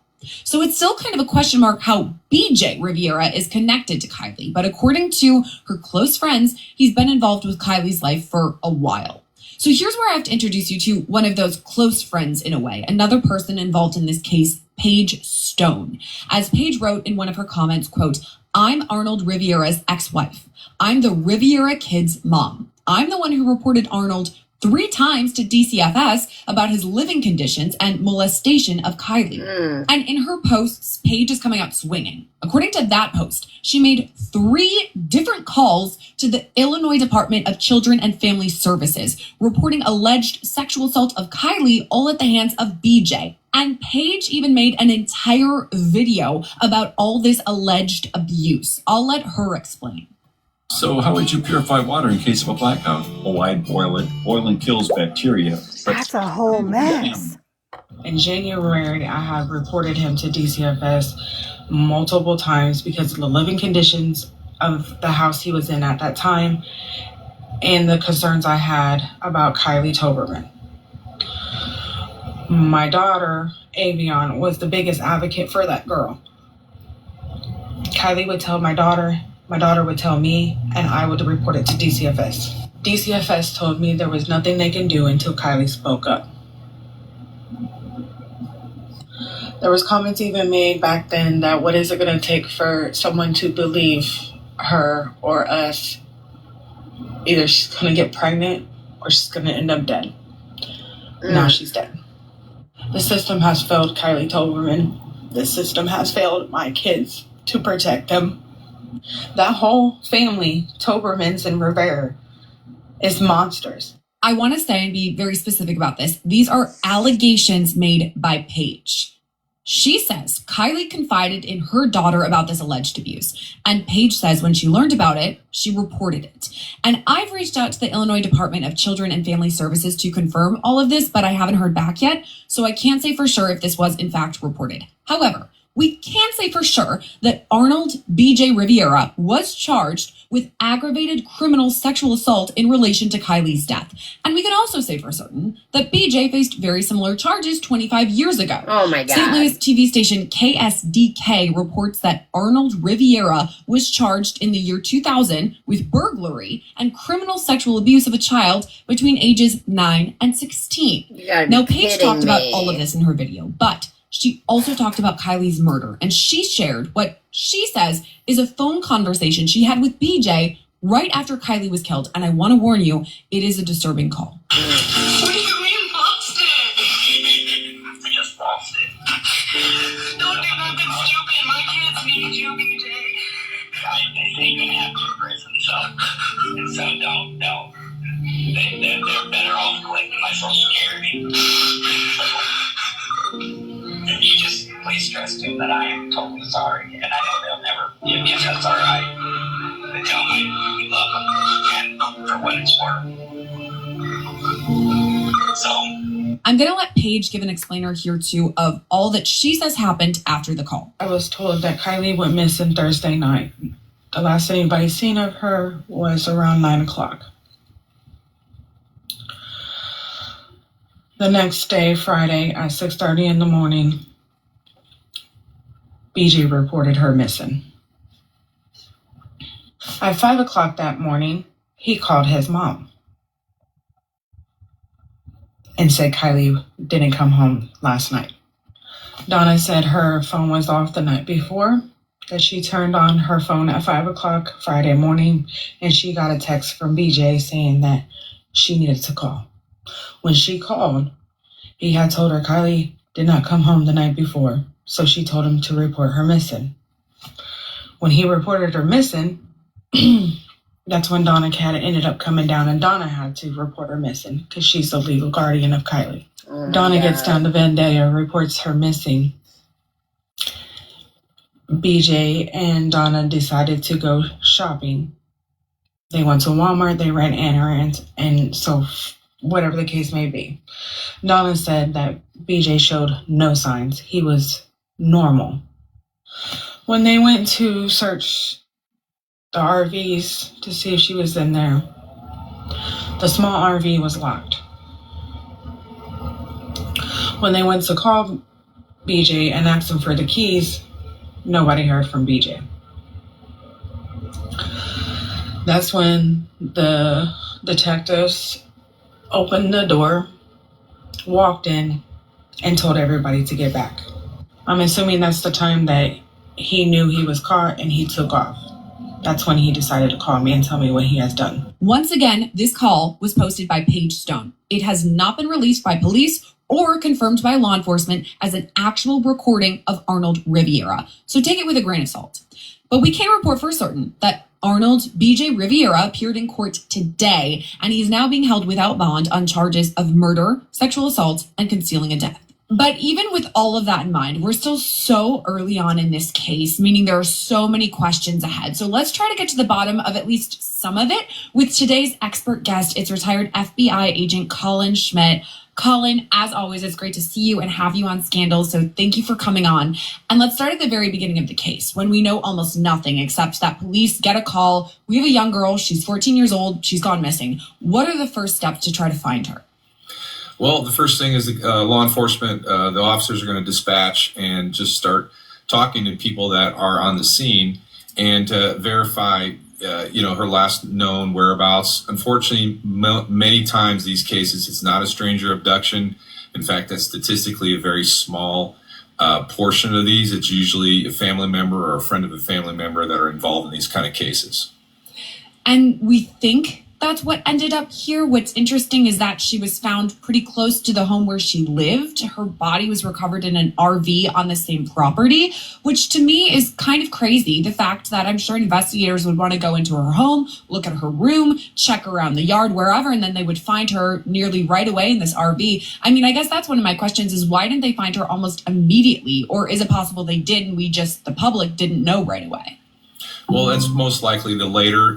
We're not going to have we'll probably never have all the information that law enforcement has, especially now that they're involved in an ongoing investigation to find out what happened to her. I know they have a suspect already involved, and so there's a lot of moving parts going on, and I'm sure the law enforcement are putting the resources, since it is a child, to bear to make sure they get justice for her. I think that's huge in this case. I mean, nobody deserves to be murdered, let alone a child. That's what makes it more intense in this case. And I guess that's what's interesting here is that we know that it was a murder, given that there is a murder charge here. However, we don't know how she died. I mean, there's so many different ways that she could have met her end. And I'm wondering, is that because police don't know or they just don't want to reveal how she died?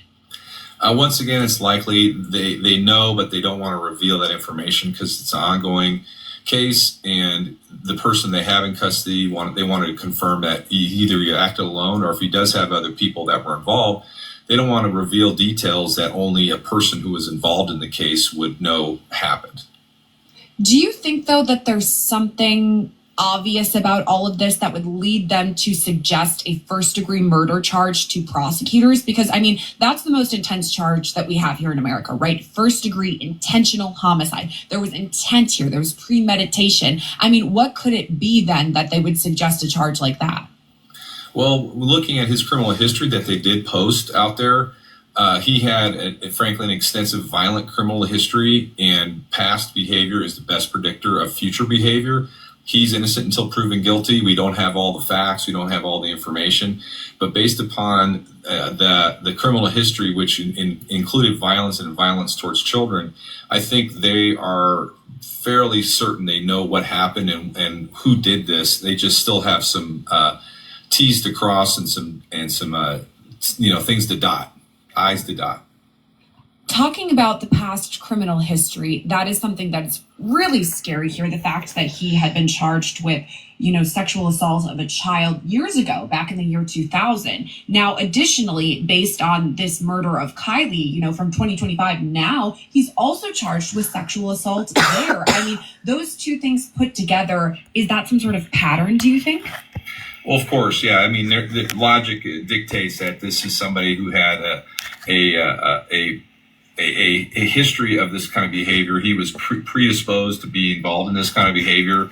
It's just a tragedy that he was anywhere near a child, especially this child. So they're certainly going to determine the tragedy that he was anywhere near. So there's the experience he was had with his child, as well as if there was anybody else that had a knowledge that anything was going on, because they're going to be brought the experience he was had with his child is knowledge that anything was going on, because they're going to be brought to justice as well. It's interesting that you mentioned that if other people had knowledge of this, because so far, as we've discussed throughout our interview, police and law enforcement have been pretty tight-lipped. However, in today's day and age, we have social media, everybody's voicing their opinions, and friends and family who knew Kylie say, yeah, we kind of knew that this was going on. Actually, one person, the defendant's ex-wife, says, I've reported this to the Department of Children and Family Services multiple times that something was going wrong here. So is that a route investigators would take and go through, chat with the Department of, Family and Children Services and see if any reports had been made in the past? Well, that's going to be the secondary crime, so to speak, is if people, and especially people in positions of authority, knew that this child was being sexually assaulted and did nothing to stop it. There's going to be a huge push as far as the public to ensure that there is accountability for those that had any knowledge of this. Because frankly, that department, their sole purpose of being around is to prevent this kind of behavior. And unfortunately, we have so many of these instances across the country that these departments have to exist, right? Because it just happens so frequently, unfortunately. And I know that a lot of times these departments are overwhelmed with the number of caseloads. However, if we believe people who are involved in this case, it wasn't reported just once. It could have been reported upwards of 3 times if she's been outspoken about sexual abuse. Another question I have about all of that too is she was only 14 years old at the time. I'm sure she was talking to her friends about all of this. And I know that that's tender because being, 14, a young teen, you're not even technically an adult at this time. However, I know as a teen girl, the people who I spoke to most are my friends. Investigators want to talk to Kylie's friends, those who knew her most, to see her. I know as a teen girl, the people who I spoke to most are my friends. Those who knew her most, to see, were there red flags? What did she tell you about? Things like that. Yeah, certainly you're going to talk to all our friends, family. But the most important piece of this is the mandatory reporters. They need to find out who knew, were they in a position of authority, and why they didn't report this to law enforcement. And I mean, it's tragic to have to think about, right? To be 14 years old and in a situation where you're exposed to someone like this. Even, we have the allegations from current time right now, but looking into his past, the year 2000, before this young girl was even born at all, he has a history. And okay, right now things are kind of interesting with her family, let me say. I don't know exactly who she was in custody of, but I have seen reports her biological mom has been pretty outspoken. She wasn't in contact with her daughter. She was trying to get in contact with her. That's bullshit. So she didn't live with her. I mean, I know that a lot of people have very messy family situations. I'm not pointing any fingers. Hold on. I just need to say something because take care of your fucking children. Take care of your fucking children.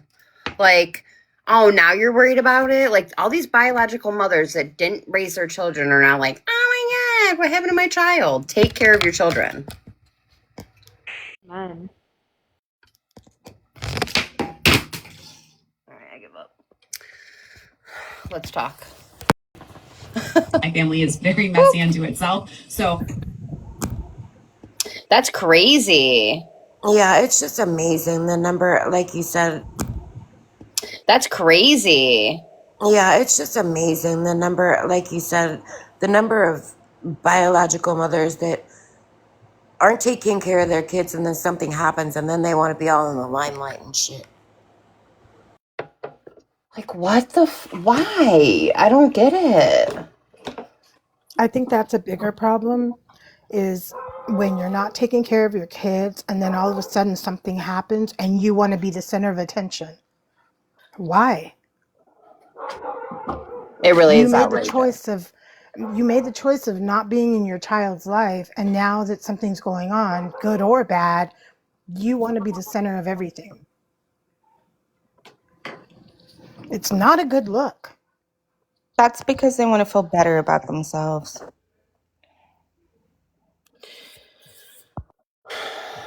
You know, it's crazy. Like, my mom didn't raise me. I was raised, well, she's in and out of my mother raising me, but my grandma mostly, and I'm thankful for that. Absolutely thankful for that. But you got to know, I don't know. That's My mother was raised the same way, Ksnaps. She was raised by her grandmother, while her two other siblings were being raised by her mother. yeah, I was raised by that's my grandmother. I get it. oh my gosh, it's crazy how many people were. But same thing. My mom had 5 other children, had them in the household, and then lost them, and ended up taking custody of them on my 20th birthday. Wow. It's amazing, Kelly. But There was a generation that had given a lot of their kids, some people had given, or some younger people. There was a time that it was teen pregnancy everywhere, yeah, and a lot of the kids gave up the right to see everywhere, yeah, and a lot of the kids to their children, to their parents. So the grandparents were actually raising their children. And I think with you guys being your ages, because you are younger, those were probably your parents. yes, Yes. So I also, you are younger, those were probably, Yes. so I also had a son who my mother raised as her own, but there was a lot, it was another kind of raised as her own, but kind of Courtney, but my mom was not on any kind of anything. My mom just wanted another child, but couldn't have one. And I had my son, which was her grandson, but couldn't have one. Which was her grandson, who she wanted.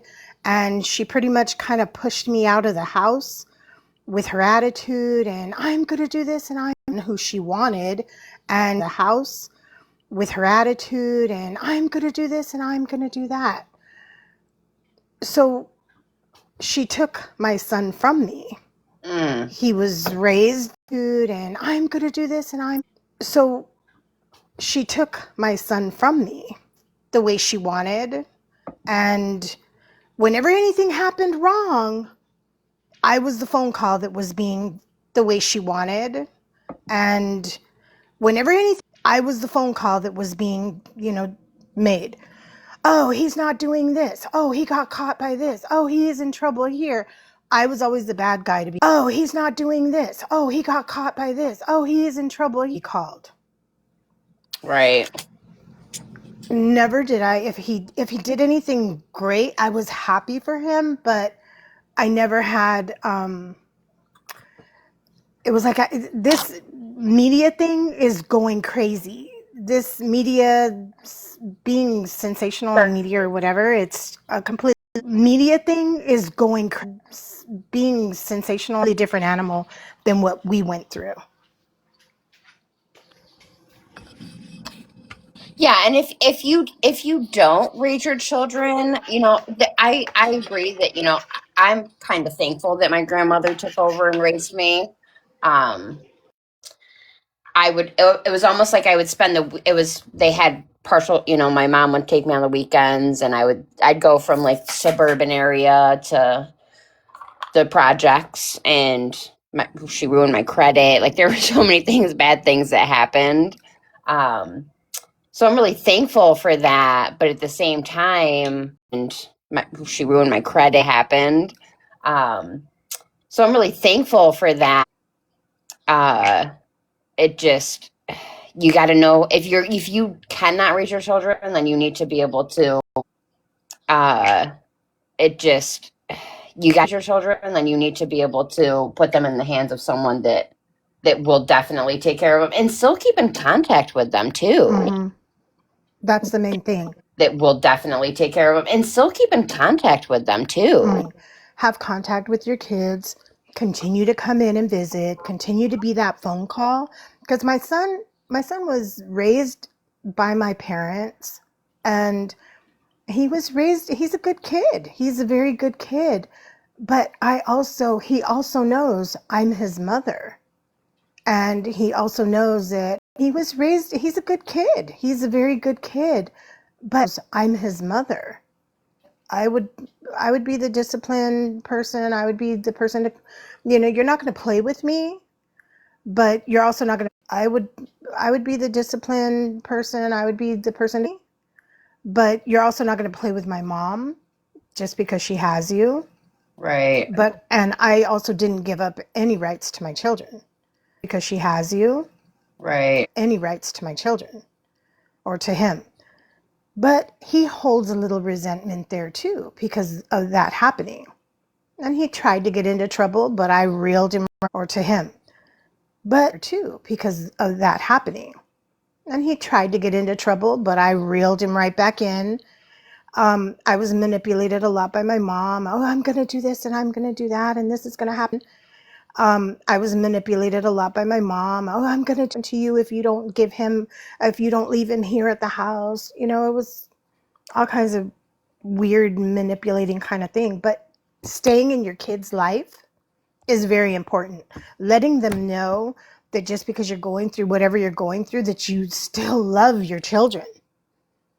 Because if you don't tell them that, the same pattern repeats itself. Yeah. And we're going through the same thing. And stop leaving your kids with people you don't even know. Unless it's me. Stop leaving your kids with people you don't even know. Unless it's me. I'm always found. I can always be found. You can do a background check. It doesn't matter. But, found. You can do a background check. It doesn't matter. But, contact somebody. There's no reason for anybody to end up mistreating or dropping or dumping your children off. And keep an eye on them. This probably didn't have to happen. Yeah, I mean, and keep an eye on them. This probably didn't have to happen. and that's the thing. Like this guy didn't even have custody of her, but that's who she lived with. And the fact that, and that's the thing. Like this guy didn't even have custody lived with. And the fact that CPS was contacted multiple times, like that's not even her legal guardian. That's what I said in the comments. I'm like, how did they times? Like that's not even her legal guardian. That's what I said in the not interfere with her not living with her legal guardian. Especially with reports like that. Not interfere with her not living with her legal guardian. Especially with reports like that. They didn't care. And it's also like we've talked about in other situations, like CPS gets involved some, and it's also like we've talked about in other situations, involved sometimes in the wrong situations when they could be doing more in other situations. Right. Yeah, I agree.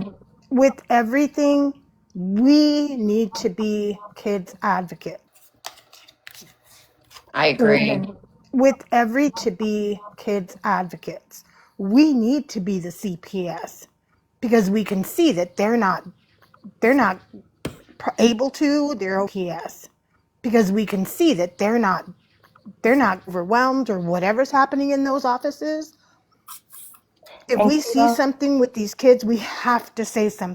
I know, but it's so sad that someone did in this case and still. that's what I'm saying. That lady was trying so hard to be that girl's advocate.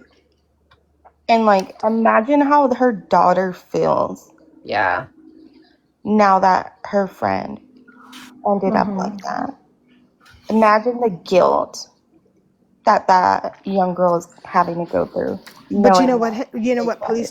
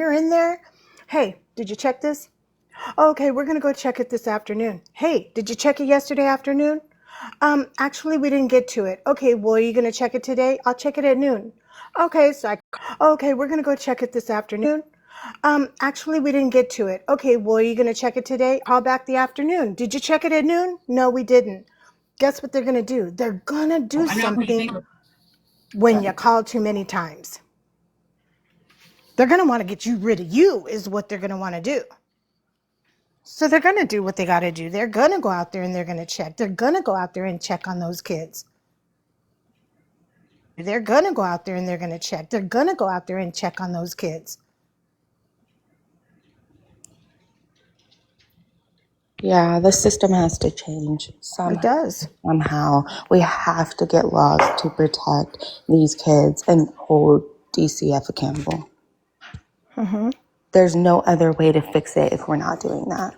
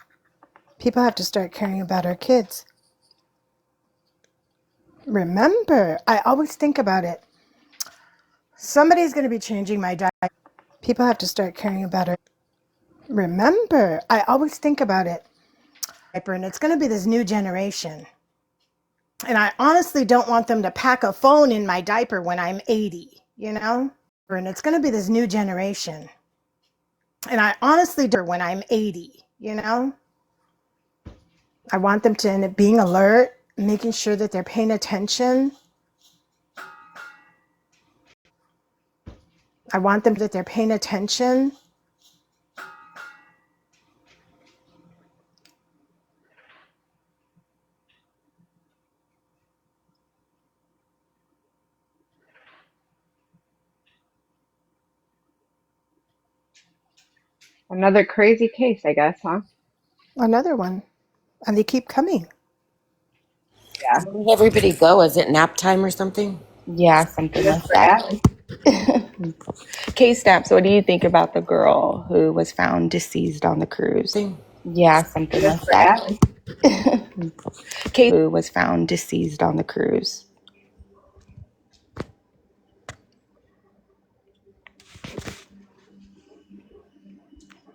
Who was found deceased on the cruise?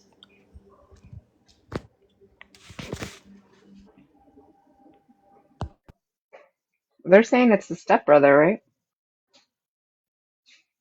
Yeah, They're saying it's the yeah, they're saying he's the suspect.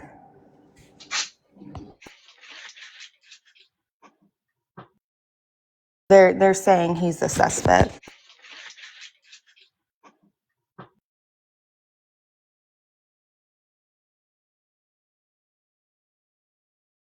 But didn't they say that he was always jealous of her?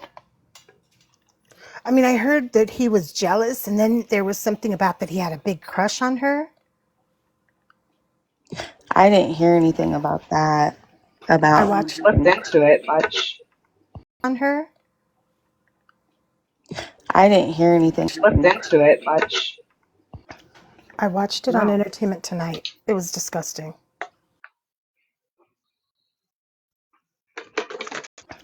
I watched it on No. Entertainment.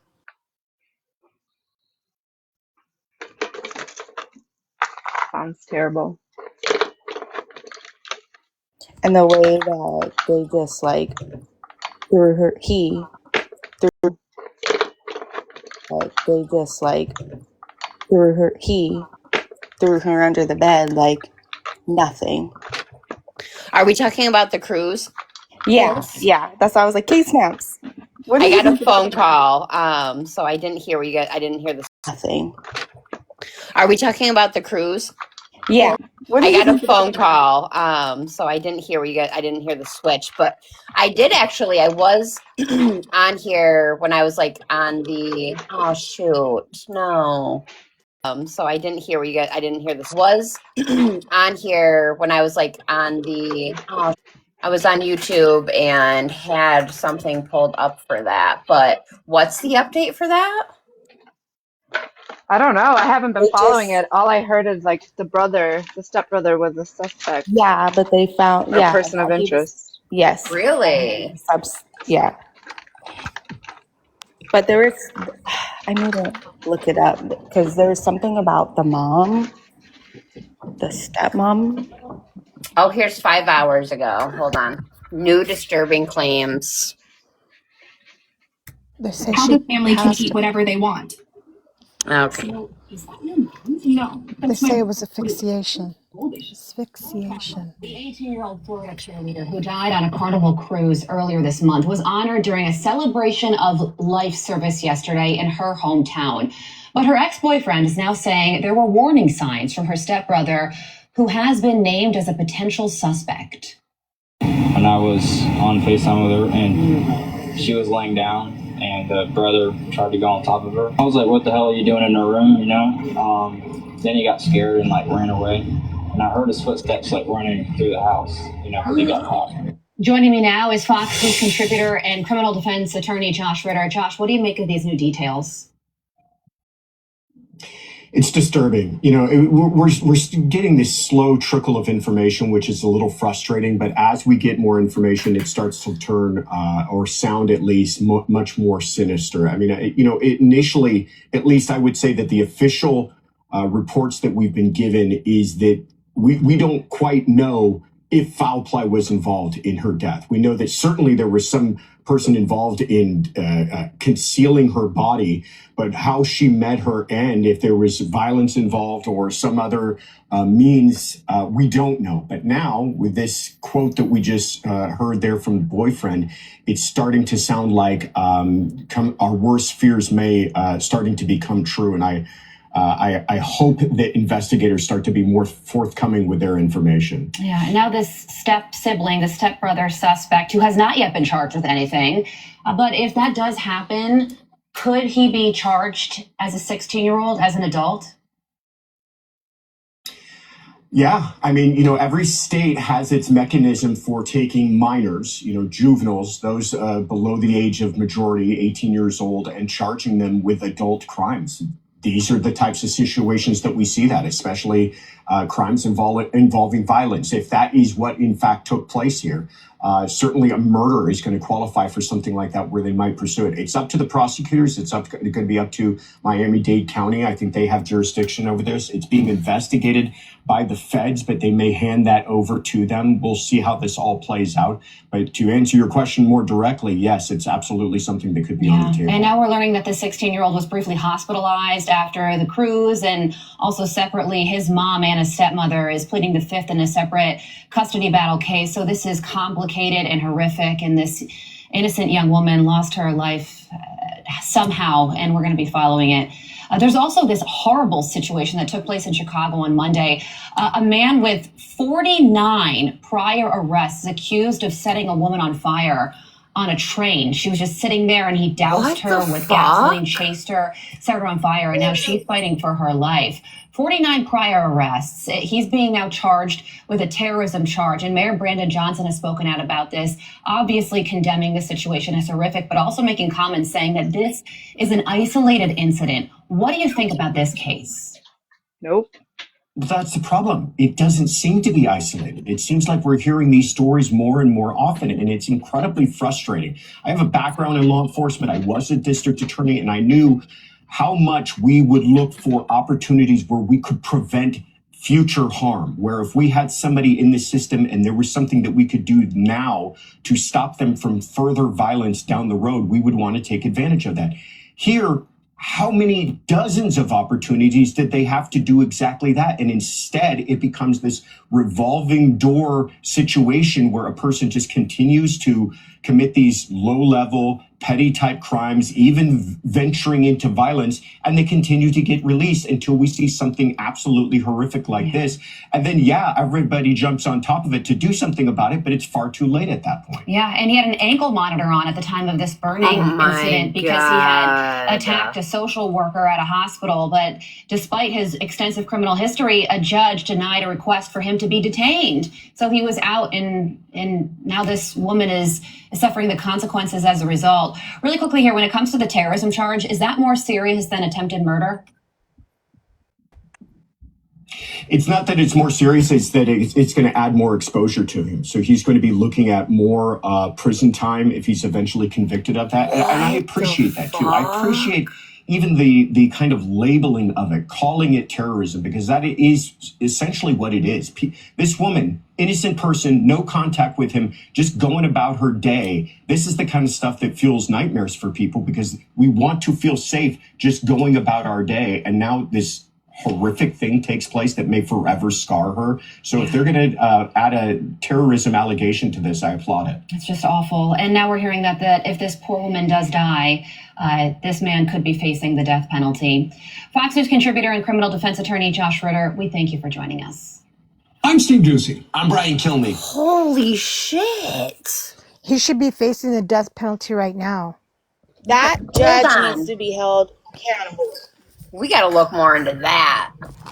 The death penalty right now. Held accountable. We got to look more into that. First of all, my son is trying to go to Chicago on the train this weekend. That shit ain't happening no more.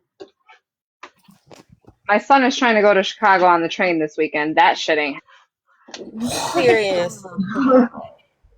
Like, oh my god. He was asking me yesterday, like, can you answer if I can go or not on the train?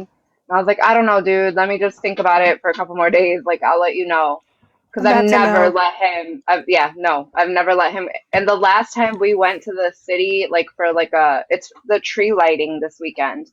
But the last time we went for like a big and the last time we went to the tree lighting this weekend.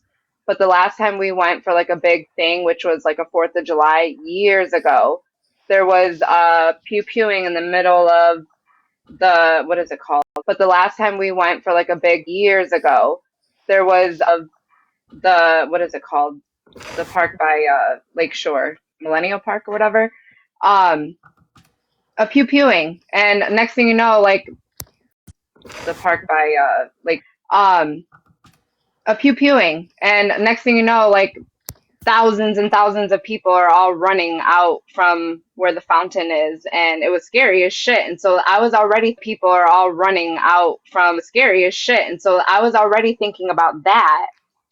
and like I don't want him to go out there without one of us with him. And then I don't want him to go out there with and then this now we just watched that video and I'm like, oh hell no. Nope. Mm-mm. Sorry kid. I'll drive you. Oh hell no. Nope. Mm-mm. Sorry kid.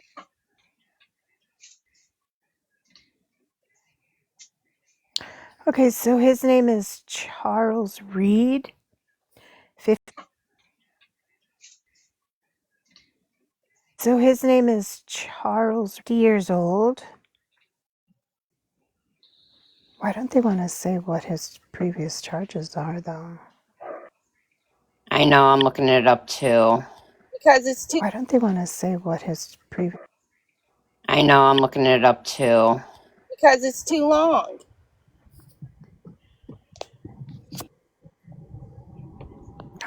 He shouted Up too. Because it's too. "Burn alive, B!" when he was arrested. Who was the lady? He didn't even know her. Did he? No, and they said in the video there was no contact. The video there was no contact between them. That's what makes it the T word. It's because like he didn't know her at all.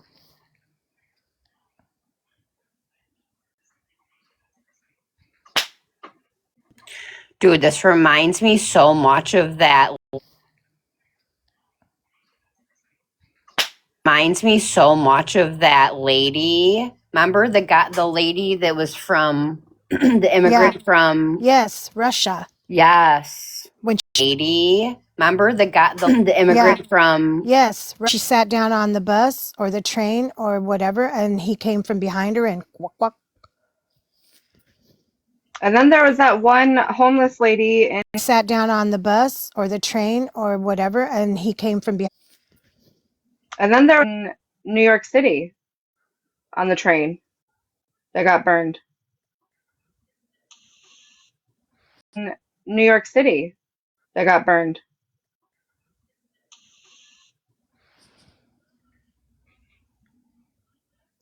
What is going on? Yeah, she was from Ukraine.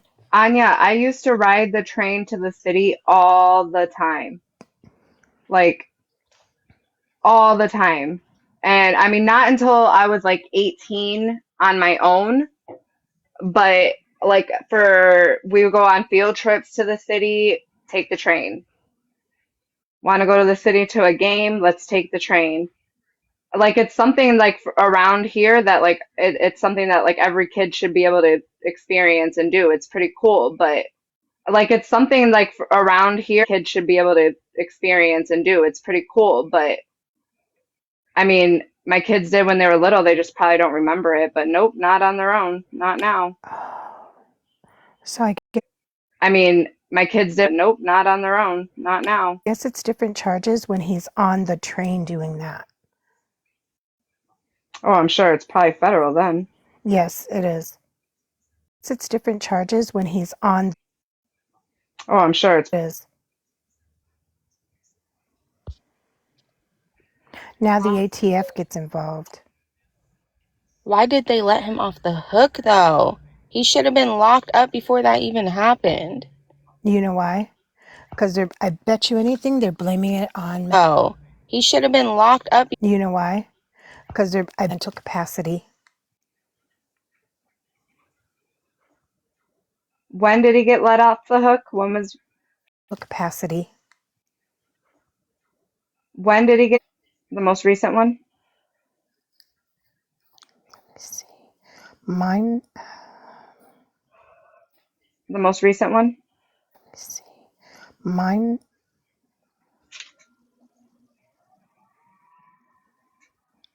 My form doesn't have it. My form. My guess is this whole bail reform that we have in Illinois. My guess is have in Illinois, or they're just letting people get off on their good looks or lack of. And who would have thought? Because he's dressed well. He's dressed I like remember his face. Yeah, exactly. They said it was like 49 times or something. He literally went to the gas station, right? Yeah. Yeah. yeah, And on camera. fucking yeah. Yeah. What did you put that in a bag? He put it That's in what it looked like. like a juice container or something. It looked like a Walmart bag, but I But couldn't see Yeah. that well. hold on, I got another one. I'll show you now. On November 18th, approximately 11:29, in custody at the approximate location, blah blah blah.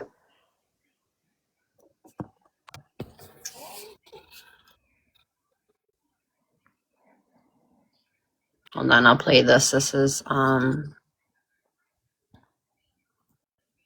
Tanya and Terrell, Judge McNally ordered Lawrence Reed remain in custody until his next court hearing, saying he poses a danger to the community. Reed once again today declined legal counsel and decided to represent himself. It was also Reed who agreed with the judge and told her that he too believes he should remain detained for, quote, his own safety. Take a look.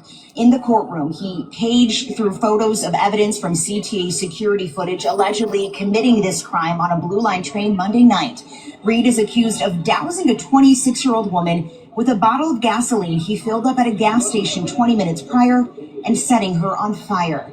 The victim was sitting alone looking at her phone when she was attacked at random. She is still being treated for severe burns. Reed, meanwhile, has a lengthy criminal record with at least 14 criminal cases in Cook County. He spent 32 years in and out of the criminal justice system, prosecutors say, for dozens of arrests with a long list of mugshots for crimes ranging from driving on a suspended license to battery.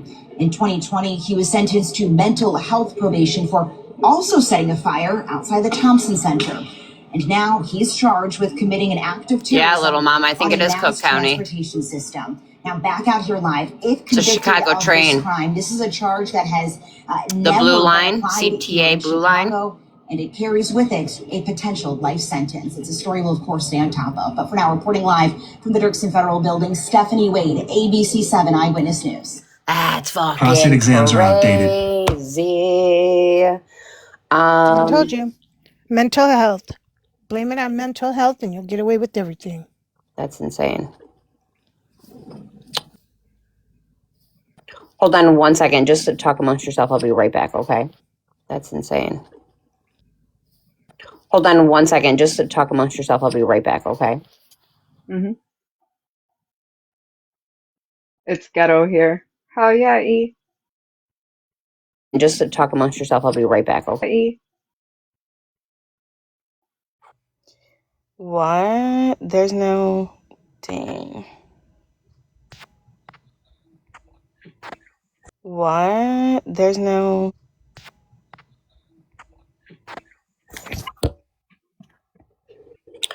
It said they're trying to get the death penalty. Oh, hold on, change. Good.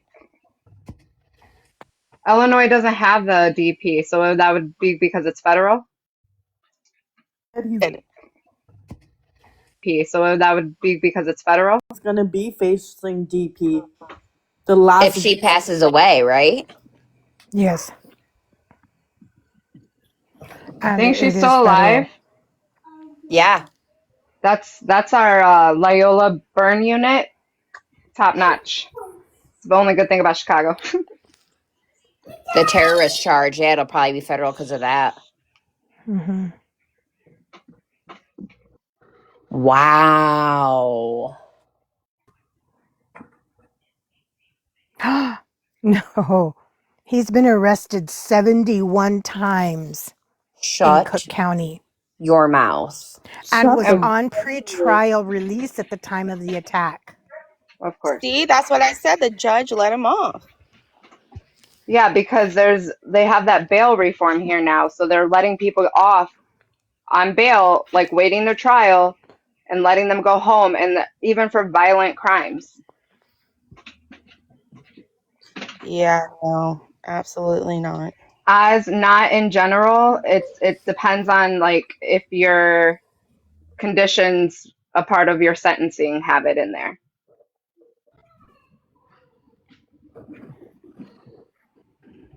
So, like in my county where I am, like they took away until you finish out like your sentence or you go to trial or like they took away finish out like your sentence or you go to trial or like take a plea or whatever.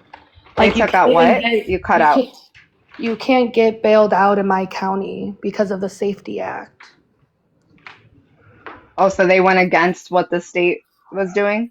Yeah, in my county, yeah. So like if you get arrested I mean, that's in my good. county, you have to like finish out like your sentence or you have to wait until like you get like sentenced or like go to trial.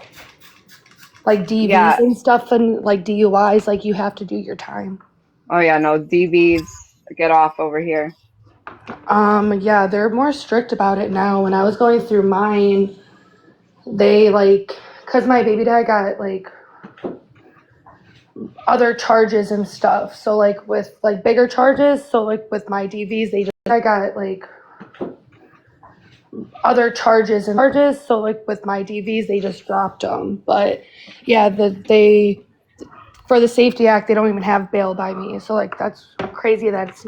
I always forget that things are so different in each county. Like you think it would just be like a state thing. Yeah, Taylor, that one got me too. Like you think it would just. That one got me too. That one was sick.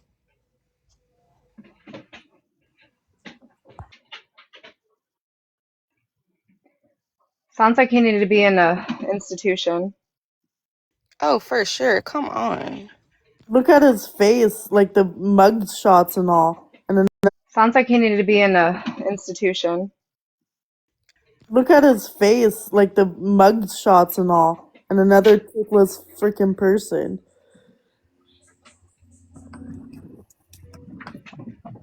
And he was smirking in that drawing picture in the court.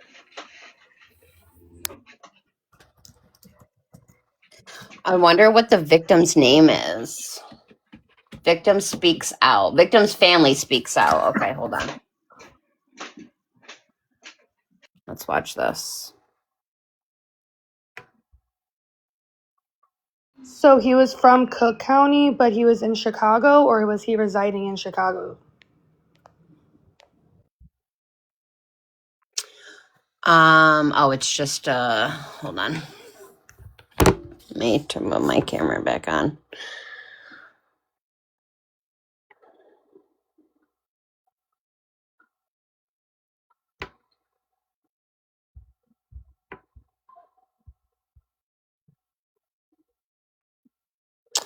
No.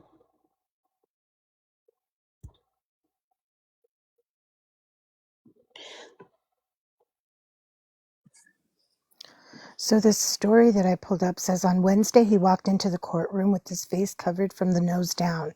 He immediately began saying, "I plead." Story that I pulled up says on Wednesday covered from the nose down. He immediately began saying, "I plead guilty," multiple times before insisting that he would represent himself. Yeah, there's no help for him. So the family says for the first time since a woman was set on fire on board a CTA Blue Line train this week. So the family set on fire on board a CTA Blue Line train this week. Her family was speaking out on Thursday. We would like to thank everyone for their prayers and well wishes as our daughter receives care for injuries sustained earlier this week. We are also grateful for the excellent care and support of the burn team at Stroger Hospital. Her family said Thursday night as she remained under care in the burn unit at Stroger Hospital. The 26-year-old woman's family did not identify her or provide an update on her condition, saying only that they were focusing their attention on her recovery.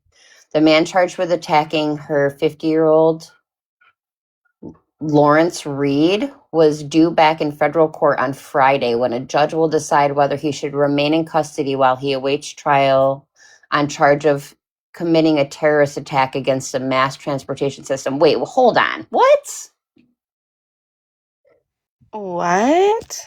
The man charged with attacking her, 50-year-old Lawrence Reed, was due back in federal court on Friday when a judge will decide whether he should remain in custody while he awaits trial on a charge of committing a terrorist attack against a mass transportation system.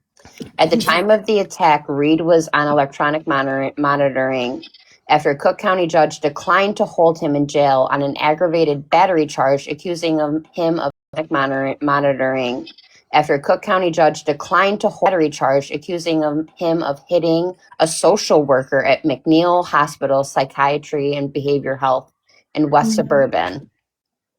Cook County prosecutors had asked the judge to keep Reed in custody until his trial in that case, but instead said the judge placed him on an electronic monitoring despite an extensive criminal history with nearly 50 arrests and multiple felony convictions in the last 3 decades. Another judge later modified the monitoring hours. Still, the attack happened at a time when Reed would have been under active monitoring. What? Mayor Brandon Johnson called it an absolute failure to our criminal justice as well as our mental health institutions, while calling the attacks a horrific tragedy that should never have happened. The mayor also said it was an isolated incident, pointing to 1 million people rely on the CT every day. Why am I echoing? Hello, Mama. I'm muting you for 1 second. Johnson said Reed is accused of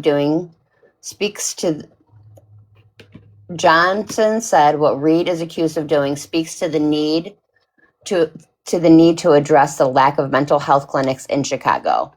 He was clearly seriously mentally disturbed and was a danger to himself and to others. The system that we had failed to intervene, and now we have a woman who is fighting for her life, the mayor said. The fire attack on the Blue Line left CTA riders shaken. Reed is accused of filling a small bottle of gasoline at a Citgo gas station, then jumping on the Blue Line 20 minutes later before dousing the woman in gasoline and setting her on fire without any provocation. Johnson said that the state needs to expedite funding dedicated to mental health services and programs for people experiencing homelessness as part of a $1.5 million mass transit bailout approved by the Illinois General Assembly last month. There are a number of people who are suffering severely from trauma and mental illness, and it's becoming increasingly more dangerous, Johnson said. In January 2022, Reed pled guilty to breaking the windows on a Blue Line train. Why was he not? At O'Hare International Airport and was sentenced to 2 years probation. Blue Line train. Why was he at O'Hare International Airport and was sentenced to 2 years probation at the CT, but the CT never moved to ban him from the mass transportation system. What the fuck? The CT never moved to ban him from the mass transportation. What the fuck? There's too many. No, there's too many screw ups. What the fuck? There's too many screw ups on this one. He needs to be institutionalized, point blank, period. That's not going to help him at this point. For him specifically, yeah. He needs to get major help. For him. I'm not talking about in general. I'm talking about him specifically.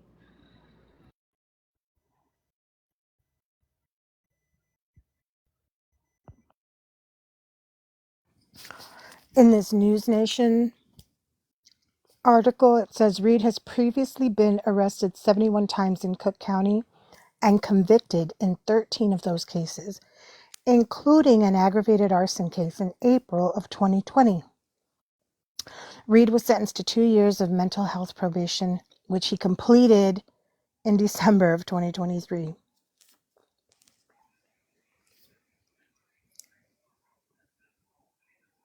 Lawrence Reed had no business being on the streets given that his violent criminal history and pending criminal cases, said Chris Amon, Special agent in charge with the Bureau of Alcohol, Tobacco, Firearms, and cases, said Chris Amon. Special Hall, Tobacco, Firearms, Explosives. Reed had plenty of second chances by the criminal justice system, and as a result, you have an innocent victim in the hospital fighting for her life. Disgusting.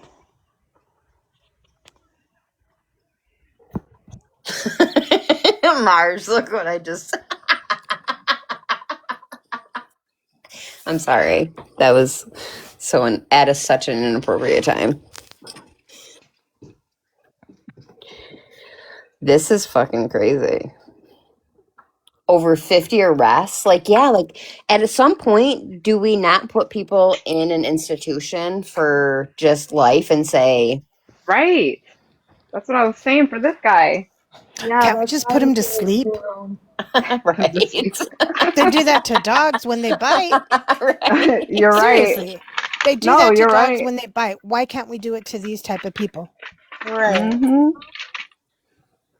Oh my God. I got to make this smaller so that everyone can see. And clearly, we need more mental health resources because we're slacking. But when it comes to he's walking into court, I'm guilty, like he's obviously going through some type of manic or something episode, like Yeah. multiple times, reoffending multiple times. Year after year after year. Now, if he gets to a mental institution, who's going to take care of him there? The nurses. If he gets to a mental institution, who's going to? The nurses. And then we're putting them in danger too, because what is he going to do there? That's what they're trained for. That's their job. They know how to handle situations like that. I just But say people give on him the street do not. Well, I am gonna stop you right there, Ree, because my son is bipolar, and I would never in a million years be like, just because people on the street do not. Well, I am gonna stop you right there, Ree. Never in a million years be like, just because he's crazy, euthanize him. So I can't agree with that. Yeah, but I think also your son, I don't think if he reoffended, 50, No, 60 times. I can't agree with that. Yeah, but if he reoffended, 50, No, 60 times. I would be that mom, like keep him in. I wouldn't be like put him back out on the street, but you got to figure out something else other than letting him back out on the street. I wouldn't be like put him back out on the street, but other than letting him back out on the street. And you can't kill him. You can't unalive him, so we got to figure out something. Other than letting him back out on the street. And alive him, so we got to figure out something. I'm not the first one to want to do that either, but 71 times? It's the system. The system is messing up. When you're sick mentally, you're sick. There's nothing you could do for that. You can't change it. Sorry if I'm being too noisy. I wonder if this is not a sickness created from birth, though, that he was born with. Are you digging through change, Mars? No, I'm digging through my beads. I'm sorry. Mute me. You're fine.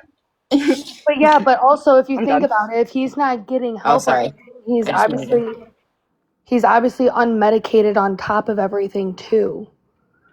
So if he's medicated and actually stuck to it, it would probably be different also. I wonder if he has any drug-related charges, though, or was this complete mental he had DUI. health? But he had DUI. What did it say that he completed, though? He completed the a mental health. Hold on. But he had DUI. What did it say that he completed, though? A mental health. Hold on. See, so he was getting some sort of help. And he completed it. See? In 2023, let's see, Reed was sentenced to 2 years of mental health probation, which he completed in December of 2023. Yeah, but I feel like mental health probation is probably just a check-in. Hey, you doing good? Okay, great. Have a good month. completed in December of 2023. Yeah, but I feel like mental check-in, like, hey, you doing good? Okay, great. Have a Like a good therapy month. appointment once a month. Mm-hmm. Well, let's look it up. Yeah. Okay. I mean, our mental health system here does suck. So I'm mad at the system more than anything here. I'm not I mean, the saying that guy he too, but wasn't, like, he sorry. was probably institutionalized for a little bit, but then he probably was like medicated, doing what he was needing to do, did all the courses, and they're like, okay, he's better now, you know. And then he gets out and he's like, well, F that, I can do whatever I want now. I feel like in this case, like, I don't know, when do you cut it off? After 10 offenses, 20 offenses, 30 offenses? Like, when do you say, all right, you're done, you're institutionalized? Clearly you cannot be on the streets. Right, like he's a habitual reoffender. Like at some point when it's enough enough. Right. So in a case like that, then what do you think should happen? So in a case like that, then what do you think should happen?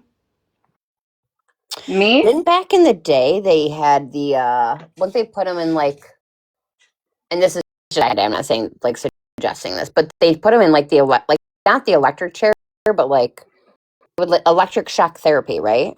Yeah. But then they found out that I'm crazy too. Yes. So Crazier. Yeah, that's what I was Yeah. going to say. yeah. Yeah. So, what is mental health probation? Mental health probation is a court sentence that mandates mental health treatment for a defendant pleading guilty to an offense related to psychiatric episode. Under the supervision of the Mental Health Probation Department, the defendant typically serves a minimum of 2 years of probation and may have specific conditions such as a drug testing or community service. Mental health probation can be a daunting task, but with the proper support, a person can successfully complete it, recover, and go on to live a fulfilling life. Here are the aspects of what a mental health probation to live a fulfilling life. Here are the aspects of what a mental health probation looks like. Mental health probation officer. Each probationer reports to a mental health probation officer assigned by the court and probation department. A mental health probation officer, in addition to their training as a correctional officer, has educational and professional training in either psychology, social work, or mental health. Treatment plan. As a start of mental health probation, the probationer must see a mental health provider and obtain a treatment plan that must be released to the mental health probation department. The probationer will have to comply with the treatment plan, and the probation department will check to see if they're attending the recommended frequency of treatment and hold the person accountable to their treatment plan. Mental health probation assessment. At the beginning of probation, a person must and hold the person accountable to their treatment plan. At the beginning of probation, a person must take an assessment to determine whether they will have to report to their mental health probation officer once or twice per month. Monthly reporting. The mental health probation officer Monthly reporting. The probation officer gives the probationer a date and time to report each month or twice a month. If there is a conflict with a preset reporting date, the person should talk to their probation officer. With a preset reporting date, the person should talk to their probation officer about it in advance.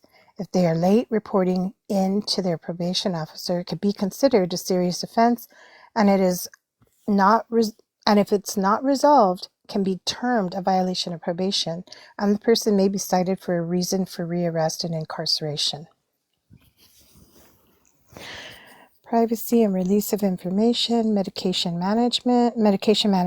If the treatment plan recommends medication management, the mental health probation officer will require proof from the probationer of compliance with the medication regimen. In some cases, copies of receipts of filling. The mental health probation officer will require proof from the probationer. In some cases, copies of receipts of filling prescriptions are enough, but in other cases, mental health probation officers will ask for more proof. Therapy and psychiatry appointments. Mental health probation officers will also require proof of attendance at therapy and psychiatry appointments. Documentation may include month status updates from the therapist or care manager or weekly appointment letters. Fees. When a person is sentenced to mental health probation, there are usually court costs and a therapist or care manager. Fees. There are usually court costs and probation fees associated with the sentence. They can range from a few $100s to thousands of dollars. Some courts and probation departments will adjust the fees for low-income clients and arrange a payment plan. However, judges determine whether probation can be completed, and fees are typically a condition of completion. This can be extremely difficult for people surviving with a condition of completion. This can be extremely difficult without employment or on Social Security income.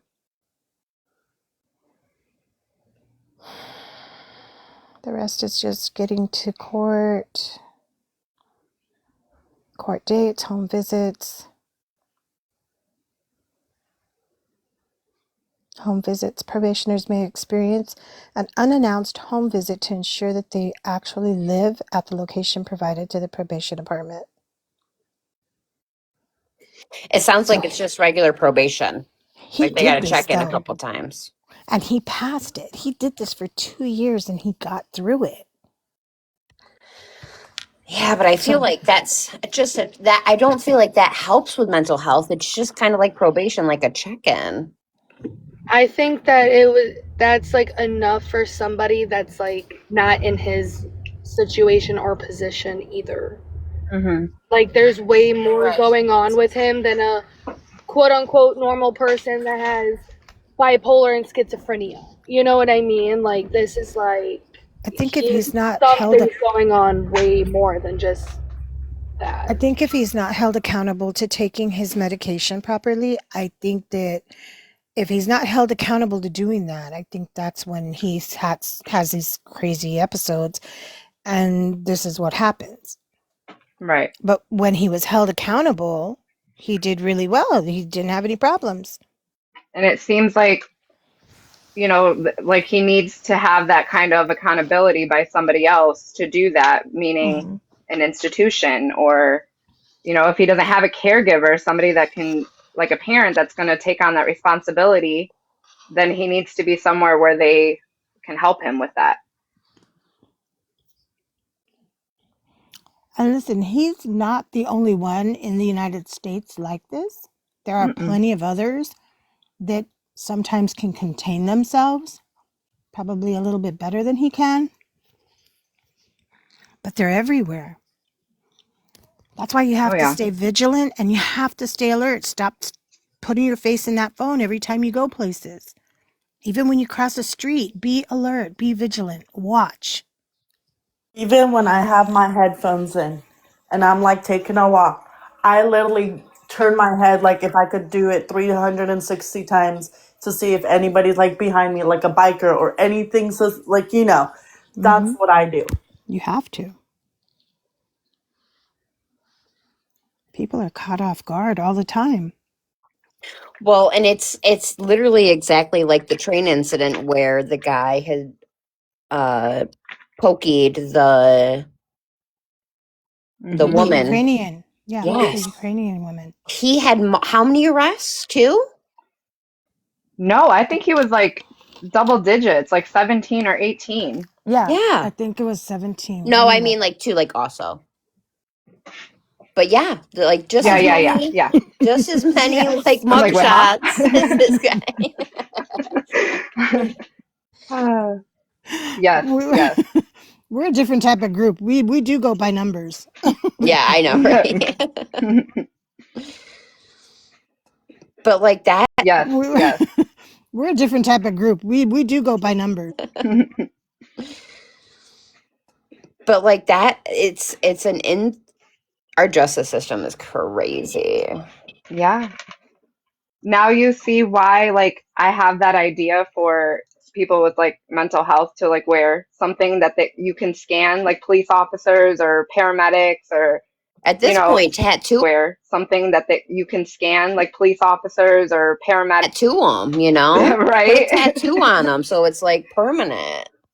But if They they have a had barcode. something, that a police officer, because listen, when are you going to be able to, if you're a police officer, when are you going to actually be able to look at a person's body and look for a tattoo if you're in a confrontation with them?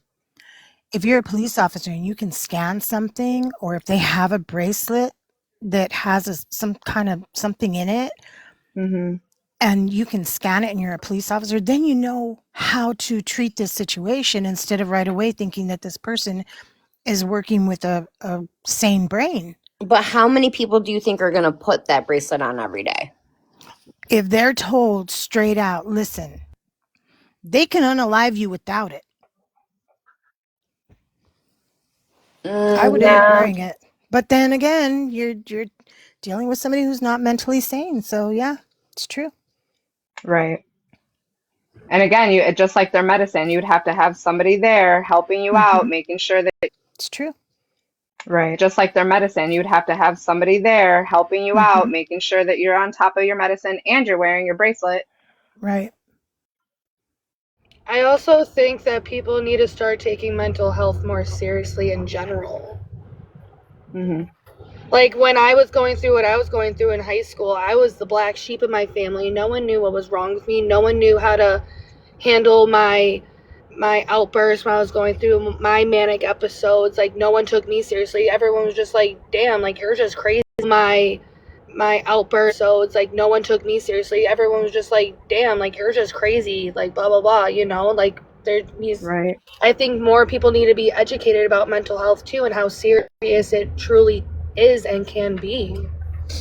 I agree, because there's definitely things with mental health, like a class in high school or something, because there's things that if I knew more about mental health when I was younger, then I would have had a lot better. I would have been where I'm at sooner, for sure. Right. Right. And on top of it, it's like when if police do end up, for sure. Right. Right. And on top of it, it's like you end up getting involved. They need to be more educated in that too, and how to handle certain situations with that also, and not just look at them that they're just like a psychopath. Yeah. I mean, they probably can be, but just going into a situation differently and not just being like pew pew pew pew. Like no, okay, use And your I taser. That's okay. completely agree with that, because when I was doing the volunteering in school, there are kids that completely agree with that, because when I was doing the volunteering, they have different situations. Knowing those kids, because you're around them so often, you know that you could go ahead and tell Timmy certain situations. Knowing so often, you know that you could go ahead and tell Timmy, you need to sit down and wait for me to come back. You can tell Timmy that, but you can't tell Jimmy that, because Jimmy has to be treated. Wait for me to come back. You can tell Jimmy that because Jimmy has to be treated with a completely different set of gloves. Jimmy, let's walk outside. Let's walk around the building for a sec. Come on, let's go. You have to have that patience, and you have to know that there's different ways and different tactics that you talk to people, especially when they have autism. All these other things.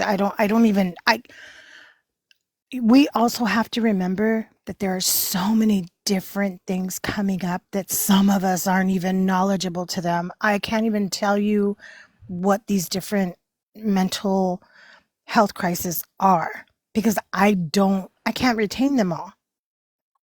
I mean, but I'm really bad with the letters anyway, because the LGBTQABC, I just add more because I don't know how many there are. Elemental P? Yep. And See, Z. it also makes me scared because my son has autism and my son is going through an aggressive phase right now, so it's like, well, if he's out in the real world and he's going through something, I have to put not only trust in him to know what he's doing, I have to put trust in my city, the police in my city, the school, like that's where it boils down to, is people need to be more educated and take it more serious.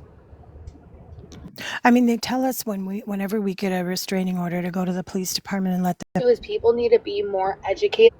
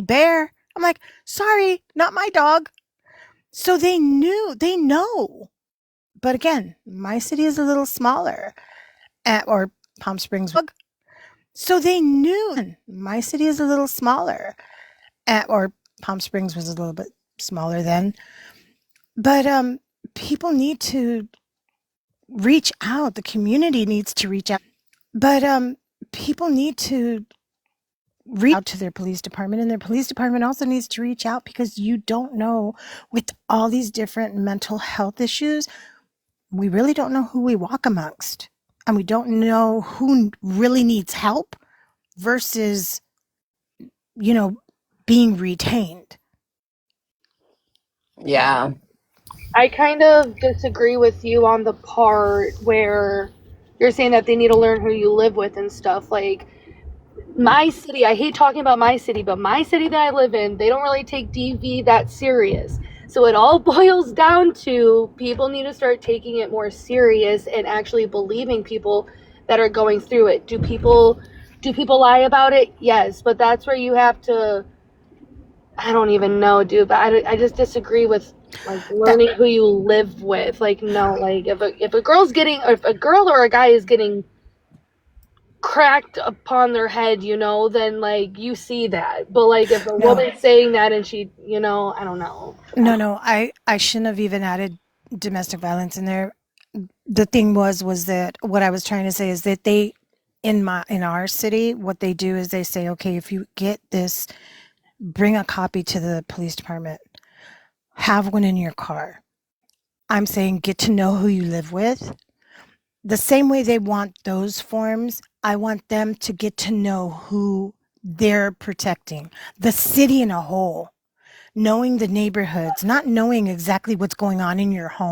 Gotcha.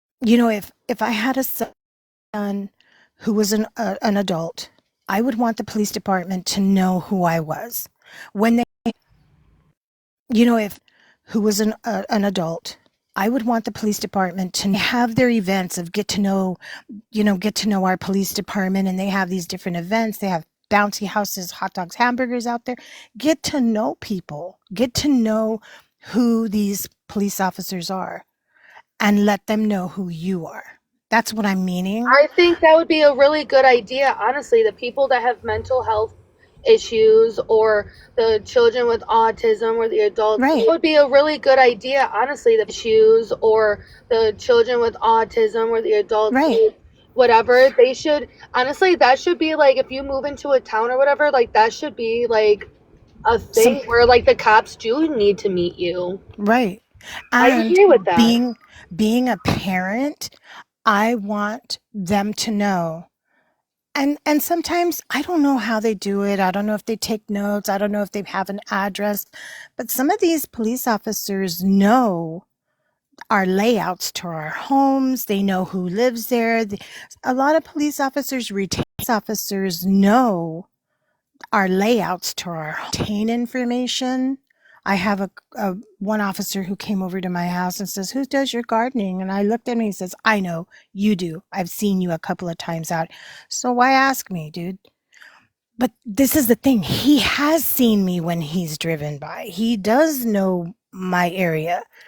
We need to hold the police departments in our cities more accountable for that.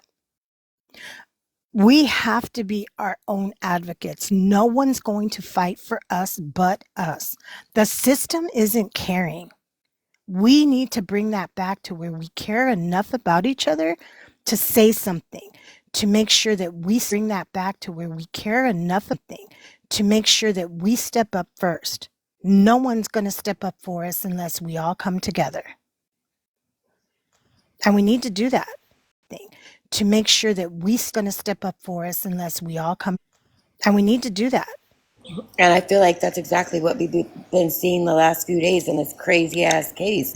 Is all these people want to come up here and tell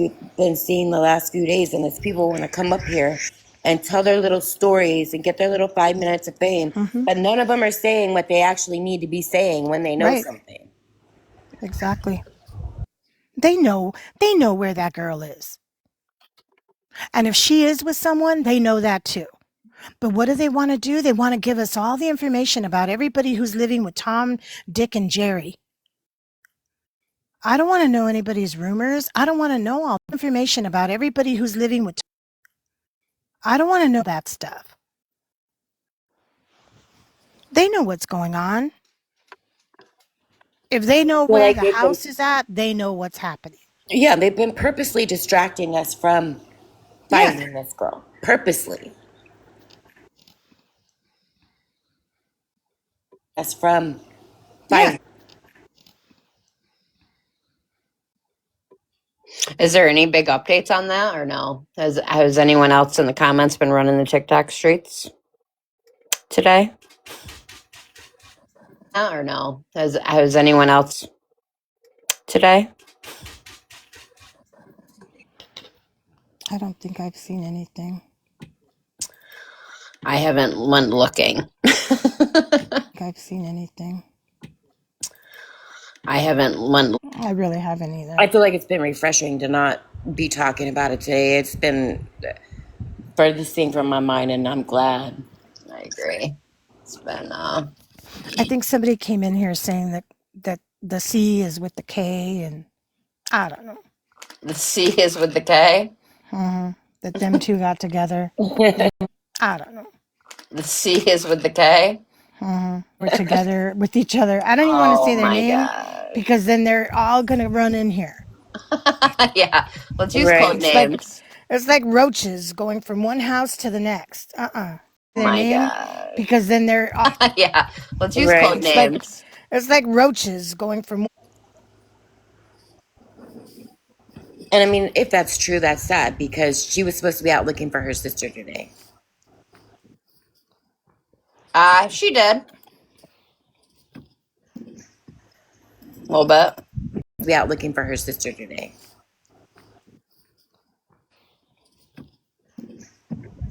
A little bit.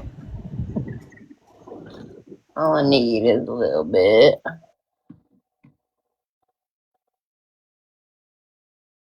My gosh, I get so nervous when I transfer wedding photos to my passport thing, my little hard drive, and then I go to delete them off my computer. I have to check 70 times to make sure that they're really over there before I delete them. Right. Well, that's nice of you. Don't want to lose all their pictures, you know. I know, it's scary. It sucks. Trust me.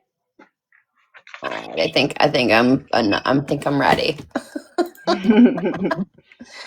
Empty.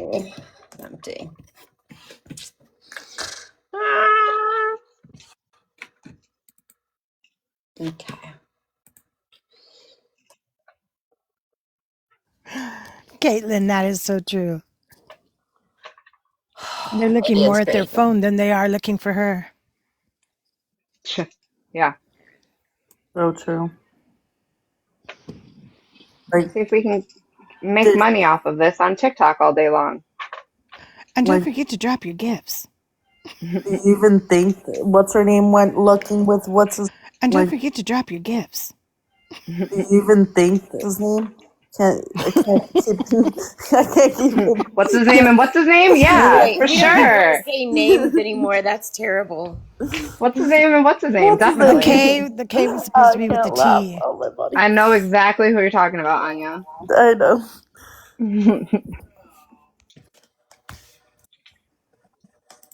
Tell my 12-year-old tells stories. There's Caitlin, too the many problem fucking is, people, okay? Like, Tell my 12-year-old tells stories.